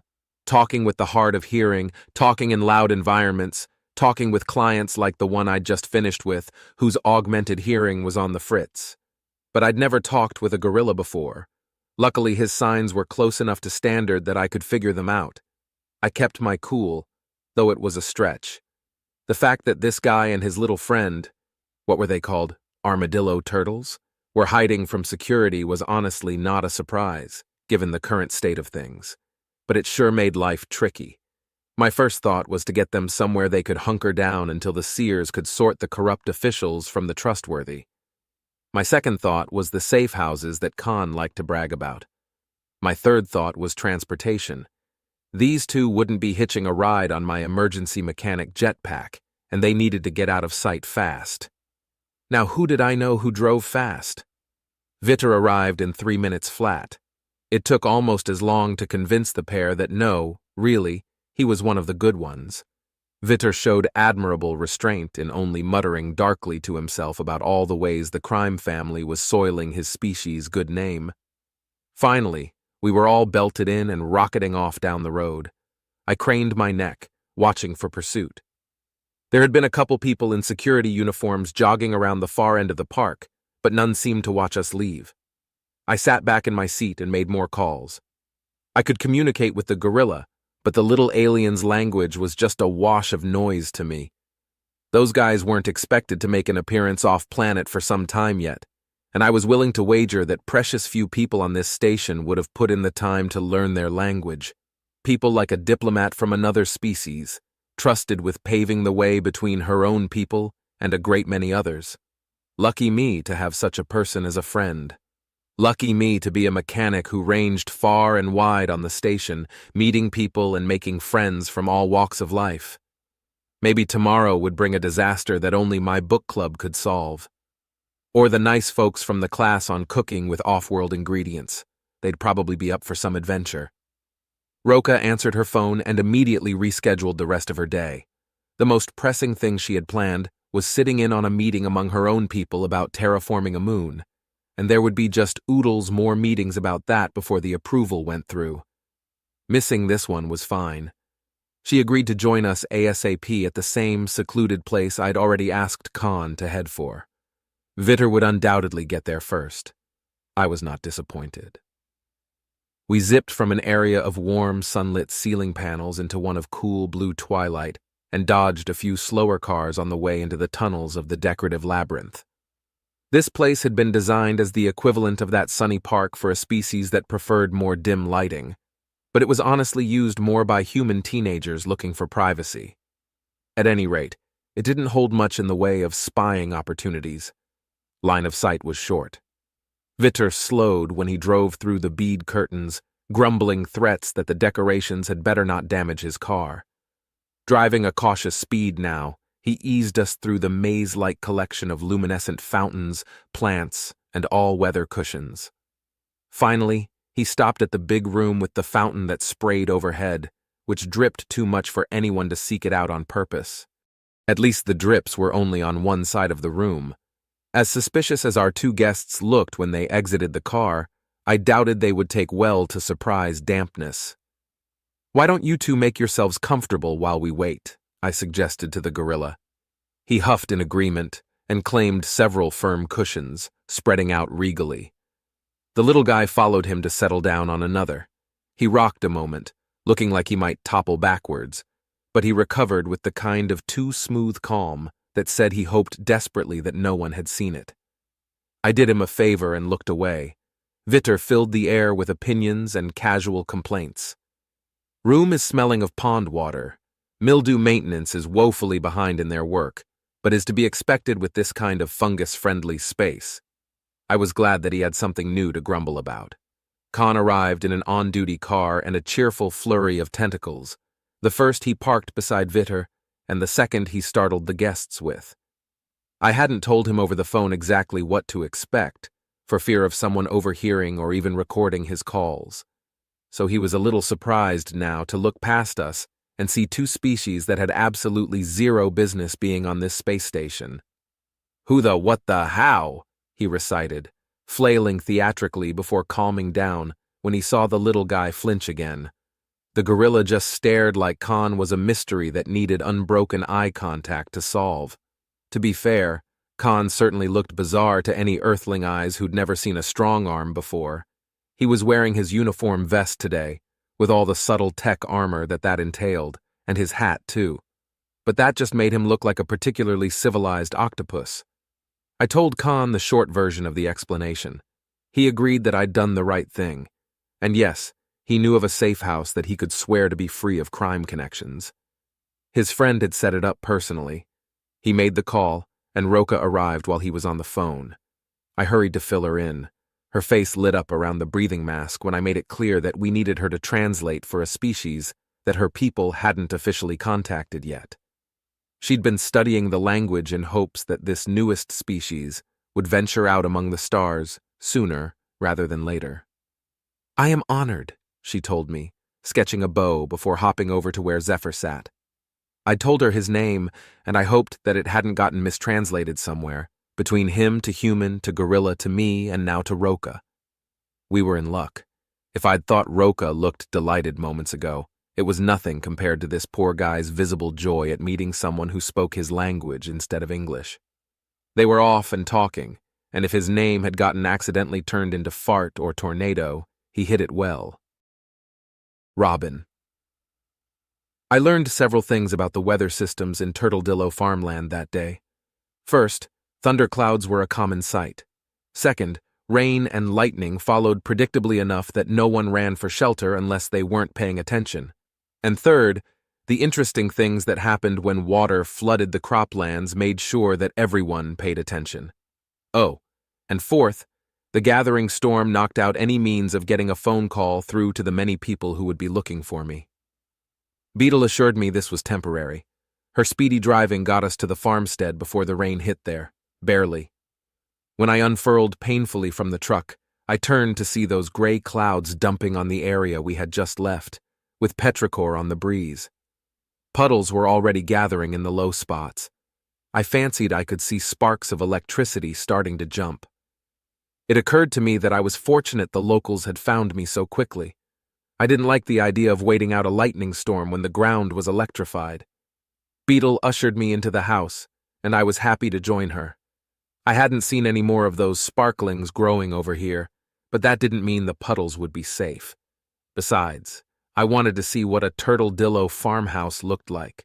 From the outside, it was a low structure made of bricks or rocks or something else that came in grayish square chunks.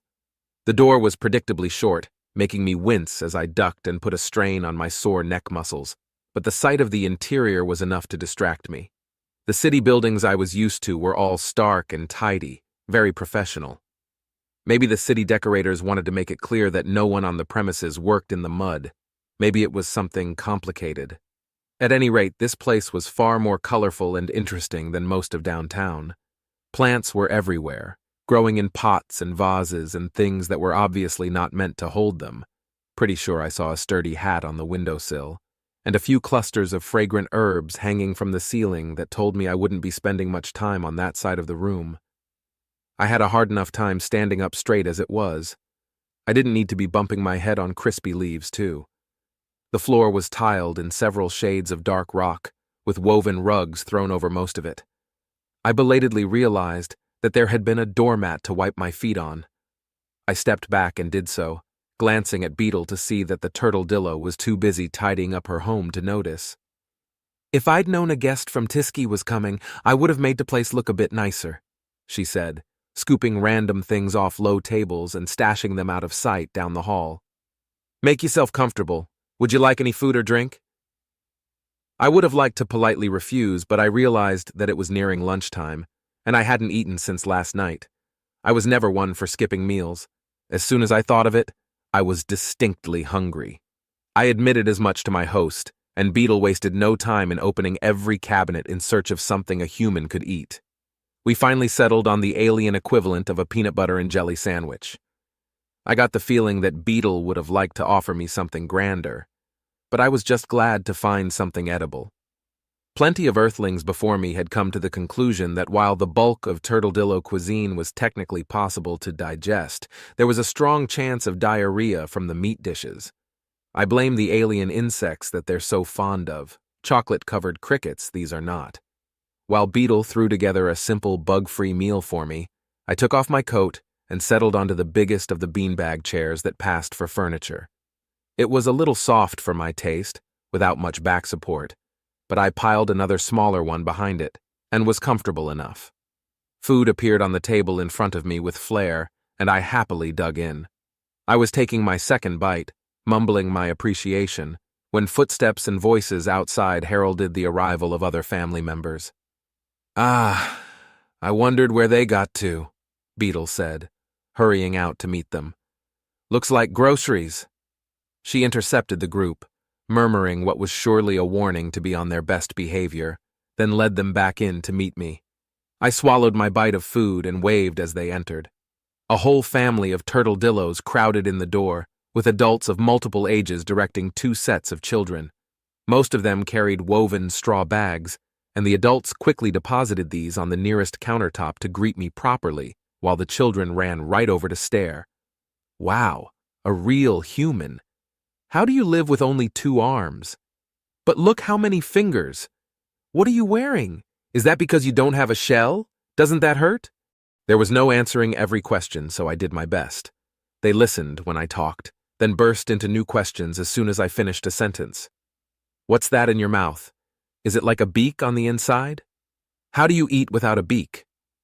I was busy explaining teeth to the children when the adults joined us.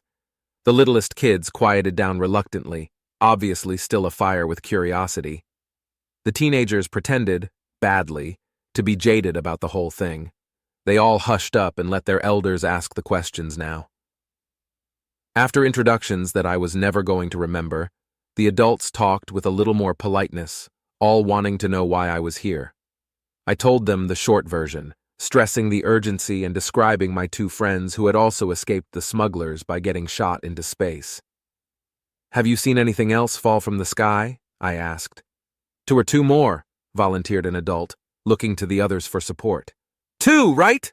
I saw 2. Over the hills, somewhere that-a-way. All 4 of the younger kids leapt to their feet. Let's go look for 'em. Ah, scolded a granny. They froze in place. 'Tis raining, childs. It really was. I hadn't noticed just how loud it was getting while everyone talked at me, but now that there was a beat of silence, it was pretty intense. The kids reluctantly sat back down. We'll go out after, one said. Yes? We should, added a teenager. Those 4 joined the younger set in convincing the adults to do something that I'm pretty sure they were going to do anyway. Yes, of course, we'll go, said Beetle. She was met with a chorus of hoorays. I lifted a hand for attention. How long do you expect the rain to last? Oh, a while still, Beetle told me. She interpreted my grimace correctly. I do apologize on behalf of our weather systems for the holdup. I assured her that I didn't take it personally. I'm just concerned that the smugglers might have a way to follow me. The escape pod could have a homing beacon on it. I kicked myself for not thinking of it sooner. But what could I have done? It's not like I knew how to disable the thing. The granny waved both left hands in dismissal.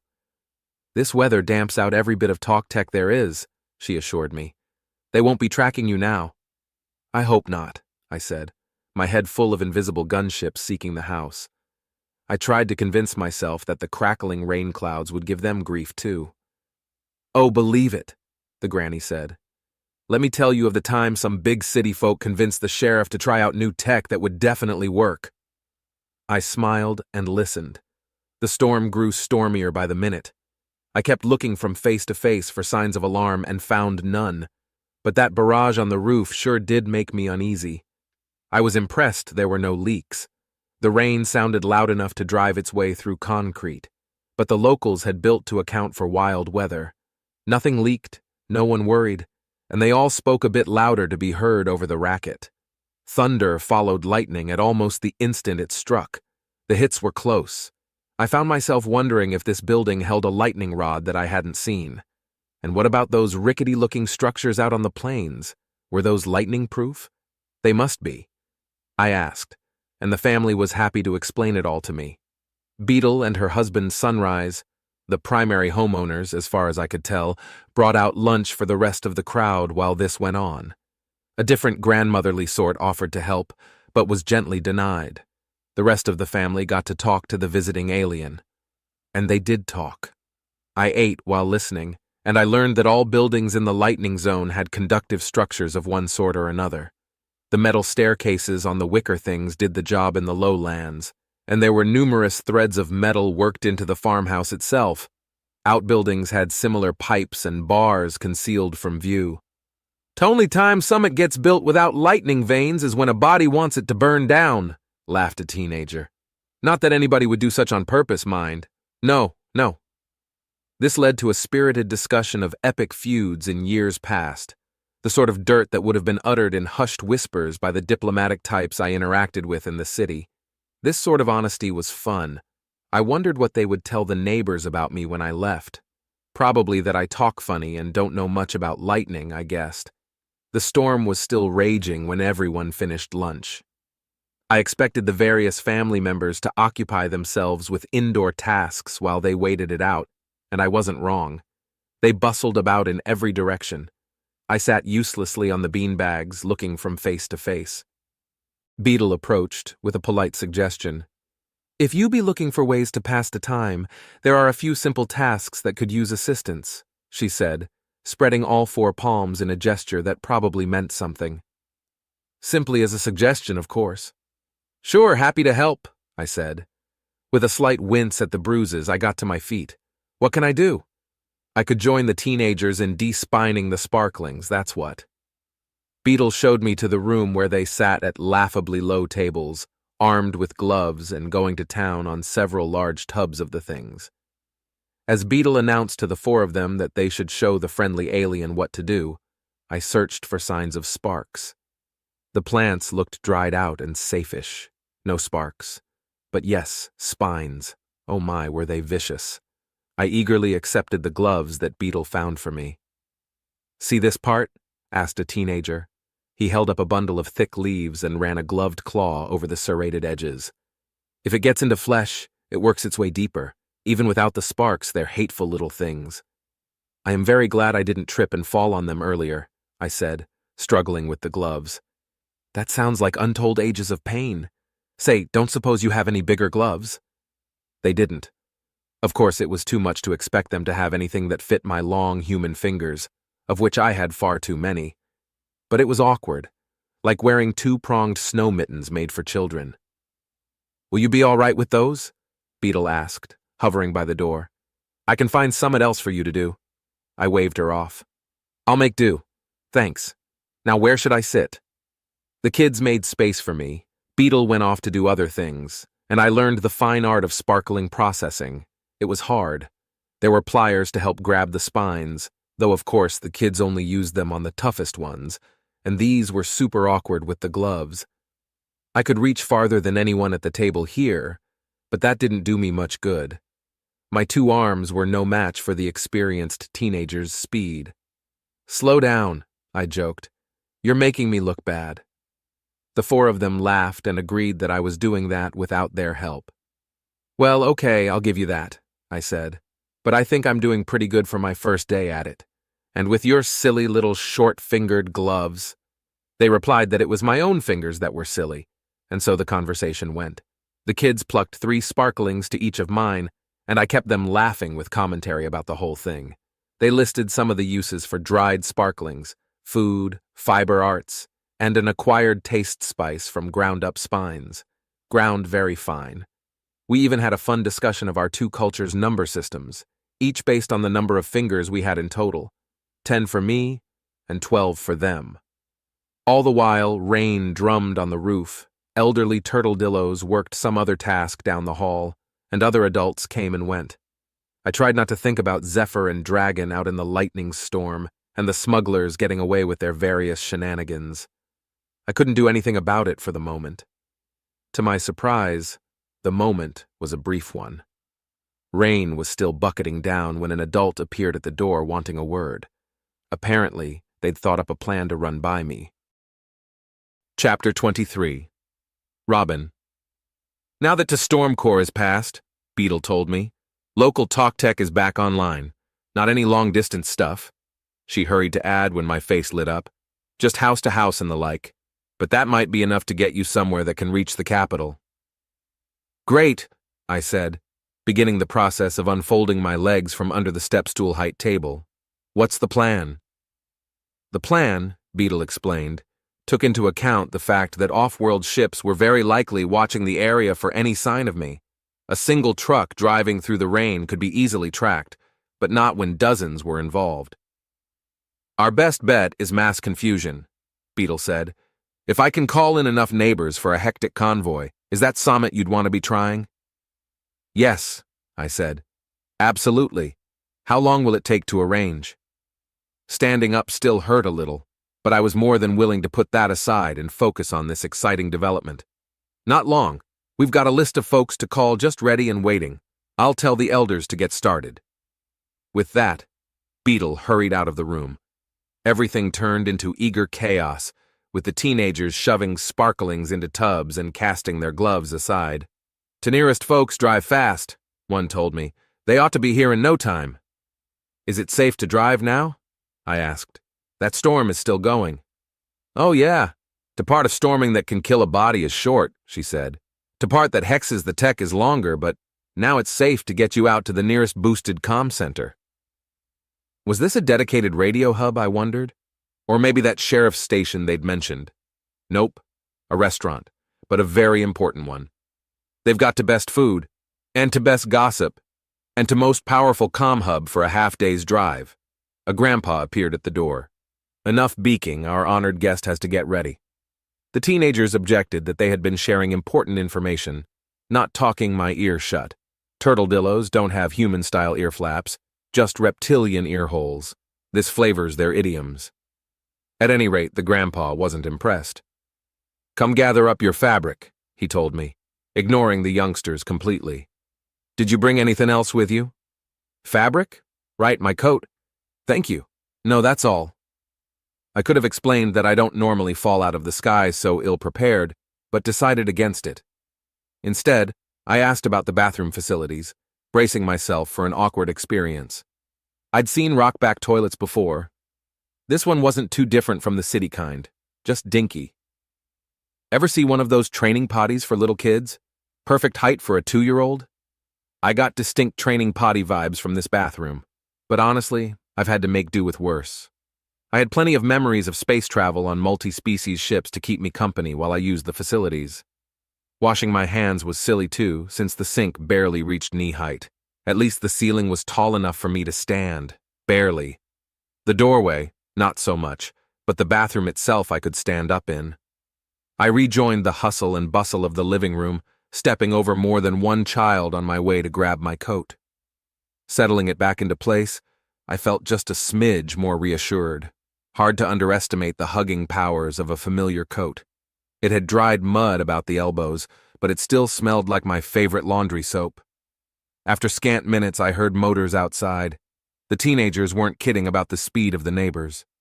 I said my goodbyes in a rush, thanking the teenagers for the lesson as I was ushered out the back door.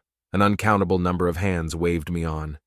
I'd always found it funny that turtledillos make the same farewell gesture as my own home culture, but this wasn't the time to think about it.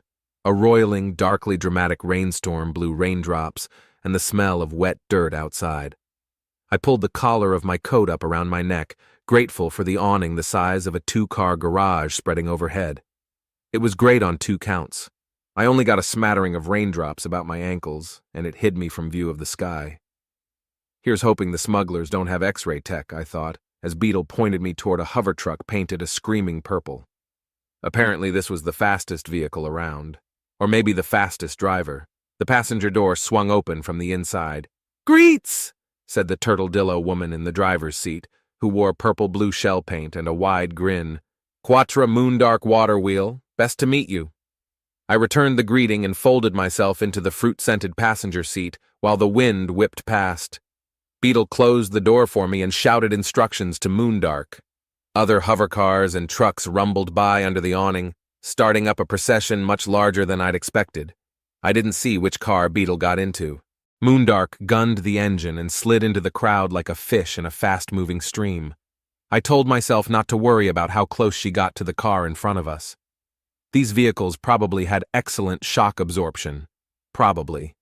At any rate, they were just as fast and chaotic as promised. Cars and trucks edged forward and back, passing and repassing each other, swapping positions as we barreled down a muddy road in the downpour. Every time we passed a road, at least 1 or 2 peeled off. Sometimes new ones joined us.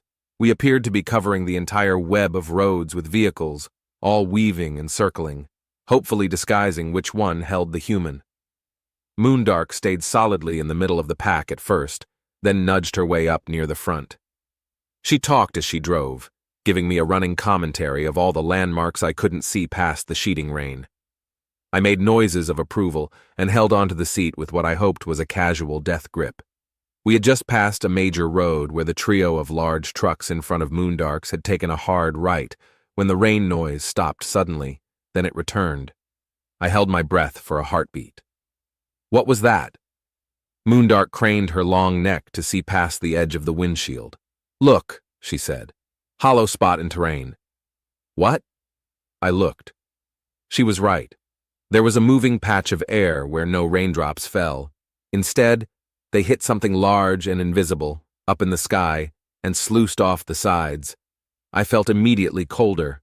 "Oh, geez, it's following them." "Is that one of the invisible ships?" Moondark asked with far too much enthusiasm. She gunned the motor and sped forward through the mud. "We'd best put some distance between us." "Yes, please," I said, twisting in my seat to watch the truck's taillights shrink into the distance. It occurred to me that the smugglers might blame me for the loss of their ship. Our hectic plan was working so far. I just hoped I hadn't gotten some innocent farmers killed. But no explosions glowed to life, and there were no more signs of pursuit. Vehicles kept coming and going. After a while, the rain calmed from an unholy torrent to a friendly patter. Either the regularly scheduled storm was slated to end, or we were outrunning it. Just a few more white-knuckled minutes. and a town of sorts came into view. A little one, that's the sort. "There 'tis," said Moondark, pointing at a faded red building. "The Edible Flower, best eatery in 3 days' ride. Let's get you inside. We'll have to treat you to some eye-flower hash after you've contacted your people. Nothing like it." I said something polite and non-committal as I shook life back into my fingers.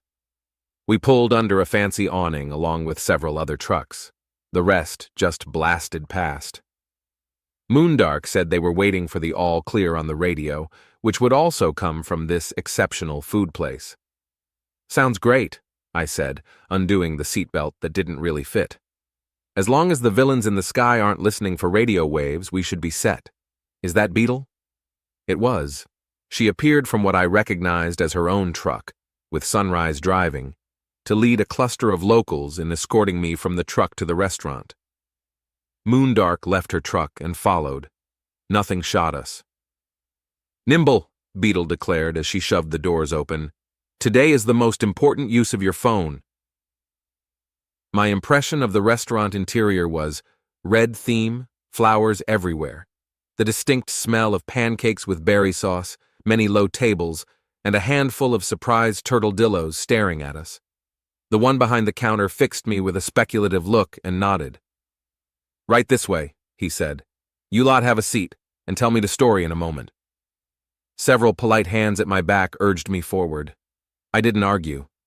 With my head still full of invisible spaceships, I hurried after the proprietor's speed walk that managed to look dignified somehow. Must have been the posture. He had clearly seen weirder things, which made me wonder what. Through 2 sets of doors and a privacy screen, I beheld the much-touted comm station. It was more than a little baffling at a glance. All I understood about the room were the beanbag chairs and the blank video screen on one wall. Everything else was a mess of buttons and thingamabobs and doohickeys, with something that looked like a digital papyrus scroll. Maybe it was a phone book. Thankfully, Nimble was ready to do the dialing for me. He didn't even ask questions other than the phone code. I told him the code for my workplace, and that was enough to get things going. The tech made a rainbow of quiet sounds while it spun into action. "Turn this all the way when you finish," Nimble muttered while it connected. I nodded, and he withdrew. Whether to wait outside the door or go demand gossip, I couldn't say. A human face appeared on the screen, Jasmeet the receptionist. "Hey," he said as he recognized me. "Where have you been?" "Kidnapped," I replied, "by the same off-world smugglers who brought in all the animals. I have some crucial testimony to give. Who can you connect me to?" Thus began a chaotic few minutes of Jasmeet calling on other lines and yelling at people in the next room to get in here now. Dang it, this is important. Between all the wrangling, he got the rough idea of what had happened. I told him about Zephyr and Dragon still out there in another escape pod, and about the baddies who could pop up at any moment to rain lasers or paralysis rays on us all. Jasmeet told me in turn that the ship in the forest was indeed visible now, though debate raged over whether the official off-worlders, US, were working with the illegal ones. Massively irritating that, but not as bad as the next bit of intel, courtesy of somebody official on Jasmeet's phone. "Wait, hang on," Jasmeet said, switching channels. The screen swirled in a please wait pattern until he returned. "Okay, yeah, the big meeting is tomorrow. They could decide to end the alliance over this." It didn't bear thinking about. We would be sent home in disgrace that would follow us for the rest of our lives and beyond, assuming, in my case, that I didn't get zapped first. "What will it take to convince them it wasn't us?" I asked in desperation. "I can show them where the smuggler's base is. It's hidden in the footprint of the moon. Tell the police to ransack the place." Jasmeet winced. "That's one of the private property landmarks, isn't it?" I swore. "They've got to get over these property laws. Surely there's an override for emergencies. How much time do we have?" "Not much," he said. "It's first thing in the morning, and direct proof is the only thing that will sway them. Like what, a hog-tied alien ready to confess? Yeah, that might do it. By tomorrow morning. Yep. Fine, I'll see what I can do. Wait." The knob made a click when I turned it, and the screen went black. I took a deep breath before pushing out into the main room, where I hoped the locals were still interested in helping me. Chapter 24. Zephyr. It was wonderful to speak with someone who knew my language, however imperfectly. This bizarre creature crouching on a single leg was clearly new to it, but I wasn't about to complain. I tried to minimize my staring at her. This was easier than I would have thought, since there were more than enough other strange sights everywhere I looked. The gorilla lounging beside me was odd enough, but nothing compared to the creature made of many tails and a hat. Insectile aliens I had seen before, and humans were commonplace. But the others were bizarre, and so was the architecture, honestly. All dim light and glowing fountains. I tried not to be too distracted from the conversation. I told this Roka my story over the pattering of the fountains, doing my best to speak slowly and use simple words. The one-armed alien was a good listener. In return, she told me that the tentacle person would be supplying a safe place to hide. Some authority figures were on the way with the ability to see a person's thoughts, and they would sort out everything. That sounded wonderful. These people were so kind. The human even came up with a ration bar that wouldn't make me ill when I mentioned how long it had been since I'd eaten. The bar was chewy and vile. I didn't complain. When I was ushered toward the car I'd come in, I went eagerly, especially since Roka, the translator, was coming with me while Dragon rode in the tentacle man's car. The human went to translate for Dragon, and we were off. I spent the drive talking with Roka. She was pleasant to speak with, curious about my world. I happily shared. The friendly bug man drove us out of the dark, colorful place and into the imitation sunlight, across a significant portion of Spacetown, through what I assume were back roads, and up to a structure that actually held cars. It disappeared into the ceiling, disguising its true height. I had never encountered a parking location with more than one level, so when we approached the entrance, I assumed that the vehicles would be contained to the bottom. But no, the builders had followed the rumored human custom of making structures that climbed toward the sky instead of keeping safely on or under the ground. I'd never seen one in person before. It made me shrink back as we approached, but I told myself to be brave. A blockade stood at the entrance. "That is a warning of creating things," Roka told me, fumbling for the word. "Making? Building? Construction?" I guessed. "Yes, that. It says not to enter." But the tentacle man was already out of his car, unlocking the gate and swinging it wide. Roka explained that he had permissions beyond that of most citizens. While he waved us through, followed in his own car, and locked the gate behind us. Roka did her best to explain how policing worked here. I understood most of it, I think. With the gate secured, the tentacled police officer led the way into the strangest structure I have ever encountered. It was empty, all seamless gray floors with only a few construction-type machines silent at the far end, and many lines drawn on the ground. Wide sections of window stretched across each wall, though with no glass that I could see. Before I could truly take in the sight, our vehicle approached a ramp and started up it. Vehicles should not drive at that angle, or speed, or duration. I was starting to feel ill by the time we leveled out again. I breathed deeply. This was the next level, or the one after that, where we would switch vehicles for safety reasons. I knew that much of the plan. This level was empty as well, with only a large van parked at the far end. I focused on breathing and settling my innards as we approached. A red-brown tentacle person wriggled out of the van, wearing the same uniform as the first one, though it was slightly bigger in size. The human that stepped from a different door looked downright ordinary by comparison. The bug man parked in a corner between a wall and a window, muttering to himself, with the other car right behind us. Everyone got out. We were all quiet except for the blue-gray tentacle man, who greeted his comrades with quiet cheer. I didn't ask Roka what they said. She would tell me what I needed to know. The two of us came to stand next to Dragon and the bug man, while the human pulled her bag from the car and brought up the rear. "Jacinta will leave for her job from here," Roka told me. "She is an important repair person and has transportation built into that pack. I will stay with you to translate." I was extremely grateful. Roka told me firmly that it was her duty, or near enough to it. She'd already given her own people a clear message that she would be gone on official business until the overseers arrived. I wondered how her people had handled the news. The blue tentacle man stepped forward to introduce his colleagues, who greeted us with polite friendliness that Roka translated for me. The human in particular, Travis, so glad to meet you, struck me as utterly trustworthy, and I was put just a touch more at ease by the thought that this tall person would be showing me to somewhere safe. It was just as I was thinking that, and the introductions were moving on to Dragon, whose human translator was still delayed by fidgeting with her pack, that I heard quiet clicks, and a faint zapping sound that caused panic chemicals to flood my brain. Paralysis guns. I whirled to see Travis smiling at the empty air while people started to drop around me. Our friend, the blue tentacle man, was first, his vest buzzing visibly from the shot. "You mud egg!" I yelled, launching myself at Travis. "We trusted you!" I rammed my armored head into his unarmored groin, clawing and kicking as he went down. The vehicle must have blocked me from view of the invisible attackers. Even with my manicured claw tips, I did damage before my muscles locked in place. Raging at the invisible bonds, I fell stiffly to the floor beside the wounded traitor and glared my hatred at him. It was all I could do. Though all sounds were quiet under the heartbeat in my ears, I was distinctly aware of more shouting and motion than a peaceful capture called for. Someone was escaping. I wished them luck with every fiber of my being. Chapter 25.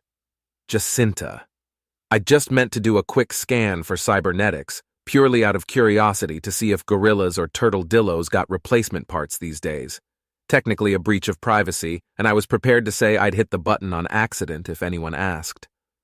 A mechanic's pack can be awkward to handle, especially while walking. But all thoughts left my head when the screen lit up with tech floating in thin air. Tech that looked suspiciously like weapons. I rushed to strap my pack on. I needed the jet function right now. The first zap hit Khan square in the vest. I dodged to the side and squeezed the thrusters as the scene dissolved into anarchy. The little turtle-dillo attacked the human cop. Dragon barely got a snarl out before dropping, and startled exclamations told me that both Vitter and Roka had been zapped as well. I was already in the air, blasting toward the window at max speed. Khan shouted, "Geronimo!" behind me. It was the same call he'd used in our last game of Lightball, after I'd told him choice tidbits from Earth history. I blasted out onto an empty street, then circled back, passing below the window in time for him to leap into space and grab my ankle. His vest was sparking and he barely made it. I flashed around the first corner I came to while Khan held on for dear life. No hiding spots here, too many pedestrians there. I really hoped they didn't have cloaked hoverbikes or some tracking device for the blast residue. I could hear the crackle fizz of Khan's vest from here. If I didn't land soon, one or both of us was likely to get electricity burns. There. Frillian architecture was always good for secluded crevices. I homed in on a spot between two flying buttresses and a sculpture of coral or whatever. Khan dropped from my ankle with a plop. While I maneuvered a landing, he scrambled to take off the vest. "What just happened?" I demanded. Khan was a mess of waving tentacles and the burble pop sounds that passed for the fiercest of curses in his own language. He didn't answer me directly. "I can't believe it," he ranted. "After all that talk about personal integrity, and they're both on the take. Of all the traitorous—" He was back to burbling. At least he'd gotten the vest off and shoved it into a corner where it wouldn't burn either of us. Or the building. Probably.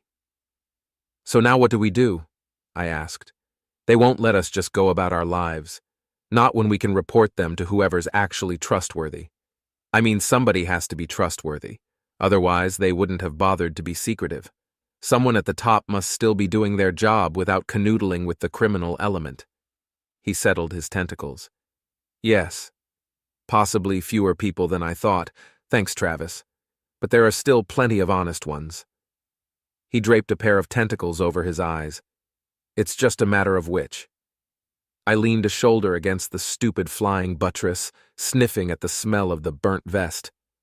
"We might have to wait for the seers. I mean, they are coming, right?" "That much I'm sure of," Khan said adamantly. "I saw the report. It could be a while, though." Neither of us liked the idea of waiting, but my scanner was no match for proper invisibility tech, and we were outnumbered to a degree that made me want to burble some curses, too. Laying low was our only option. But where? Khan's buddies couldn't be trusted. I wasn't about to swear that my own coworkers were any better, and my workplace had nowhere to hide anyway. The cops could easily find our homes. Roka's people might have given us shelter, but as Khan pointed out, we were likely about to be framed for any number of things, up to and including kidnapping her and the others. No, we needed an outside party who we could trust to stay away from the cops. I thought of an idea and wished I hadn't. Do you remember Crackpot Loyal? Khan burbled a swear word. Oh, no. I'd told Khan about the guy already, and he'd admitted to getting the same offer, absurd wealth in exchange for breaking into the Hive's headquarters. Khan had turned it down. He'd told me that Loyal's cybernetic mods that day made him suspect that the guy was into recreational body part replacement, which just added to the list of questionable decisions on his part. I personally got the impression that Loyal's original robot parts were from an accident, judging by things he'd said offhandedly. But that didn't change the fact that his common sense was dismal, almost as bad as his relationship with the Hive and its various offshoots. Loyal definitely won't rat us out, I said. And I remember where he said he'd be. It's the same spaceport berth as a repair I did last week. Got any better ideas? Khan dragged a tentacle across his face. No, can't believe we're doing this. I opened my pack and started removing things. Even better, I said. We're doing this with you hidden in here because at least one of us can stay out of sight. Khan burbled at that, but climbed into the bag anyway. He barely fit, though he folded up small. I'd seen him fit into more unlikely places before. Fly safely, he commanded as he zipped it shut, or I will destroy your things. Duly noted. I left him a spot to peek out of, then gingerly put the pack on. It was awkward. Khan weighed more than the various battery canisters and spare wrenches I'd removed, but the thrusters were rated for much heavier loads than that, so I'd be fine. Leaving your vest here, I said over my shoulder as I poked a toe into the inert pile. No more sparks, though the smell of burnt wires made me cough. Khan's voice was muffled. Good riddance. I wondered if he meant to leave the job behind with the uniform. But this wasn't the time to ask. Instead, I peeked over the dusty coral statue and decided it was as safe as possible. With my heart beating an action movie tempo, I jetted out around as many corners as I could find in quick succession. Civilians pointed after me. No shouts, no zaps. Good so far. Maybe we'd gotten lucky by going to ground so quickly. The bastards assumed I had flown farther and weren't looking here. Well, they'd have no reason to search the spaceport berths for us. My biggest worry was in being recognized as I flew very visibly above the roads. A mechanic in flight is like an ambulance with its siren going. People make way for us to reach the ailing cyborg or life support system or whatever other critical thing has called us. No one stopped me, but everyone saw. I took the sparsely populated roads as much as I could. By the time I reached the residential blocks across from the spaceport, my nerves were singing that our luck couldn't hold. I aimed for a secluded walkway between buildings and landed, no witnesses that I could see. I strolled briskly for a ways before ducking behind a large trash crate and unhooking the pack. We're within walking distance, I murmured as I unzipped it for Khan to wriggle out. Let me just change my appearance a little. While Khan played lookout and complained about the smell of the trash. Like smasher food that's too old to eat and waterwheel food that's already been eaten, I bundled away my uniform overshirt and untucked the black t-shirt I wore underneath. That at least covered the belt and harness clips, so it wouldn't be immediately obvious that I was dressed for jetpack use. I used a bandage to tie my puff of hair into a compressed ponytail. I'd worn worse fashions. Khan took a bit of bandage to give himself a headband, which counted as a worse fashion. Worried about time, I pulled out a shock blanket that I kept in case of injured patients and wrapped it around the pack. This would have to do. It's hard to walk casually when carrying an awkward armful. I did my best, eyes moving constantly while my head faced forward. Khan did an absurd swagger that I would have laughed loudly at under different circumstances. We passed humans big and small, Mesmer, and a handful of Roka's people.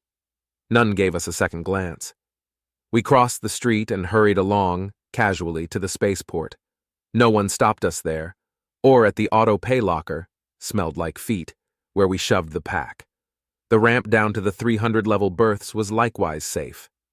Our luck couldn't last. It was lasting. I breathed a sigh of relief when we found the correct berth without incident. The little gray ship's door slammed open and Loyal rushed out to meet us with such exuberance that I started to worry all over again. "You changed your mind? Oh, I hoped you would. Come in, come in. I'd offer you snacks, but I don't have a thing you'd find edible." Loyal was just as golden, frog-eyed, and enthusiastic as the last time I'd seen him. We let ourselves be ushered into the ship, and if Khan felt as many misgivings as I did, he hid them well.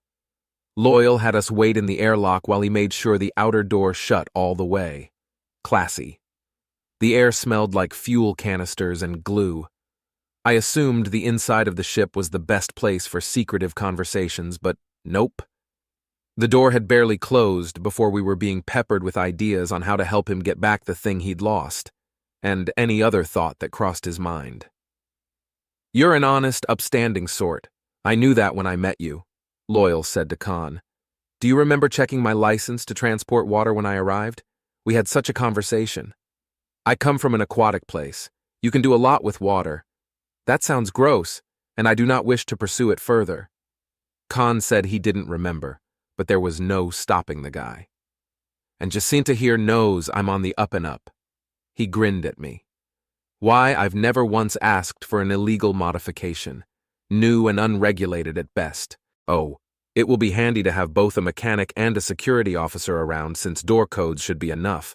But you never know what kind of barriers we might find between us and my belonging, deep in such a criminal den." "About that," Khan began.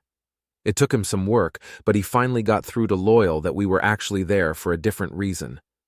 Even when we made it clear that we couldn't safely show our faces to the station police, Loyal tried to find some way to convince us. "I'm sure that will all get cleared up by the Seers," he said, "and you'll get such a big promotion for removing my item from the hive's clutches." "Not if we get killed before the Seers arrive," Khan said flatly. "And you haven't even told us what exactly this item is."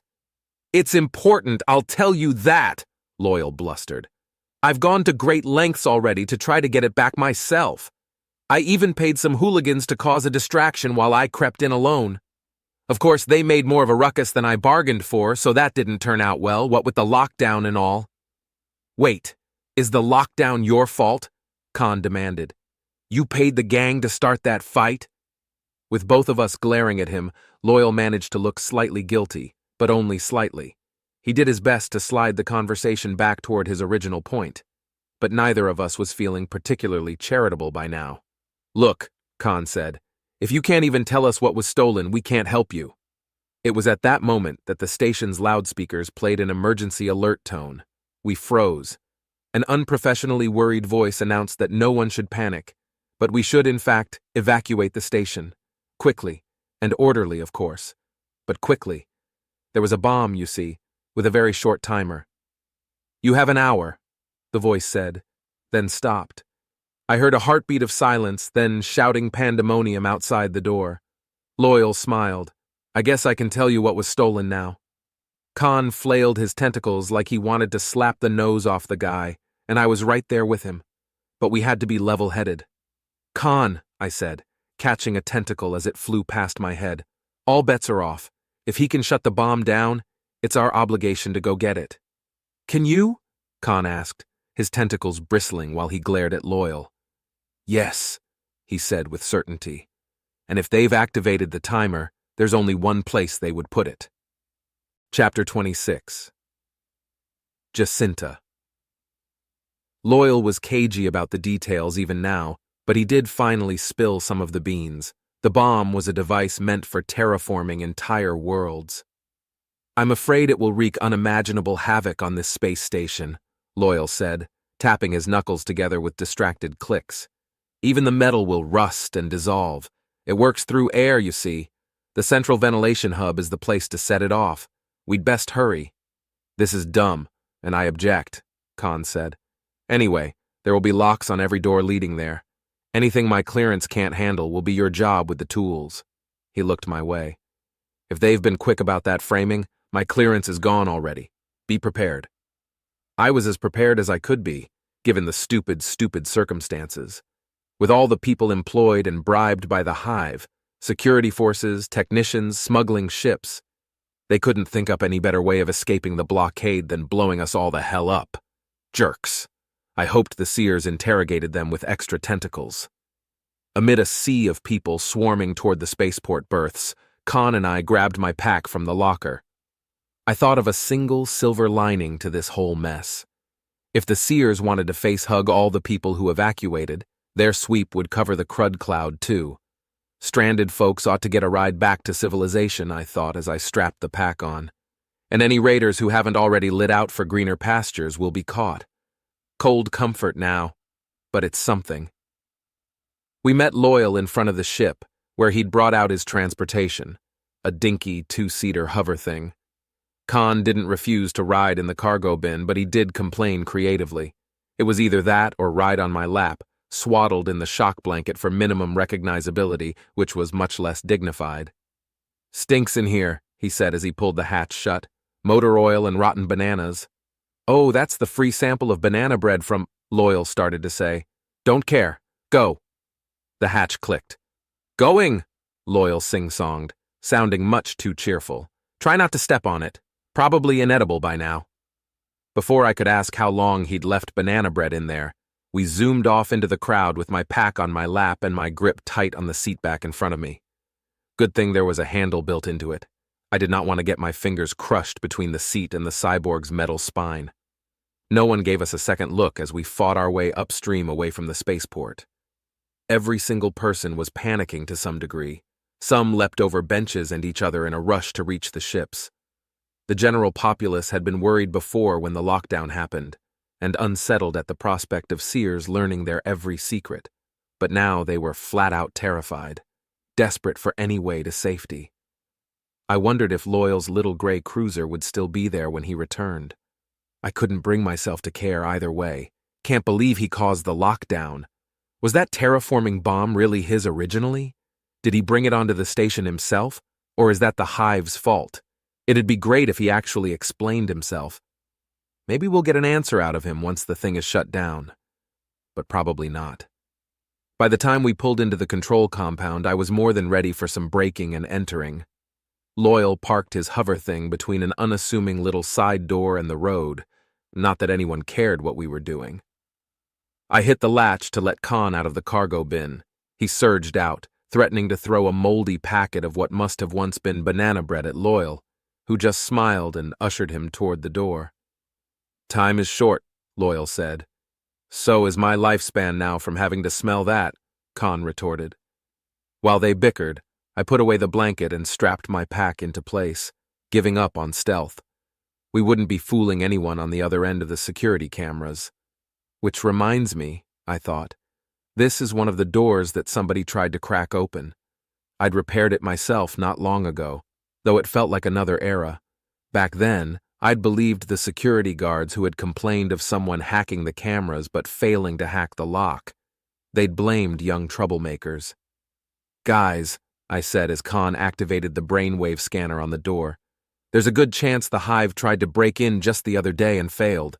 I had to fix the damage. How would they leave a bomb here now?" Khan peered into the scanner grimly. "Several options come to mind. Either they didn't and were in the wrong place, or they got in through a different door, or they murdered the whole compound at once." The door slid open on an empty hallway. None of us moved. Or that gossip I heard about most of the staff getting replaced was actually their doing. Khan stepped inside. "Let's find out." I hesitated, then rushed after him. Loyal followed, towing his hover thing. It just barely fit, and it slowed him down trying not to bump the walls too hard. I knew that it would absolutely get stolen if left outside, but I had to wince at the noise. As I moved to shush him, I paused. "It's awfully quiet in here," I said, suddenly hyper-aware of the lack of voices or office work. Even the chaos outside was muffled. Khan had already moved forward on soft tentacles. "Keep an eye out for murders," he said. "Not funny," I told him as I followed. The place didn't smell like murder. Very clean. Loyal parked the hover thing in a corner. "The scoundrels must have evacuated before they announced the danger to all," he said. Good news for us if they did. A little bit of selfishness on their part means we don't have to fight our way in. I looked back to ask a skeptical question about his fighting abilities, but Loyal was already hurrying past me with a wrist-mounted scanner showing him the way. Khan and I exchanged glances and let him go first. We passed through several doors and rooms, each more official-looking than the last, with not a soul to be found. Khan's clearance got us through every lock but the final one, which I made short work of with my nano cutter. No time to mess around now. This was the primary control hub, a brightly lit room full of monitors, diagrams, and video feeds, all up and running, all completely abandoned. I couldn't even see anyone moving around on the security screens. The hive really had infiltrated this place and left. It will be at the most central location to spread airflow, Loyal said, moving from one screen to the next. It's not coming up on my scanner yet, so the room must be shielded. Khan walked to the far side of the room. Shielded, warded, and bomb-proofed, he said. This one? The screen he pointed to showed massive fan blades going full blast. Loyal rushed over. Yes, that one. I don't see anything bomb-like, Khan said, frowning at the screen. I didn't either. Let's get inside to look in person, Loyal said, full of confidence. The scanner will find it once we're past the shields. We did. It didn't.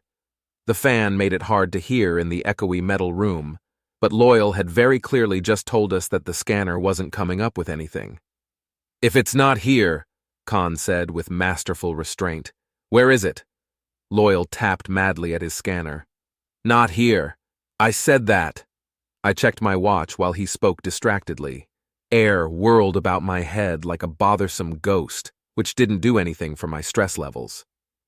It's a bluff, Loyal declared. They've realized that they don't need to actually detonate the thing in order to get past the lockdown. Just the threat is enough, especially with agents in the right places. The bosses will have taken all their most valuable assets to a hiding spot, to wait out the arrival of the seers. Thankfully, I had some time on my hands during that lockdown, and I put trackers on some of their ships. Probably even the right ones. How? Khan demanded. Loyal ignored him, checking a screen from another pocket. There we go. Look at that. They're all going to the same place. Makes sense, it's close by. The lower-ranking members will probably be ordered to disperse. He looked up and displayed a hollow image of a nearby sun, with planets and the space station marked as glowing dots. What is the name of this planet here? It must be newly contacted. It isn't named on my maps. I frowned at the image. The local name for it translates as biggest rock, I told him. If they're hiding there, we've got problems. Chapter 27. Robin. Hog-tying an invisible alien was a problem, but one that I was determined to solve. No going home to a lifetime of shame for me. Not when I had new friends ready to help. Several of the turtledillos who had crowded into the diner claimed to have seen other meteors fall. 2 sounded close. They were almost certainly escape pods like mine, and with any luck, they would hold a criminal bug alien as well as my friends. I really hoped Zephyr and Dragon were okay. No way to know without charging out into the storm to look. I am fairly sure, Beetle said wryly, crossing her top arms, that the crowd of busybodies approached your meteor first because they know I'm a softy about trespassing. Guilty smiles told me she was right. Sunrise, standing beside her, laughed quietly. Beetle continued. Both of those other 2 hit Sparkthorn land. You folks willing to risk getting your windows shot out for a good cause? A roar of unanimous approval drowned out the rainstorm. Beetle nodded as if she'd expected nothing less. Right then, back to the truck dance we go. Let's call in all the outliers. They know the way. So back into the rain we went. I was ushered into Moondark's truck again. She greeted me with a smile and took off hard on the heels of Beetle and Sunrise. I held on and put serious thought into how I would fold myself below window level if the promised shooting started. At least the rain fell consistently, with no dangers from above that I could spot. The way these folks drove made me glad to be a passenger. I could barely see the ground through the lashing rain, and that was when we stayed on proper roads. We didn't stay there for long. Beetle, leading the pack, jumped the fence first. Moondark laughed when she took a hard left, hitting the controls to make the hover truck bounce high enough to clear the simple wooden barrier. Once airborne, we sailed over it, then tipped nose first down a hill, onto an undulating plain of stringy plants. I grasped the window frame with both hands. I wouldn't fall over, I promised myself, nor would I betray any undignified yelps of startlement. No matter how much the current ride resembled something from the most old-fashioned of roller coasters. There appeared to be rippling hills under the wild grass, but it was hard to tell. We weren't at much of a vantage point. Other hover cars fanned out on either side, making trails through what was probably crops. Lightning flashed overhead. "What happens if this truck is hit by lightning?" I asked over the thundering rain. "Nothing," Moondark shouted back. "As long as the windows are closed anyway. It's insulated." I didn't ask for specifics. I would have liked some since my experience with lightning was limited, and the windows didn't look particularly lightning-proof, but I held my tongue. "There," Moondark said, pointing with one arm while she drove with the others. I could just barely make out a round shape on a hilltop under nighttime clouds. Other cars careened toward it with their headlights joining to make a wash of glaring raindrops. I squinted. Moondark drove faster. I braced my knees against the dashboard and tried to breathe evenly. When we got closer, I saw that it was indeed one of the escape pods, one that had come to the kind of landing you might expect from someone who actually knew how to steer it. No trail of destruction. It had landed on the hill and stayed there. The hatch sat wide open in the rain. Not a great sign, but the rain seemed consistent at least. Beetle reached it first, circled the low hill, then parked her hover car and jumped out. Sunrise went with her while Moondark idled, and the rest of the crowd circled around us. Both of the farmers had thrown on what looked like chainmail raincoats that trailed on the ground behind them. Lightning proofing? I didn't ask, too concerned with what might be inside the pod. "I don't think they can reach the door," I said to Moondark. "I should get out. Are those coats in case of lightning? I don't suppose you have one with a fighting chance of fitting me?" Of course not. She gave me the biggest one she had, and I shuffled it on in a hurry. The fact that it was loose enough for large individuals was the only reason I could get my arms through. The extra sleeves drooped at my sides, hard to tell from inside the truck, but if I crouched, the trailing bit should reach the ground and conduct any strikes away from me, theoretically. "Don't forget to hood," Moondark said as I reached for the door. "Right, yes."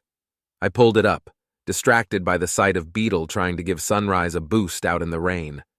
Other rain-coated locals struggled through the grass with the same idea.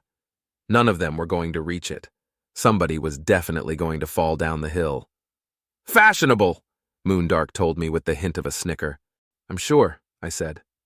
"Good thing that hood was wider than average, too. Turtledillo necks are longer and their heads smaller than mine. A snug fit. And the waterproof lining was already making me sweat. All right, let's give it a try." I opened the door, and rain soaked my legs immediately. The coat barely reached my waist with the back piece trailing behind. My work pants were meant to withstand various animal messes while on the job, but they weren't built for this. I gritted my teeth and stepped out into the downpour. The coattail didn't reach the ground. Dignity comes second to survival, I decided. With rain bucketing down around me, I dropped to all fours and scrambled up the hill, grabbing handfuls of grass to pull me up. No lightning struck. Everything smelled like dirt and ozone. As expected, none of the turtledillos had managed to reach the rim of the giant pod. Even I was going to need a leg up. Thankfully, there were more than enough people ready to volunteer. They boosted. Lightning kept its distance. I leaned against the wet surface while rain splashed into my face, and I stretched to reach the rim. It was a challenge to pull myself up and peek over the edge. Nothing but a deep puddle of water among all the glowing electronics. Impressive tech, really, to still be working under these conditions. But it couldn't tell me where the passengers had gone. Maybe if I knew how to work the controls, but my own crash landing was testament to my lack of skills in that area. I slid back down. "It's empty," I shouted. "Where's the other one?" Back into the truck to drip all over Moondark's seats. She just laughed some more, enjoying the adventure. She drove like a maniac in a new direction. Good thing somebody was paying attention to where we were in this rainstorm. Because I had no idea. I was busy worrying about whether the invisible ship had picked up the passengers from both pods. The sky grew a bit lighter ahead. It must have been the edge of the storm. A nice thought, despite the dangers. But the bright area was far enough away that we didn't get to appreciate it. When the caravan slowed again, I squinted at what looked like several other cars parked and waiting. They turned headlights our way and wrecked the visibility. "Whoa," said Moondark. "Get low." "Sparkthorns?" I asked, hugging my knees. "Might lose a window." "Here we go," I muttered. This was uncomfortable. I tugged the raincoat hood as high as it would go and listened. Outside, I heard shouting that I couldn't make out over the rain. Was the rain letting up a bit? Maybe. Yes. I risked a peek over the dashboard since we hadn't been shot at yet. Rain and headlights still obscured everything, but it wasn't quite as extreme. I spotted the escape pod behind the landowner's cars. It had left a trail down the side of one hill and halfway up the next, rolling much like mine had. Its door was still closed. Zephyr and Dragon? I thought, afire with worry. I'd been lucky to get away with minor bruises when I landed. That kind of tumble could easily break a neck, especially with two people bouncing around in there. I wanted to rush over and bang on the thing until it opened, but not with trigger-happy locals aiming my way in low visibility. Beetle and a few others shouted at the turtledillos in the other cars, not making much headway. From what snatches of conversation I caught, the Sparkthorns thought that the crowd was here to steal their glory. This thing had fallen from the sky on their land, after all. Beetle's claim that they needed to capture the alien inside for the sake of interstellar commerce wasn't getting her very far. I was going to have to get out. "Will they shoot me if I stand up?" I asked Moondark. Before she could answer, the hatch on the escape pod opened and something flashed away. Much too fast to be Zephyr or Dragon. Everybody started shouting. The bug-like shape disappeared into the rain. Moondark gunned the engine in the direction we'd seen it last, while Beetle and the others did the same, and the landowners threatened them all with weapons I couldn't see. Maybe some of the cars stayed back. This one sure didn't. Moondark launched us off a hill like a hoverboarder showing off for her friends and landed cackling. Other cars' headlights made it nearly impossible to see. Then I caught a flash of scrambling bug alien on a hilltop with sunnier land in the background. "Over there!" I said, just as the Sparkthorns shot the engine out from under us. We both shrieked as the truck spun, grinding down the hill with tall grass whipping at every window. When it finally slid to a stop, the rain still pounded, and headlights of other vehicles flashed in all directions. I heard the bangs of more gunfire. "It went that way," Moondark declared, unbuckling her harness with two hands and thrusting a coil of rope at me. "Let's get it." "We aren't going to get shot?" I asked. "Nah, they wouldn't hit someone on foot," she told me. "That might actually kill a body. Come on." I unbuckled my own harness and opened the door cautiously. The rain was lessening, and the ruckus was out of sight behind the hill we'd slid down. Proper sunlight warmed my shoulders, no sign of any invisible ships. There was, however, a spindly shape fighting through the tall grass in the distance. "There!" I shouted to Moondark, and took off. Woo boy, that grass was hard to run in. It was even harder for Moondark, with her stubby little turtledillo legs, but at least she had natural armor to shield her from getting slapped by the grass. I just had to deal with it. The chainmail hoodie was no help. By the time we reached full sunlight, well, I did. Moondark was still a ways behind me. The smuggler bug was far ahead. He had reached level ground. She? They? It? It is insulting.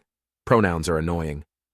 Anyways, the alien was colored in shiny black with pink highlights, and was more than a match for the double wooden fence that marked another territory change. All the grass grew on this side. Bare dirt that hadn't been touched by the rain lay on the other.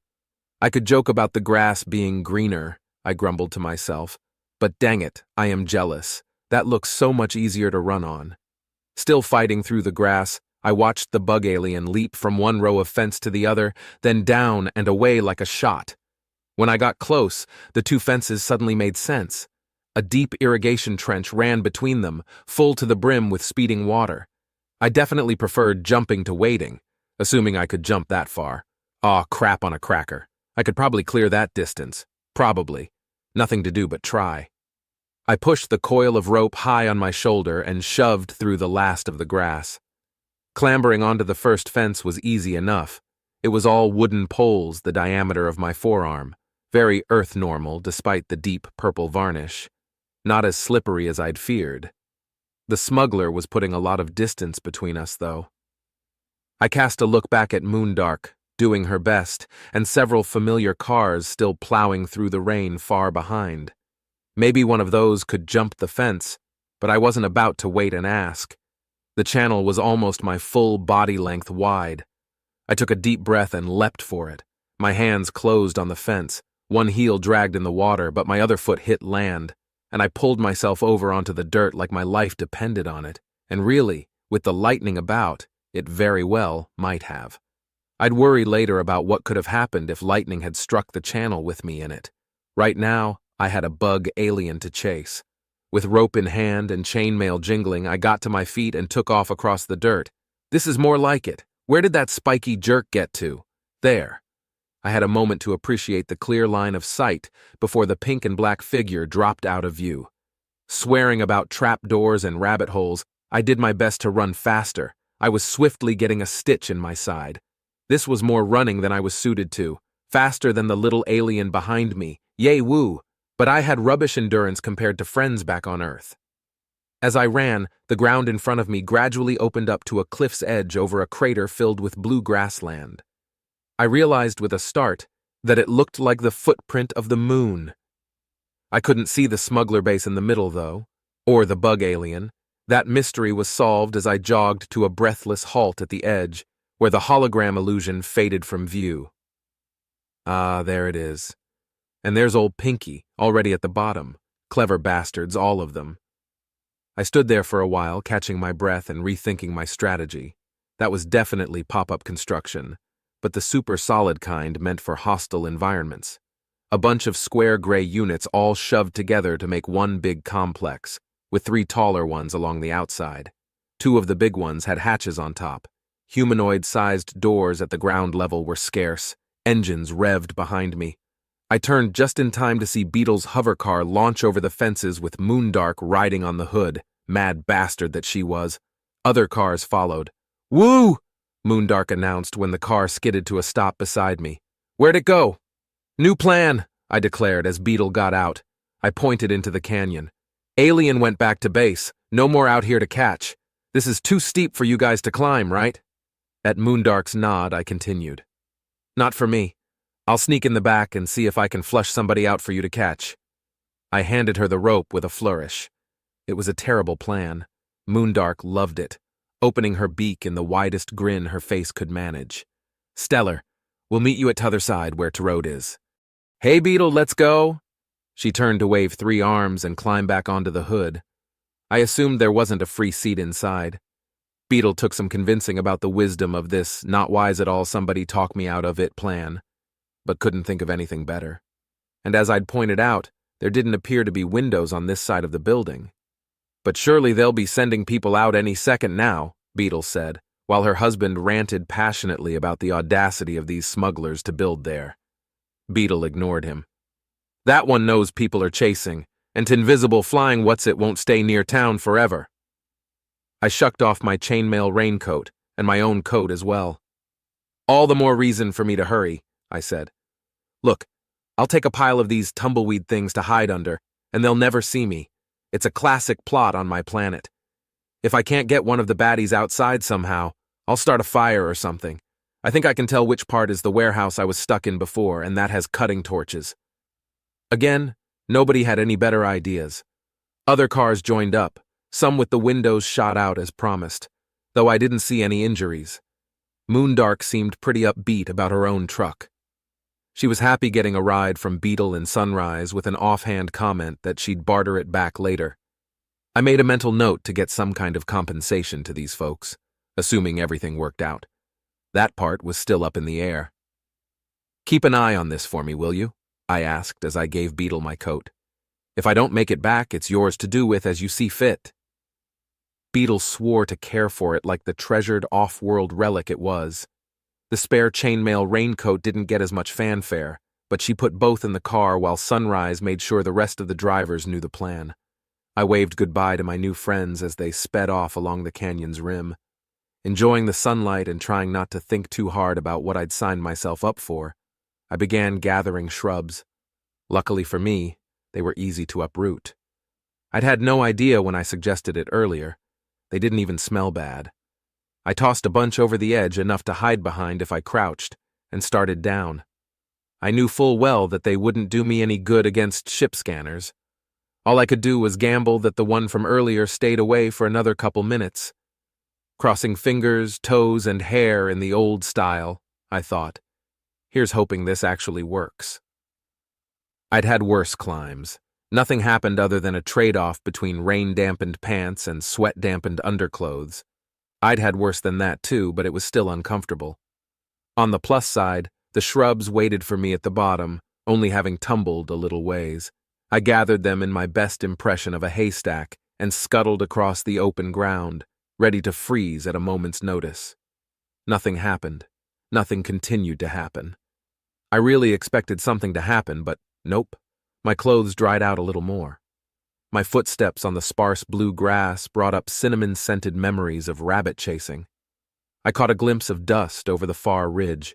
The convoy would be arriving at the front entrance soon. This is such a terrible idea. But I was committed now. Maybe I could get my hands on a paralysis gun. That was an encouraging thought. As a precaution in case of a dark interior, I closed one eye tightly to let it adjust to potential dimness. I reached a door undetected. Crouching behind my screen of shrubs, I tested the handle. It turned, quietly even. I opened it slowly, listening hard, and peeked inside with my dark-adjusted eye ready. An anticlimactic empty corridor greeted me. I left the tumbleweeds outside. They wouldn't be much camouflage indoors, and slipped into the enemy base, all senses alert for whatever I might find. This really was a dumb idea, but I'd survived every other dumb idea in my life, and I didn't plan on stopping now. Chapter 28. Jacinta. If the hive bosses were running off to hide on a recently contacted planet, then there were two possibilities, and they were both bad. The hive could be working with the locals openly and would have their support against any forces we sent. That could start a war. Or option 2, they were flying under the radar there but still successfully enough to set up a stronghold they had confidence in. The question was how strong. For all we knew, they had enough backup on that planet to take on all comers. Was this worth jumping into? Khan thrust a tentacle into Loyal's face. You need to give us more info. It's off the station. No longer our problem. Now why were you trying to steal a terraforming bomb from crime lords in the first place? Loyal wore that innocent smile that I didn't trust. It was stolen from my family first, he said. I was the closest and best suited to getting it back. Khan crossed his tentacles in human-style irritation. Why not tell the authorities if it's as simple as that? Oh well, Loyal's smile slid. Some of your compatriots, cannot be trusted. Khan rolled his eyes. Gee, thanks. I stepped in. What was your family planning to do with it? Terraform a planet, of course, Loyal said. Don't worry, there are no native life forms. We checked. Not like these villains are liable to do. He waved a golden hand toward the doorway. They stole it from us just so they could do horrible things like this. Khan made a rude noise. You realize we only have your word on that. Well, yes. Loyal blinked. Why wouldn't that be enough? I said, you caused the lockdowns. Just as Khan said, you started a gang war on purpose. That part didn't go as planned, Loyal said. The hooligans were just supposed to make a small distraction. You can't blame that on me. Oh yes, we can, Khan insisted. At any rate, that's beside the point, Loyal blustered on. We can get the terraformer back. I have a personal teleportation device with a limited charge. You what? Khan shouted. Do you have any idea how illegal that is? Yes, Loyal said primly. Let me finish. Khan thrashed his tentacles and muttered, but he listened. I crossed my own arms and did the same. It can teleport a couple of people at once, Loyal continued, if they stand close. But it needs a target, which is the only reason I didn't pop into the hive's vault right away. Wouldn't that have been nice? Anyways, our best bet is to get someone close to the terraformer, with a tracer in hand, so I can zap it, and them, of course, away. Khan and I stared at him in silence while he looked surprised that we weren't immediately agreeing. "And how do you propose we do that?" Khan asked.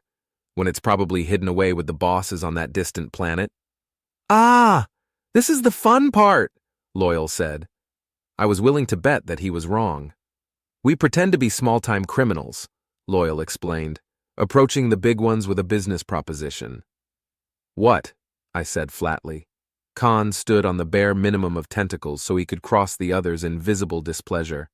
Loyal kept talking, smiling directly at me.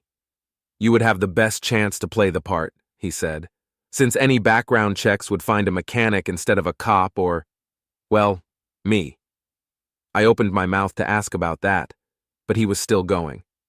"Specifically, you're a mechanic they don't know versus a cop not on their payroll. They'll be suspicious of any shady activity on his part since they've already discovered that he can't be bought. And don't I know it," Loyal added with a grin. "But a mechanic might have unsanctioned devices." "How do you know they've never approached me?" I asked. That brought him up short. "Have they?" "No," I admitted. "But you shouldn't assume." "Oh, well, that's fine then." He was off and planning again. "So here's what we do. You get into the star field in my smallest ship. I can shut off the identification transmitters. Yes, I know that's illegal too. And you send them a message. 'Hello there. Are you interested in a seer repellent? Only I can operate it, but I'll share it for a good price. I'd use it on just myself, you know, but I'm sure you'll be up for that reasonable price.'" I ran a hand over my hair, sighing deeply. None of this was what I'd signed up for. "You have a seer repellent too?" "Oh," Loyal laughed. "No, that part is a lie. But I'm sure you can convince them. Telepathy blockers exist, after all. They work by brainwave detection, at least the ones I've seen." He rambled away on the subject, expression cheerful and metal skin shining under the artificial lights. I slid a look at Khan, hand still in my hair. His tentacles were twisted into pretzels with no direct human analog, but he looked unimpressed. That was about how I felt too. Underwhelmed, displeased, and gripped by the sinking feeling of, we'll have to actually do this, won't we? "Khan," I said, interrupting Loyal's explanation about the bogus telepathy blocker. "What are our odds of finding someone trustworthy who can go after them in an official ship? Something with a stealth field?" He shook his octopus-like head. "Garbage," he declared. "They'd hear about it one way or another, and we're kidding ourselves if we think there are any quality ships still on board." I frowned. "Good point." Loyal reached both hands out in entreaty. "Yes, and if we wait for the seers to sift through everyone drifting about the space station, the hive will have hidden themselves away too deep to find. The seers won't blast into a newly contacted world's territory without going through diplomacy first. Time is on our enemy's side." "Yes, it is," I allowed. "And if somebody doesn't get the terraformer back from them, they'll almost certainly use it on innocents or sell it to people who will." "And that someone must be us," Loyal said, beaming. "Come, before they get settled into where our hailing frequencies might not reach." I didn't ask how Loyal knew the right hailing frequency to reach the hive, and without giving us away to anyone else nearby. The answer would definitely be something else illegal. I figured if the criminals asked, I'd be vague and say I bought the information. It was almost the truth. I just followed as Loyal pranced back toward the entrance. Khan fell in beside me. "I'm coming too," he said. "What?" I asked. "They'll suspect something." "Only if they see me," he said. "There will be plenty of compartments to hide in." "I appreciate the backup," I said honestly, "but you don't have to." "Nope, doing it," he declared. "I'm not going to watch my friend risk life and limb from a distance while I sit like a useless lump. And I'm the one who signed up to serve and protect, despite how little that vow seems to mean nowadays." "If you're sure," I said. He nodded. "Those sea squirts are responsible for all of the problems in my life right now. I'm coming." "Then I'll be glad to have you. Let's go put one over on them together." We made our way back to the rapidly emptying spaceport with no one the wiser. While the crowds had thinned, they had also become more desperate and less likely to pay attention to us. No one even looked our way while Loyal opened up his gray cruiser and a small yellow station hopper that he swore was also his. He transferred a few belongings, then ushered me into the little lemon-looking thing and explained the controls. They were nothing I couldn't handle. Oh, and there was a shield on the hull to prevent a detailed scan of the ship, because of course there was. If Loyal was worried about the Seers learning his own dirty secrets and illegal purchases, he hit it well. We prepared quickly. With my pack in one luggage compartment and Khan in another, a fake Seer repellent at my elbow and Loyal in touch via good old-fashioned long-distance collar radio. Loyal had a private frequency for that, too. I was ready. I didn't ask about the radio. I also didn't confirm for myself that Khan and I were the only ones on our ship. But as it turned out, I probably should have. My last glimpse of Loyal caught a smile that had changed from jaunty to fierce. Chapter 29. Dragon. Dragon not see freeze guns, but notice problem when unable to move. People shout, fall, chaos. Jetpack engine loud. Fixer jet away to safety with good tentacle man running after. Shell man scream in anger, attack human. Both fall behind van. Dragon hear shell man hurting human, who must be traitor and deserving of hurts. Sounds stop. Distant jetpack and swearing of injured human only sounds. Dragon strain against invisible cage, wanting to sink teeth into villains with freeze guns. Want to rip and tear, but can't. Can only stare at floor while sharp hands tip Dragon onto hovercart like broken chair to be taken away. All others frozen too, except for bad tentacle man talking to air and human bleeding on floor. Dragon not get good look, but approve of that part. Deserve to bleed. Captors still invisible but move hovercart to van. Dragon try to move arm, to grab and crush but still frozen. Other frozen people crowded in with Dragon. Shellman, skinny purple thing, good bug man. No sign of escaped fixer or tentacle man. Van start up, drive quickly. Leave parking garage for roads, then other roads, then inside other building. Hovercarts moved through doors and hallways before freeze guns start to wear off. Dragon wonder if everyone in building is traitor. Would good ones yell about frozen people on carts? Pass aliens in uniform clothes who don't look twice. Speaking English but useless. Dragon ready to be more angry, then see ripple in air when pass lights. Carts have hologram covers. People see something else, maybe flower pot or sculpture or food. Not all bad then, but not helpful now. Still frozen when reach destination. Another. Metal. Cage. With bars, no hard air to break through. No electricity to ruin and escape. Just strong metal. Strong even with power out. We'll see if strong enough, Dragon decide. Mentally snarl and test freeze again, still frozen. And even more annoying, human with cart zap Dragon again before shoving into cage. Obviously not want most powerful captive to free self. Snarl. Other frozen people put in cage on other side of room, piled on each other like child's toys. Dragon hear no extra zaps for them. Weird aliens not strong enough to break cages then. Maybe we'll smart their way out when unfreeze. Or maybe Dragon will break everything instead. Want to. Traitors with carts leave, lock door, walk away. Room silent. Dragon try to move every few seconds. We'll be ready when able to. First to unfreeze is Bugman. Dragon still not trust, despite being captive like others, but Bugman makes self-busy moving others into comfortable positions. Talk whole time in English with weird accent. Sound mad. Good. Maybe not traitor after all. Purple alien unfreeze next, followed by tiny shellman. Dragon jealous, but listen hard to be sure that shellman not hurt by traitor human. Not sound hurt. Angry enough to chew glass, but not hurt. Chatter away in own language. Rattle bars. Dragon would have laughed, but still frozen. Cheered up, though. Skinny alien calm shellman, then talk to Bugman about bad people fearing something. Dragon not know who talking about, but if Seers arrive soon, then maybe not need to break cage. Still want to, and probably will anyway. But nice to know good people might come. Conversation take disturbing turn when Bugman point out things that bad people could do to hide from Seers. Seem to think leaving space station best option. Dragon think this good idea until Bugman add that bad people might damage station, so everyone else have to leave too. More ships to hide among.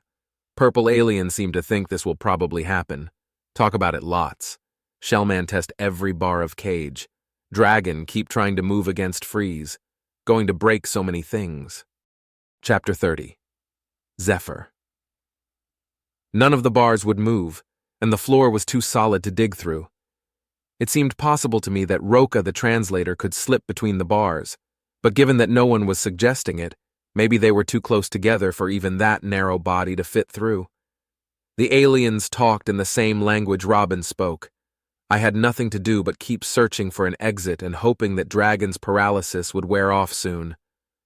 I wonder if Dragon can break free of his own cage when it does, I thought. The smugglers and their allies certainly seemed to think he could. I'd heard our jailers zap him a second time when we were being unloaded. Hopefully it wasn't a health risk. I also hoped that the two new friends who appeared to have escaped were safe somewhere, but I couldn't do anything about it either way, so I focused my attention on the friends in the room.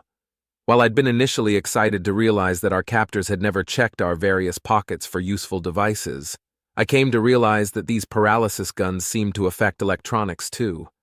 Both of the aliens produced handheld communicators that had been reduced to doorstops. The human and her bag of tools were long gone, though most of that would likely have been rendered useless as well if she'd been captured. Roka did have a handkerchief that she gave me to wipe off the smears of blood on my claws, which I hadn't noticed. She didn't want it back afterwards. I left it in a corner and didn't regret littering. This place smelled like rocks and alien body odor. Roka and the good bug man, Vitor, I think it was, seemed to be trying to think of something to do with the broken communicators when a shockingly loud siren tore the air. Red lights pulsed through the room. A voice spoke from loudspeakers, saying something that must have been important, judging by the startled looks on their faces. Before the announcement was over, Vitor was on his feet, trying desperately to reach the lock on the outside of the door with his pointy forearms. Roka talked quickly, but not to me. I didn't interrupt. A glance across the room showed Dragon still frozen in place, lying on his side like a large, scary statue. He probably understood the announcement, but he couldn't explain it to me either. The siren was still going. That and the red lights made it hard to think. Trying to breathe deeply and think useful thoughts didn't get me much. I watched the alien attack the lock. Before he could so much as dent it, footsteps raced up to the door. Vitor pulled back inside the bars as the door banged open. Humans and bug people flowed in with carts and paralysis guns. I tried to dodge, maybe hide behind someone else, but they were good shots, and I was soon laid out on the floor again with aliens on top of me. Then I was transferred to a cart, on top of the aliens this time. At least it was a change of pace. Poor Dragon, I thought as we were shoved out the door. He never got to break anything, and they're probably zapping him again. I couldn't hear any zaps over the alarm. All I could make out were footsteps, shouting, and the distant bang of doors. My view was decent, lying on my side. I watched walls flash past, and people of all species run in every direction. It took a masterful effort not to dissolve into a gibbering panic. Not that that would have changed anything, frozen as I was. We left the narrow hallways for a bigger room. After a few moments, I spotted hover cars. This was another garage. One where everyone involved seemed to be throwing things haphazardly into vehicles like they only had minutes left to clear the building. I hadn't thought I could be more worried, but I was wrong. A door banged open ahead of us, and the driver of the cart sped up to slam the front end into the car's bumper, neatly depositing the pile of frozen captives into the storage area. I wound up wedged in a corner with barely enough space to breathe. Then the door shut behind us, and all was dark. The alarm continued, somewhat muffled. Engines started. The loudspeaker said something new. People shouted. The car took off at a speed that piled the lot of us against the rear door. I didn't know where we were going, but at the moment, I was more concerned with whether we would survive the trip there. Chapter 31. Dragon. Bad people carry Dragon from cage to cart, then to vehicle with bad driver, then to cargo hold of bad-smelling spaceship. Still frozen in place but not zapped again. Hope to move soon. Shellman and others put in next part of cargo hold, separated by blank wall buzzing faintly. Hard to tell while frozen, but think wall made of hard air like some back home. Can be made less solid by pressing right buttons, or breaking right electronics. Can't wait to try. Bad people load things into every other compartment, move fast and sloppy, Dragon hear more than one thing break, but no one stopped to fix or clean up mess. Just kick broken bits away and throw more onto pile. Bad people leaving station in hurry. Good people probably leaving too. Dragon wonder if should worry about safety. Maybe bad people damage station like Bugman said, but bad people in charge of danger and wouldn't make station explode with own ship still on it. Probably. Depend on level of badness. Dragon hear last box thrown into hold. Footsteps run out of room. Bug people footsteps talking in click language like cicadas. Hard to tell if bugs worry about explosion. Hear faint sound of engines but no jerk of gravity. Maybe ship move like other one, gently. Could be moving at speed of cheetah fart and not know it. Spine relax slightly. Freeze wearing off.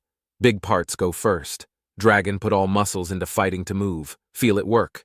Can turn head now. See nothing in very small cargo space, just light from ceiling. Gray metal panels on floor and buzzing knot walls on 3 sides. Metal wall behind. Front knot wall made differently. Can see through. See only boxes and garbage. No sign of where find breakable electronics, but Dragon not mind. Going to smash everything until find right spot.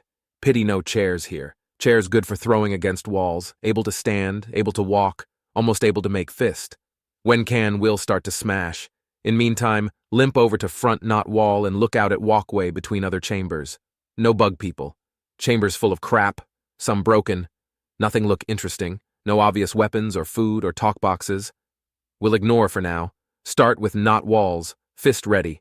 Dragon make 2, beat against chest in old style, and bellow intent to destroy. Echo is annoying. Slam fists into knot wall, make more annoying sounds. Bang, bang, bang, no electronics there, not expected, but worth trying. Move to other walls, bang, bang, bang, none there, not even down at bottom. Try metal floor, bam, bam, bam, much better. Metal plates dent easily. Dragon pretend is heads of bad bugmen and beat floor with no mercy. When plates warp out of place, pry up and throw against knot wall. Make good zapping noises. If no breakable electronics in floor, we'll try to damage front knot wall with too much metal. Floor under panels uneven, made of empty spaces and more metal. Thicker. Try cutting with edge of panel but not worth effort. Throw panel and go back to prying up more. Must be something important under one. Maybe by back wall. Hear footsteps coming. Wonder what took so long. Grab stack of bent floor plates, stand on last bit of level floor and wait. When bug people show faces and guns around corner, Dragon roar at them and fling plate like discus. Good at discus. Able to cut down small trees with sharp ones. Plate make sound like lightning bolt when hit knot wall, and bugs scatter like mice, or like normal bugs. When light is turned on and scary big creature is revealed with swatting tool, Dragon roar again and fling other swatting tools after the first. Make unholy racket of electronic noise. Maybe enough to damage knot wall? We'll try. Bugs too scared to turn it off long enough to use freeze guns. Dragon bare teeth in angry smile. Throw plates like whirlwind. Chapter 32. Zephyr. I huddled in the far corner, rolled into my tightest protective ball while the earth monster in the next cell did his best to tear the ship down around us. The good bug alien and the kind interpreter panicked above me, accomplishing nothing. Then something flashed with a brightness that I could see through closed eyelids, and everyone exclaimed. I huddled tighter, convinced that we were about to be blasted into space. But no. When the sounds of destruction stopped, a rush of clattering footsteps and the distinctive zap of a paralysis gun filled the silence. The thump I heard must have been Dragon falling over, frozen again. Before I could decide how I felt about that, other footsteps approached at a measured pace. Smuggler bugs were chattering. Vitter was cussing them out in their own language and being ignored, while Roka was silent nearby. I saw no reason to unroll. It was only when a voice spoke in my language that I poked my head into the open. This bug alien was clearly the boss. Shiny bits of metal and gemstones traced intricate patterns over much of her yellow-white exoskeleton, and subtle whirls of blue marked her limbs, leaving only that big-eyed face clear of alterations. She stood with confidence, taller than the others because of natural size and because they angled their bodies to bring their eye levels lower. She wore a belt harness thing with several important-looking gadgets on it. She didn't carry a gun. She had underlings for that. And she didn't waste time on pleasantries. "You on the floor," she said slowly. "Did you learn enough from the Earthling to keep this creature calm?" I said, thoughts spinning. If I said no, the criminals might decide I was worthless and shoot me. If I said yes, I would be lying through my beak tip. They would put me in the cell with Dragon, then he'd wake mad again, and I'd just hide in a riskier corner while he wrecked the ship. And they'd be mad at me. Let them. Maybe I'd help Dragon break out. I owed these villains nothing. "Yes," I said, getting to my feet. "Yes, I did." I had a passing thought that Roka the interpreter understood the conversation, and she was likely wondering what I had planned. I put it from my mind. "Good," the sparkly boss said. "Next question. What became of the survivors of the ship that crashed on your planet?" They were, I thought about it. The last I had seen them, they were in their invisible shuttle, fighting it out with Rumble's crew. I didn't know whether they had won the fight or not. But if they had, surely they would have contacted their allies by now. Rumble might have killed them, or, more likely, held them captive for a large government bounty. Rumble was so smart, and he still had the stealth breaker. These aliens didn't know about it. I had an idea. "They're probably locked away in Rumble's basement," I declared, "and he'll do the same to you too if you're not careful." "Who is Rumble?" the boss asked. "And why should I fear him?" I waxed poetic about the man's most impressive traits, being sure to steer the conversation away from anything useful. Rumble possessed determination and loyal friends, not to mention an inspiring physique, and a voice that could convince a person to walk off a cliff. These things I described at length, but not his tools, and I didn't stop talking. Not until the boss clicked at her underlings, likely telling them to change the ship's direction toward the city area I'd mentioned. Two of them scampered off while I continued, expressing confidence that Rumble the Valiant would persevere against the likes of these off-world ruffians. The boss directed the remaining ruffians to move me from one cell to the next. This involved a lot of threatening gun-waving while they lowered our force field long enough to grab me. Viter and Roka obediently kept their distance. I just kept talking.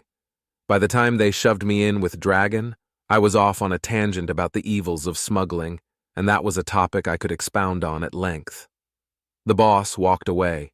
She clearly didn't care to hear it. Neither did the guard left to watch us, but that one moved out of my line of sight, pretending to be as invisible as the ship. As the ship is to most people, I thought smugly. I brought my rant to a stop. The room was silent.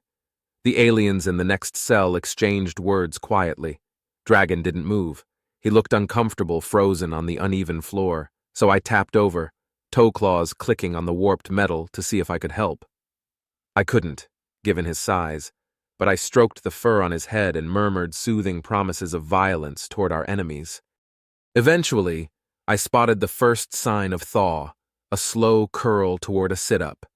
I caroled the news to Roka, then had a moment of worry that the guard at the stairs could hear, but thought better of it. Worst case, he would come over and refreeze Dragon before he thawed fully, but that seemed unlikely since I was supposedly keeping him calm.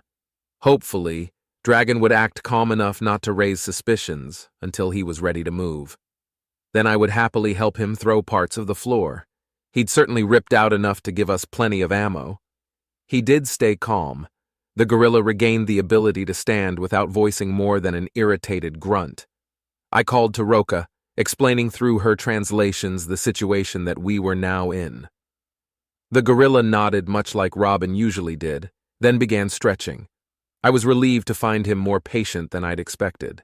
Dragon flexed his fingers, looked at me with an unreadable expression, then picked up a warped floor tile. He gestured toward the force field with it, making a noise that was probably a question. "Roka, can you ask him to wait a few minutes?" I called. "Rumble should—" Distant thumps interrupted me, making a curious patter that I suddenly recognized as projectiles hitting the ship. Rumble's weapons. Were they up to piercing this ship's defenses? The location of the strikes seemed to be changing, as if testing for weak spots. An alien voice called from upstairs. The guard immediately left us, clattering away while the impacts grew louder. I started to worry that the ship might simply explode. It could easily have a combustible fuel tank. A new vibration from under the floor was truly alarming. Not as alarming as the sound of Dragon roaring from close up. I flinched when he threw the tile with terrifying force, causing sparks to fly in a way they certainly weren't supposed to. Roka shouted that she and Vitter would try to help overload the circuits on their side. Footsteps and more flickering said they were throwing themselves bodily at the wall. I hoped it didn't hurt. Dragon roared again and flung broken floor pieces as quickly as he could pick them up. True to my word, I grabbed one myself, dismayed to find it incredibly heavy. When I threw it, the thing didn't reach the force field. I hoped that Dragon was too busy to notice. I was gauging the angles of Dragon's shots, trying to find a safe place for me to stand closer to the wall, when a two-handed assault from him in sync with another charge next door caused the force field to explode in sparks and electricity. When I unrolled to look, it was gone. Dragon was already running for the stairs. Roka appeared and yelled something in Robin's language, which caused him to reluctantly come to a halt. I scrambled to join them. By the time I reached the front of the cell, Roka was directing Dragon to rip a large panel off the wall, while Vitter gave suggestions. I was impressed anew with how fast the narrow alien spoke. Then, when Dragon had done his part and thundered on his way, I was impressed with something else. Roka's shape let her fit into a space that I never would have considered habitable. She crawled right into the gap in the metal wall. Vitter gestured, speaking quickly with silver elbow joints flashing in the light, giving instructions about something. I wanted to ask what the plan was, but I hesitated to interrupt. It sounded important. Roka said something while only half her leg showed. Then over the sounds of distant battle and a less distant rampage, I heard a small snap.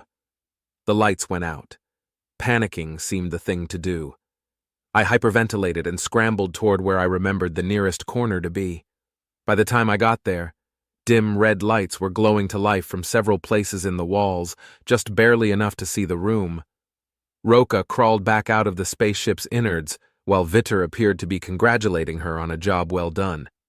She caught a glimpse of my wide-eyed huddle and hurried to explain. Vitter, she said, knew the inner workings of this type of ship well. It was his people's tech, after all. And his fury at the behavior of these villains matched mine. The Bugman ripped open a box to find something that made him chatter in angry delight. Roka told me they were more of the flashbangs that had caused the bright light earlier. Vitter shouted something cheerful, threw a bag over one shoulder, then charged toward the stairs with his many legs clicking. Roka urged me to follow. I did my absolute best to match his speed. We climbed the wide gray staircase, each in our own fashion, and found a trail of destruction left by our large friend. Broken things and unconscious bug people littered the metal floor. There were no weapons to scavenge yet, but I kept my eyes open while we ran. Violence raged around the next corner. Vitter stopped to peer around it carefully, and I huddled behind him while Roka looked. They whispered briefly. Roka crouched and told me to cover my eyes. Then she shouted something for Dragon to hear. I squeezed my eyes shut as Vitter threw something. Even with my hands over my face, that flashbang shone with a piercing glow. The enemies exclaimed in surprise, then in pain when Dragon took advantage of the moment. Soon the room was quiet, and Dragon's heavy footsteps moved on to the next one. Vitter scurried around the corner. Roka leapt after him, fast on that single leg, and I rushed to join them. A pair of unconscious bug aliens sprawled on the floor with paralysis guns there for the taking. Vitter already had one, and Roka struggled with the other. It was designed for 2 hands, one to steady it and one to fire. "Can I help?" I asked, standing by her side and gesturing. We worked it out quickly. She would hold the thing, and I would contribute my small fingers to fire it. All that remained was getting into a position with enemies to shoot. Vitter nodded briskly and moved forward. Roka clutched the gun and hopped after him, keeping an eye on my pace. I tried not to disappoint. A translated word from Vitter told us that the chamber ahead was the control room.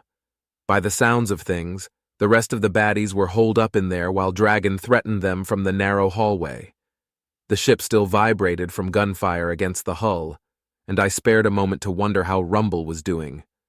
"Flashbang," Roka told me. I covered my face as she repeated it for Dragon. When the light cleared, I scrambled to take my position with the gun. Vitter fired around the corner. We edged forward awkwardly just in time to see Dragon throw the limp bug alien he'd been using as a shield. This bowled over the enemies, giving the three of us all the opening we needed to freeze the lot of them. A single panicked voice from inside the control room was a sign we'd done well. Vitter clambered over the frozen forms of our enemies, disappearing into the room before Dragon could. Zaps filled the air. Dragon roared in what sounded like triumph. I let go of the gun and started climbing over the mess to join them. Roka beat me there. By the time I entered the control room, Vitter was poking madly at the controls while Roka and Dragon cleared the frozen enemies out of the way. I sidestepped the stiff form of the gem-bedecked boss who'd been so condescending earlier. I gave serious thought to yelling at her or stealing a gem. I settled for a rude gesture and a solid kick. We had important things to do. Vitter flicked something that made the view screen useful. He was landing the ship in the middle of a decrepit city street. Rumble's people were fanned out around it, still firing. Vitter said something and pointed to what could have been a microphone. Roka spoke into it. "Please stop shooting," she said. "We have taken over the ship." I leapt forward to add my voice. "Rumble, it's me, Zephyr. It's safe now." The gunfire stopped as we landed, silent as ever. Then Vitter opened every door he could find. I was still talking into the microphone when a familiar deep voice laughed from the hallway. "Well done, small fry. Care to split the bounty with us?" Chapter 33. Jacinta. The Hive believed me. By all the odd gods, they actually accepted the cover story about having tech that would hide them from the seers. At least they believed it enough to invite me on board, via careful directions and their much larger ship swallowing mine up like a whale. Though possibly, they just wanted me to stop broadcasting the illegal conversation where everyone could hear. As the bay doors shut behind me, I hoped that everyone had indeed heard. That would make these jerks all the easier to track down when the seers started checking private memories later. Everything rode on Loyal being right about the bluff. If all my worldly belongings were atomized in the next few minutes, and I was down here for nothing, I was going to track Loyal down and disassemble his favorite robotic bits. I landed the little yellow ship in a crowded launch bay. Other ships and storage crates were everywhere, along with armed Mesmer watching me from all sides. As soon as I shut off the engines, a bedazzled blue leader lit into a round of questioning while her underlings pointed a variety of weapons at me. I gave short answers into the microphone. Good thing Loyal had pointed out the controls for that one. It might have taken me a bit too long to find otherwise, and these weren't the sort of people who liked to wait. "Very well," the leader finally said. "You may exit slowly." I took her at her word, making every motion as smooth as if I was repairing a panicky cyborg. They watched me through the windshield as I pressed the hatch release and picked up the small silver box labeled Seer Repellent. They probably couldn't read the words from outside. They'd better not be able to scan past the shielding on it to see the teleporter target inside. Loyal had sworn the target was just as invisible as Khan was, nestled inside the luggage compartment by the door. I pretended to be an honest criminal and stepped out to face the waiting ring of weapon barrels. To my surprise, the ship's large bay door slid open to admit planetary sunlight. I'll never get used to ships with high-quality inertial dampeners. "Give it," commanded the glittery leader, who was hard to look at in the light. All those spangles on her deep blue exoskeleton were probably meant to look like stars, but to me they were just irritating. I held up the box. Somebody snatched it away and opened it. "Be careful," I said. "The mechanisms are delicate." Thankfully, the mess of tech inside meant nothing to anyone there. "Walk," the leader said. The others led the way out of the big ship and into a sunny hangar, where the breeze drifting in made my nose itch. I thought I heard the quiet slap of tentacles as they escorted me away. The seers ought to find my memories interesting. Focusing on the unsettling mind-reading to come was a decent way to avoid thinking about the bigger worries, like whether I'd be shot before I got the chance to bare my insecurities to a stranger. Busy crowds filled the hangar, and I didn't get much opportunity to sightsee. It looked like a human brand of cheap construction. I frowned, but kept my opinion to myself, as the quick-stepping mesmers ushered me between ships, through a doorway, and through a maze of passageways that I did my best to keep track of. One room in particular looked important. I caught a glimpse of what could only be a vault door as we passed. I put a big red star on my mental map for that one. That's probably where they have the terraformer, I thought. I wonder if I can get them to confirm it. Stealthily, of course. It'll save us some time when Loyal appears. I was just thinking this when my escort parted to usher me into a room. I wondered why none of them went first. Then as soon as I passed the door, it shut behind me. The room held only a pair of the mesmer chest cushions that passed for chairs and a table bolted down. Boring gray walls. Great. So much for seeing the boss right away. To give Loyal some context as he listened on the collar radio, I called through the door. "So I guess the boss is busy. Gonna see me later? Be careful with that thing, okay? It really is fragile."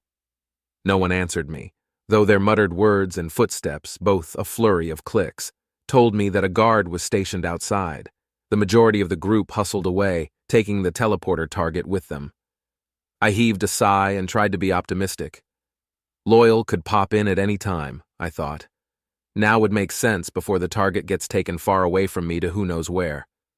But no sign of him yet, so I guess he's waiting a bit. I hope he doesn't have any trouble with the teleporter. There were several other things that I hoped right then. That Khan would be able to join us when the time came. That there weren't more guards watching than Loyal could handle.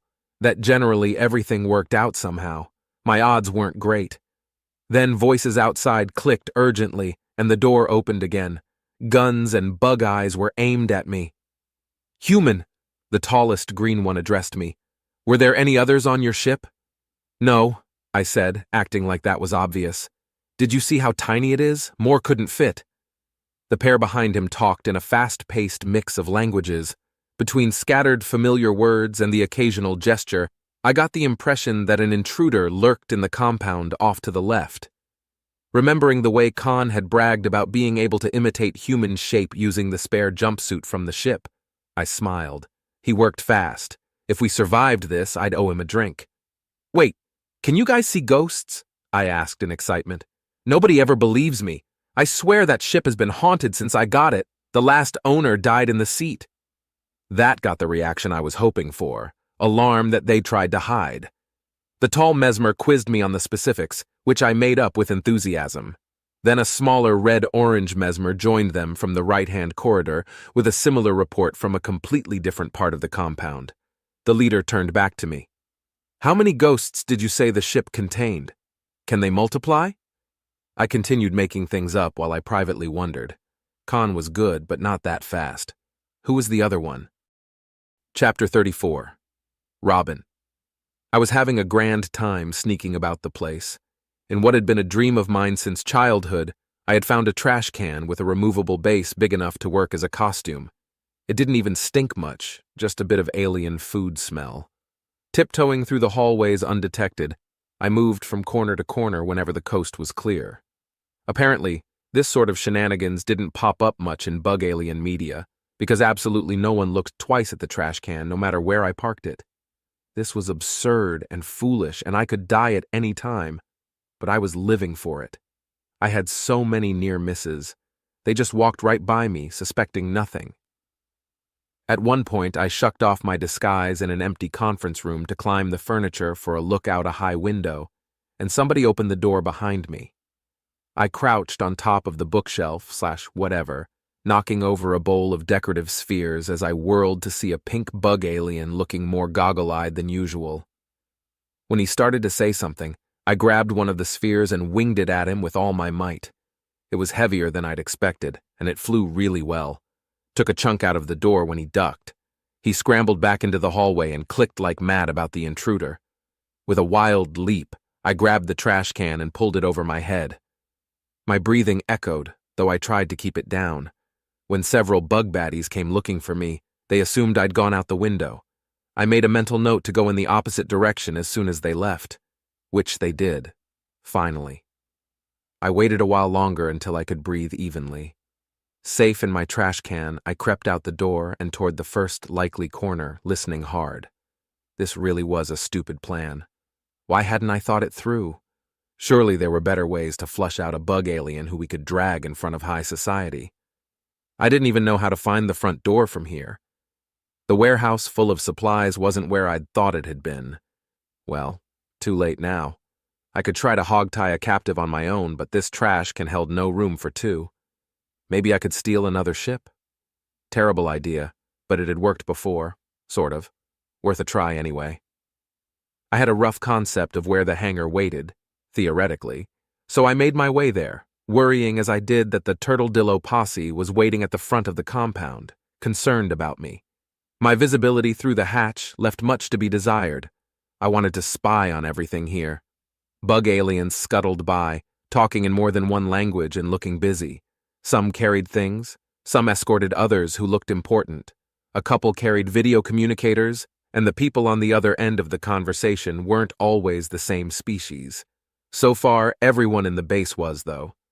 I just had that thought when something shuffled past my hiding place.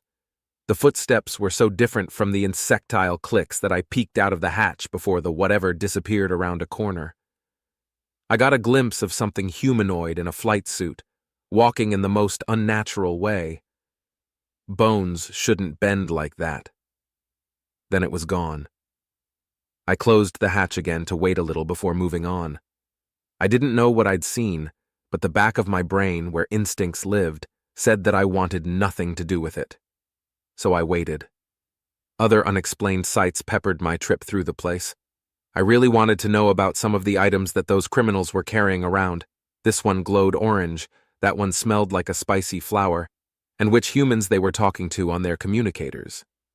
The bug aliens themselves ran the range of colors, and I could tell which were high-ranking by the decorations and the body language. Instead of bowing to superiors, they held themselves at different heights in a way that felt very foreign to me, like walking around with bent knees all the time. At one point, I held still for something scuttling more quietly than usual. It moved past me like everything else. I didn't press my luck by looking this time. Did they have baby bugs here? Or maybe just small ones? Oh well, I'd either find out or I wouldn't. When it was gone, I resumed my creeping along. The hangar was pretty close, I thought, when I reached an open doorway with a lot of action inside. Problem. I listened for an idea of the scene inside, and how likely it would be that they'd spot me easing past the door. Multiple voices, all in click-speak. The sound of alien electronics being tapped and typed on, video screens with projected voices. Everything sounded urgent in there, which only made sense. Then something outside exploded, rocking the floor and making every bug in the room exclaim at once. I barely kept in a startled gasp.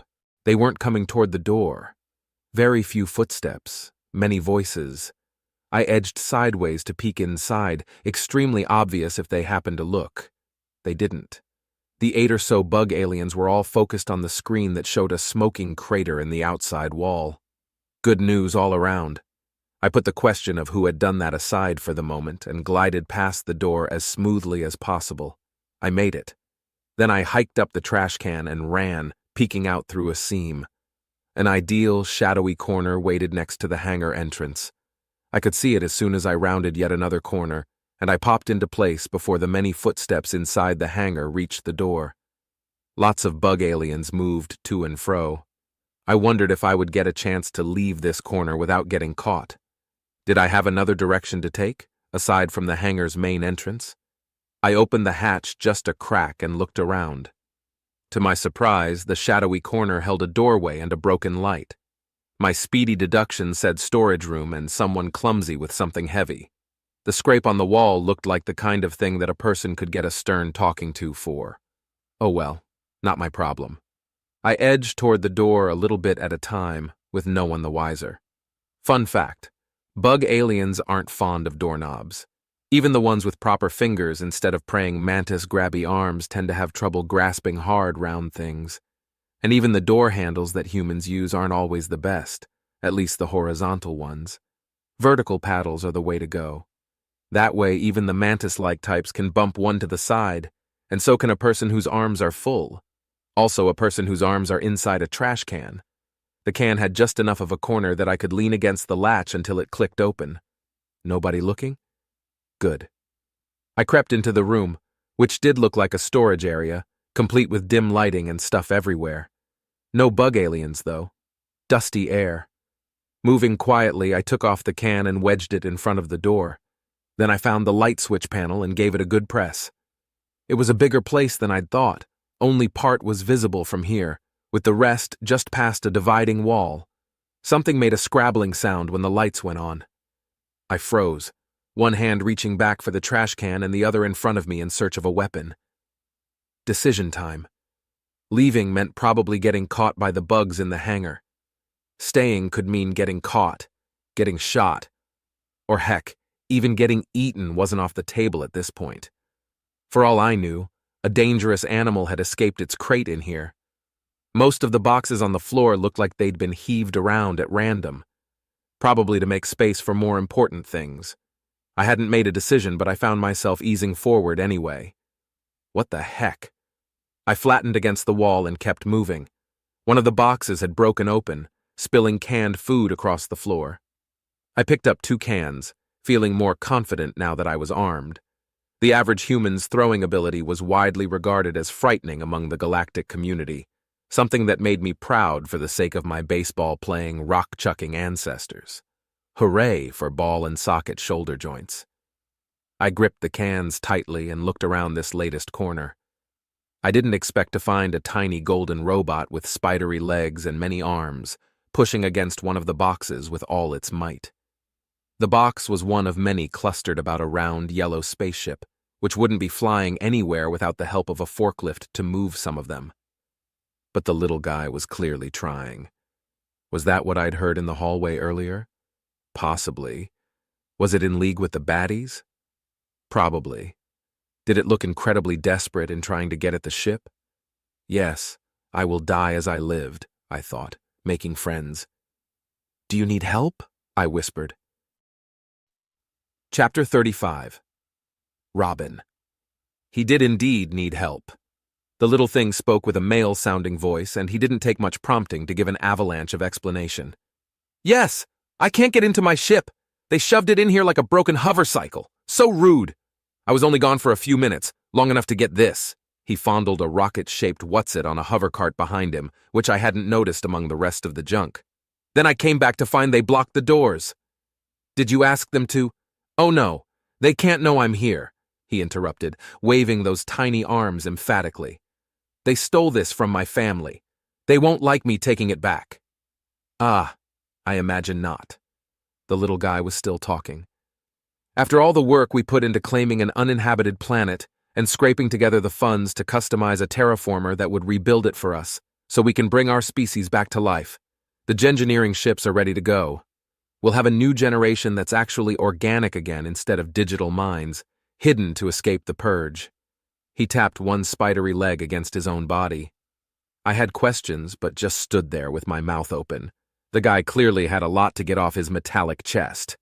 The light drinkers will live again, in seas of delicious bioluminescence. The children will know what it's like to eat, not just recharge. He threw himself against the box, pushing with all his tiny might. But the hive stole it, and I got it back. And if I can just get the door open, I can get away before they destroy us all again. Can I help you with that? I asked. Oh yes, please. He sagged with relief, scuttling up onto the hover cart to get out of my way. I tried shooting a hole in the wall with my other ship. It's piloted by my larger shell body, which is about your size. Remote control, you know. But that barely made a dent. Took out their communication array, which is something, but not the shields. I wondered what that was, I said as I picked my way over the messy floor and set my shoulder against the wooden crate.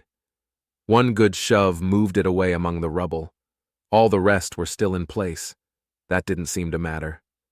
Oh, thank you so much, the little guy said as he scampered past me to stick one tiny leg into a pinhole that caused a hatch to slide upward.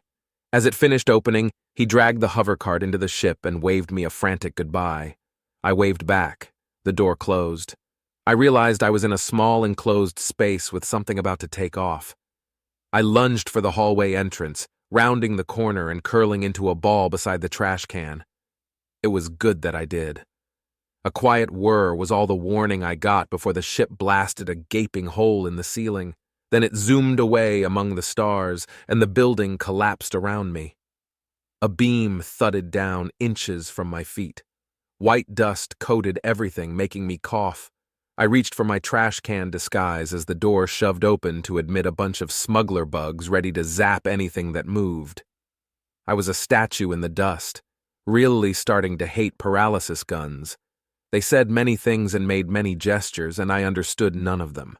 I found myself being dragged by the ankle. Wow, the indignity. Down several hallways, while all I could do was hope I left a messy trail of dust for them to clean up. Finally, they threw me into another room with a fine view of the floor. More sharp words, then a door locked. "So you're not a ghost," said a human voice. Someone brushed dust off my clothes and turned me over. A short Latina in reddish work pants and a gray shirt with a wrench logo. I'd never seen her before, which was more than a little strange. The list of humans on the planet was short. But then this whole criminal compound wasn't supposed to be here, so I guess it wasn't that strange. While she waited for me to thaw enough for a proper conversation, the stranger told me her side of things. Apparently, her name was Jacinta, and there was a lot going on that wasn't supposed to be. "We're hoping that the terraformer is easy to find and that Loyal can also find us after he's got it," she was saying when I started to thaw. Honestly, the whole thing is more than a little slapdash, but we didn't have a lot of options. I couldn't quite move my jaw yet when the door opened for a repeat performance. This time, they threw in a familiar-looking jumpsuit that flopped like a rag doll. "Khan!" Jacinta said as the door shut, and I strained my eyes sideways to see. Something was climbing out of the suit, something with tentacles and a vocabulary full of complaints. Ah, that made a lot more sense. "Any word from Loyal?" the tentacle alien asked. "Khan," I assumed. "No, not a thing," Jacinta said. "Do you know what those explosions were?" "I know the Hive shot back at something with the ground-to-space guns," Khan said. "I heard them talking about it. Otherwise, I don't know. The communication with their ships in space is down too." He looked toward me. "Maybe our new friend broke them. Who's this?" "I haven't had the chance to ask," Jacinta said. "Looks like she'll be able to tell us soon, though." An octopus-like face suddenly loomed inches from mine. "Hi there. Can you talk yet?" With some difficulty, I found that I could. Yes. And you're not going to like what I saw. Is Loyal a tiny robotic guy? Flies a rounded yellow spaceship? Eager to terraform a world for his people? The pair of them exchanged complicated expressions. Jacinta spoke up. "Guess I win the bet about his organics to cybernetics ratio. Sounds like that whole body was a shell. Where is he?" "Gone," I said. "Buggered off to space with the terraforming thing." I strained to sit up. "I know that's not what you were hoping to hear." Khan slapped a tentacle against the floor. "No, it's not," he said. "I can't believe he lied about the teleporter. How are we going to get out of here? Wait, how did you get in?" I told them about my own ill-formed plan and the fleet of locals outside. As I'd suspected, these guys confirmed that the farmers didn't stand much of a chance against the arsenal that these high-tech criminals had on hand. "Hopefully they'll see that and keep their distance," I said. "Maybe they can get someone else to help. I have no idea who's close enough right now, though, and the timeline is short to shove one of these guys in front of a camera to prove that it wasn't humanity's fault about all the rabbits." "Police?" suggested the tentacle guy. "Doubt it." "News crews?" asked the human. "Useless." "Surely somebody," the human said. Something else exploded. Then another thing, and another. By the sound of it, bombs were going off in a circle all around the compound. That had to be from a spaceship. But whose? Chapter 36. Zephyr. It was exhilarating, riding into battle at the helm of this sleek warship with unlikely allies by my side. Vitter piloted the craft with a constant stream of grumbles in a language that I did not know, and Roca did not translate. I'm sure it was largely complaints about the immoral villains that besmirched his species' good name. We were on the same page about that. This crime ring had to go down. And of all of us, none were inclined to wait for an official verdict when I knew where the base lay, and every one of us was ready to break shells. The ship moved with startling speed. Vitter had us there nearly as soon as Rumble's crew shut the door behind themselves. They all bristled with weapons, while Roka planned to use the ship's guns, and Dragon didn't need any. I stood in the center of the command cabin, calling the shots. Rumble waited in the doorway behind me with a smile that I chose to interpret as fond. "There it is!" I exclaimed. "Fire!" Under the dancing fingers of Roka's single hand, the ship launched a missile of some sort that burst in midair. Vitter chattered angrily while he moved the ship closer, and Roka fired again. This shot made an explosion of a different color, but it did no more damage. "What is it?" I asked. "They didn't have a force field before." Over Vitter's chattering, Roka said, "They do now. But Vitter thinks we can find a weak spot. Hold tight." The ship moved in a circle, firing around the compound, while insectile villains appeared at the doors with weapons to fire back at us. These made more of an impact than Rumble's had, but not by much. I was wondering why they didn't have anything more impressive when we reached the wall with the gaping crater. A separate hole marked the ceiling nearby. Rumble laughed. "They've already got problems. Come on, land this thing and let's go make 'em worse." His cronies chorused agreement behind him. Vitter said something, to which Roka nodded. "We may have allies inside," she said loudly. "We don't know what caused that hole. Only fight those who offer you a battle." She repeated this to Dragon, who nodded with an audible woof through his nostrils. Vitter said something else, which Roka didn't translate until she'd followed his pointed directions to retrieve an orange can of something from what looked like the previous pilot's interrupted lunch. She held it up for all to see and said simply, "The bad guys inside look like Vitter. Make sure you don't shoot him." She handed it to Vitter, who popped the lid and dumped an unpleasant-looking bright orange sludge over his own head. He complained loudly while he smeared it around. Roka helped get it down his back. Then he promptly went back to the controls. A leaf-green bug man with silver joints, liberally smudged with orange. There definitely wouldn't be another of those inside. At least it smelled appetizing, like some form of seafood. Vitter spoke briefly as he turned the ship toward the crowd of enemies leaving the building from all sides. They carried a variety of weapons now. Roka shot a few of them. So dramatic, like an action adventure. Then they shot our ship, and there was no more question of when to land and resume the battle on foot. It was something of a sudden impact. My shell hit the floor hard. Everyone complained, but no one admitted to actual injuries. While I scrambled to my feet, it pleased me to see that I was far from the only one to have fallen. I said nothing about it. Doors opened, and Rumble's crew led the charge. Dragon thundered out after them. They wisely parted to let him pass. Vitter did more things to the controls, opening a hidden compartment with more weapons, including something more suited to Roka's arm. I bravely shouldered the large paralysis gun myself. Vitter grabbed something I didn't recognize, and we joined the fight. A wide, empty space lay between the ship and the compound. Thank you, Dragon. And thank you, Rumble. He and his crew were doing a marvelous job of keeping the attackers back.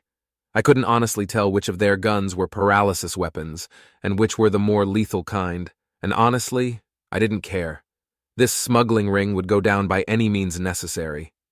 Vitter plowed a speedy path toward the building, with Roka and myself close behind. Close-ish, in my case. These aliens were fast. I kept my wits about me as I ran across the grass, with my weapon ready and my eyes darting in all directions. When I neared the building, I saw movement in the distance. Dozens of trucks hovered at the edge of the canyon, with a veritable crowd of rockbacks. Maybe they were the ones who had shot the building. "Roka!" I shouted over the gunfire. "We should join up with—" But as I spoke, they all got back into their trucks, with a struggling bug alien tied up in the back of the biggest one. The bulk of the fleet turned and peeled off toward the distant town, leaving only 2 vehicles parked by some boulders, as close to out of sight as possible. The drivers observed the battle from afar. "Never mind," I told Roka. She glanced at the dust cloud and nodded.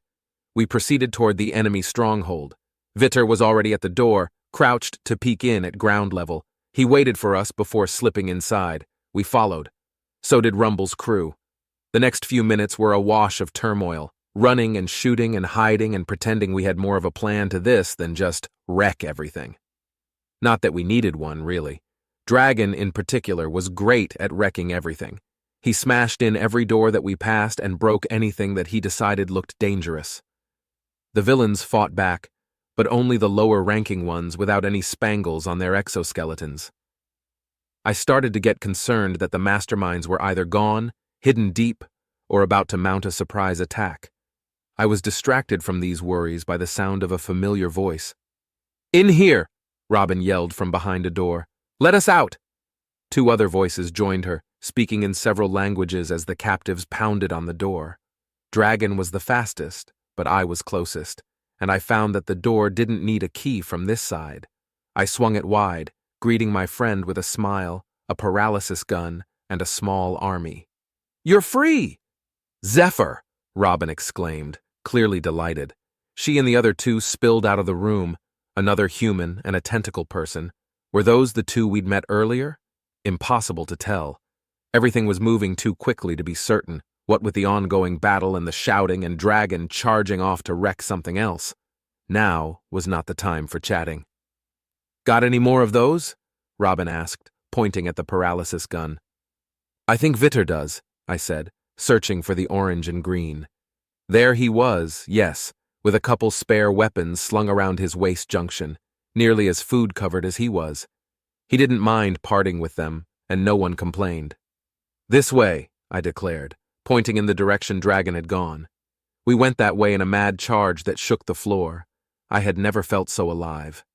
We made good progress through the compound, wreaking havoc as we went, fanning out to check every hallway, until one of Rumble's people who'd run ahead dashed back to report what looked like the leaders escaping. That wouldn't do. We changed our angle of attack and ran for it. Only a portion of the army remained with me at this point. I couldn't tell at a glance how many had gone a different way, but it was lots.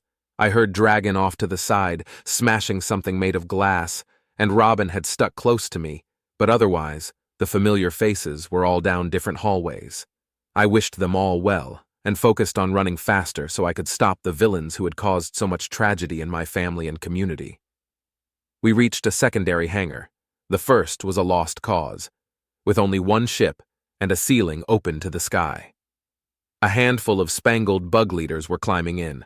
I shouted and fired, and I wasn't the only one, but the ship lay in its own private force field bubble.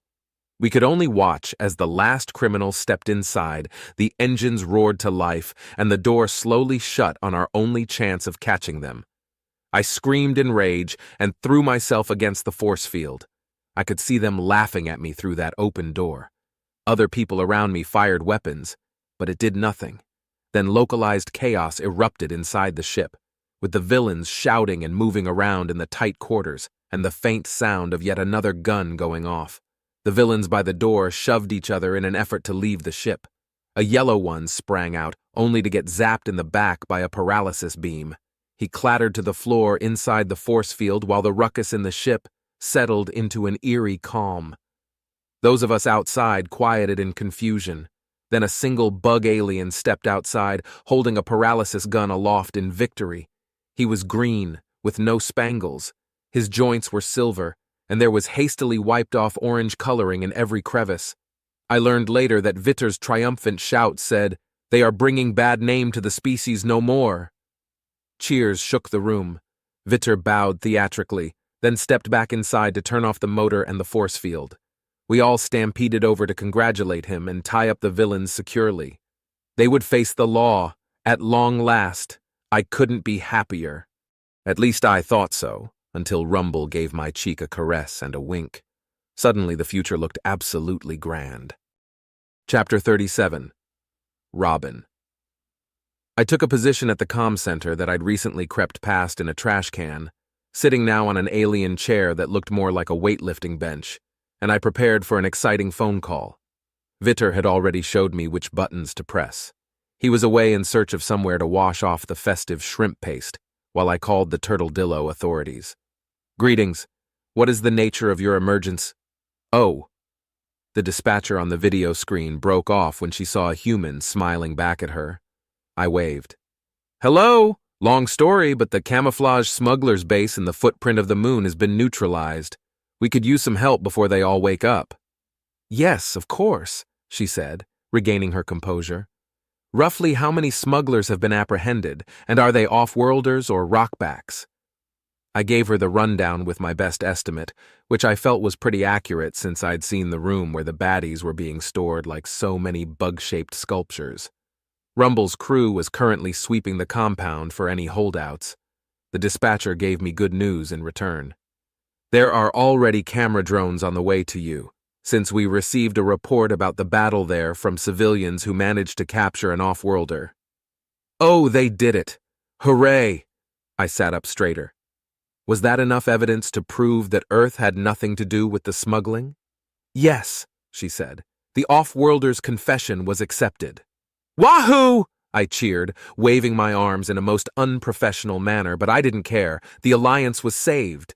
The dispatcher withheld judgment.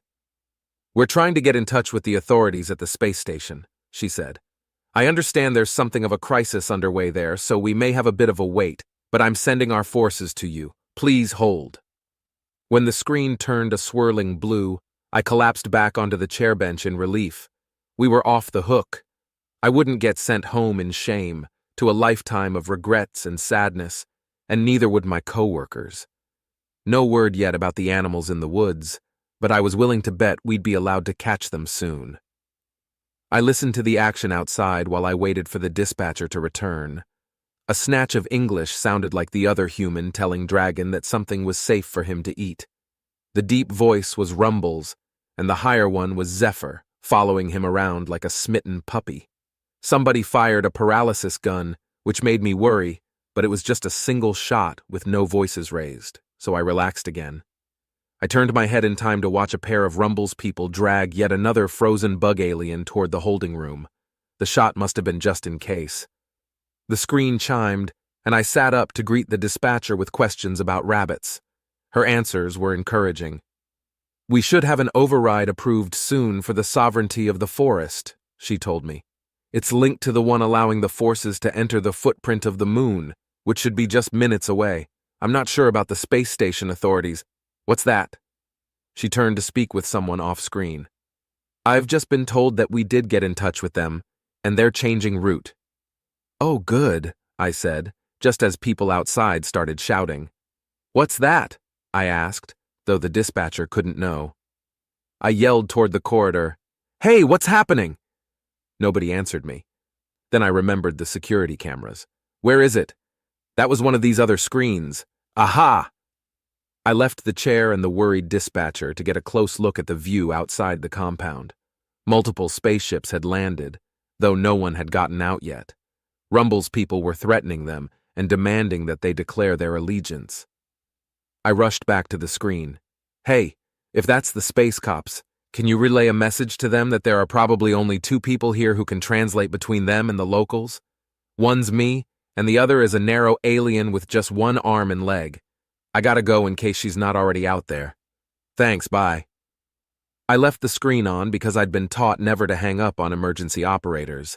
Then I ran for it because I didn't trust anyone involved not to get trigger-happy. Roka stood at the entrance, doing her best to communicate with both groups at once. Her grasp of rockback was pretty good for someone obviously new at it, but this was a tricky proposition.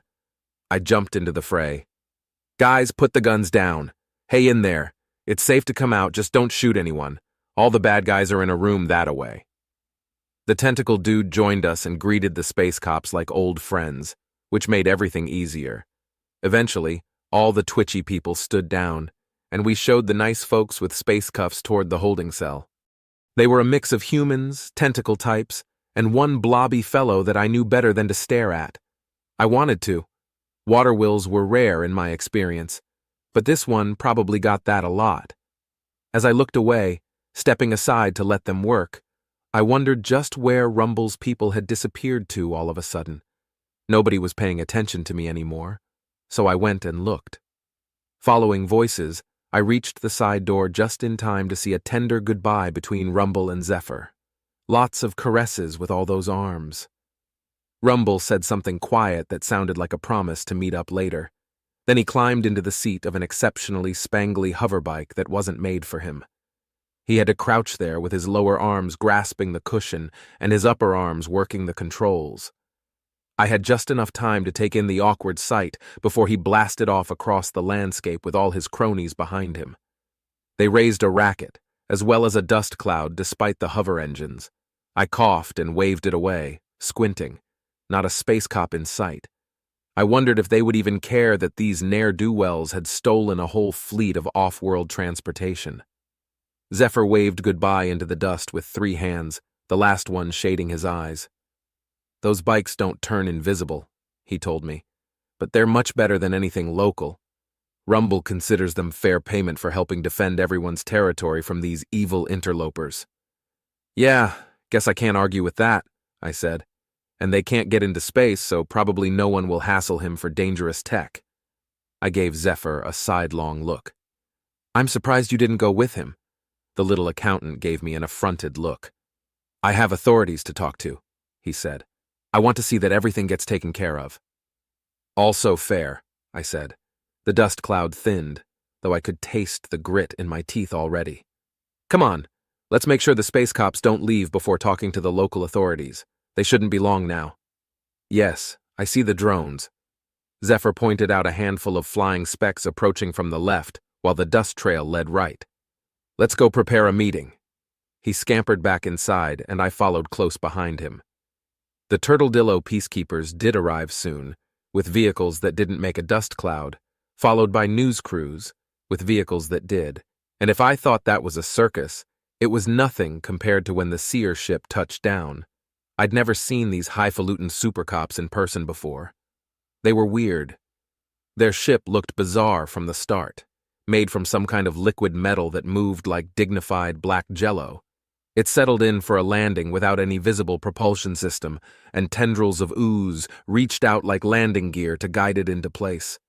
The whole thing glorped onto the ground. Then a door unfolded into a ramp, and the Seers paraded out. And they had faces full of tentacles, because of course they did. Telepathic ones. I happily let the space station cops be liaisons. They probably had more to discuss anyway. I heard a snippet of conversation about reparations that the cops would have to make to gang members of a different species who they had shot earlier, and that sounded like a whole lot of not my problem. But then, of course, the Seers wanted to interview everyone present, and interview meant a telepathic face hug. I got in line between Zephyr and Dragon, doing my level best not to show any nervousness. Keeping Dragon calm was enough of a distraction. "This should be over soon," I told him. "They just want to see our memories of what the bad bugs did." Dragon nodded vigorously, shifting from one foot to the other. He signed with a grunt. He ground his knuckles into the dirt like he was giving it a noogie. "Yeah, me too," I agreed. Zephyr poked me in the back, a gesture that would have made a polite tap on another Turtledillo's shell. "Sorry," he said. "Is this process unpleasant?" "It shouldn't be," I said. "I've never done it before, but everyone says it's easy." Zephyr accepted that, standing as tall as he could while the Seers came down the line, and I hoped I hadn't lied to him. Dragon was eager to go first. I watched as the tall figure in dark flowy robes placed hands on his shoulders and tentacles on his face. They were both still for a long moment. The only motion was the faint patterns on their robe, which moved in hypnotic spirals. Then the Seer stepped back and moved on to me. I put on an excellent act of pretending not to be terrified, if I do say so myself. I knew it was safe and civilized and very necessary right now, but some things will upset the human hindbrain no matter what. A bundle of wiggly tentacles coming at you was one of them. I closed my eyes. At the first touch, a wordless query popped into my head like someone inputting a computer search. My memory banks responded. I was treated to an accelerated replay of all that had happened to me in the last few days relating to the criminal ring that had caused so much trouble. Interesting to watch. I wondered what memories the other people in this lineup had to contribute, and what the Seers thought of it all.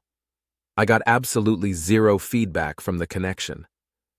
Then it was over, with another wordless thought appearing in my mind, this one of gratitude. The tentacles withdrew. The Seer stepped to the side and bent over Zephyr. My clothes were only a little damp with nervous sweat. I breathed deeply and answered Dragon's questions about tentacles. Further along the line, The other humans sneezed and muttered about allergies to alien plants. It was a lovely sunny day. After that, it devolved into a whirlwind of activity, most of which I didn't have to handle myself.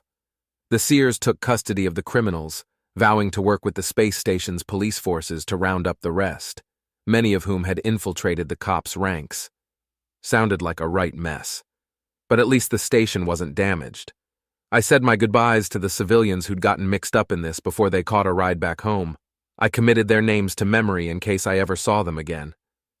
"It was a pleasure getting locked in a room with you," I said, offering a handshake to my fellow human. Jacinta laughed. "Likewise."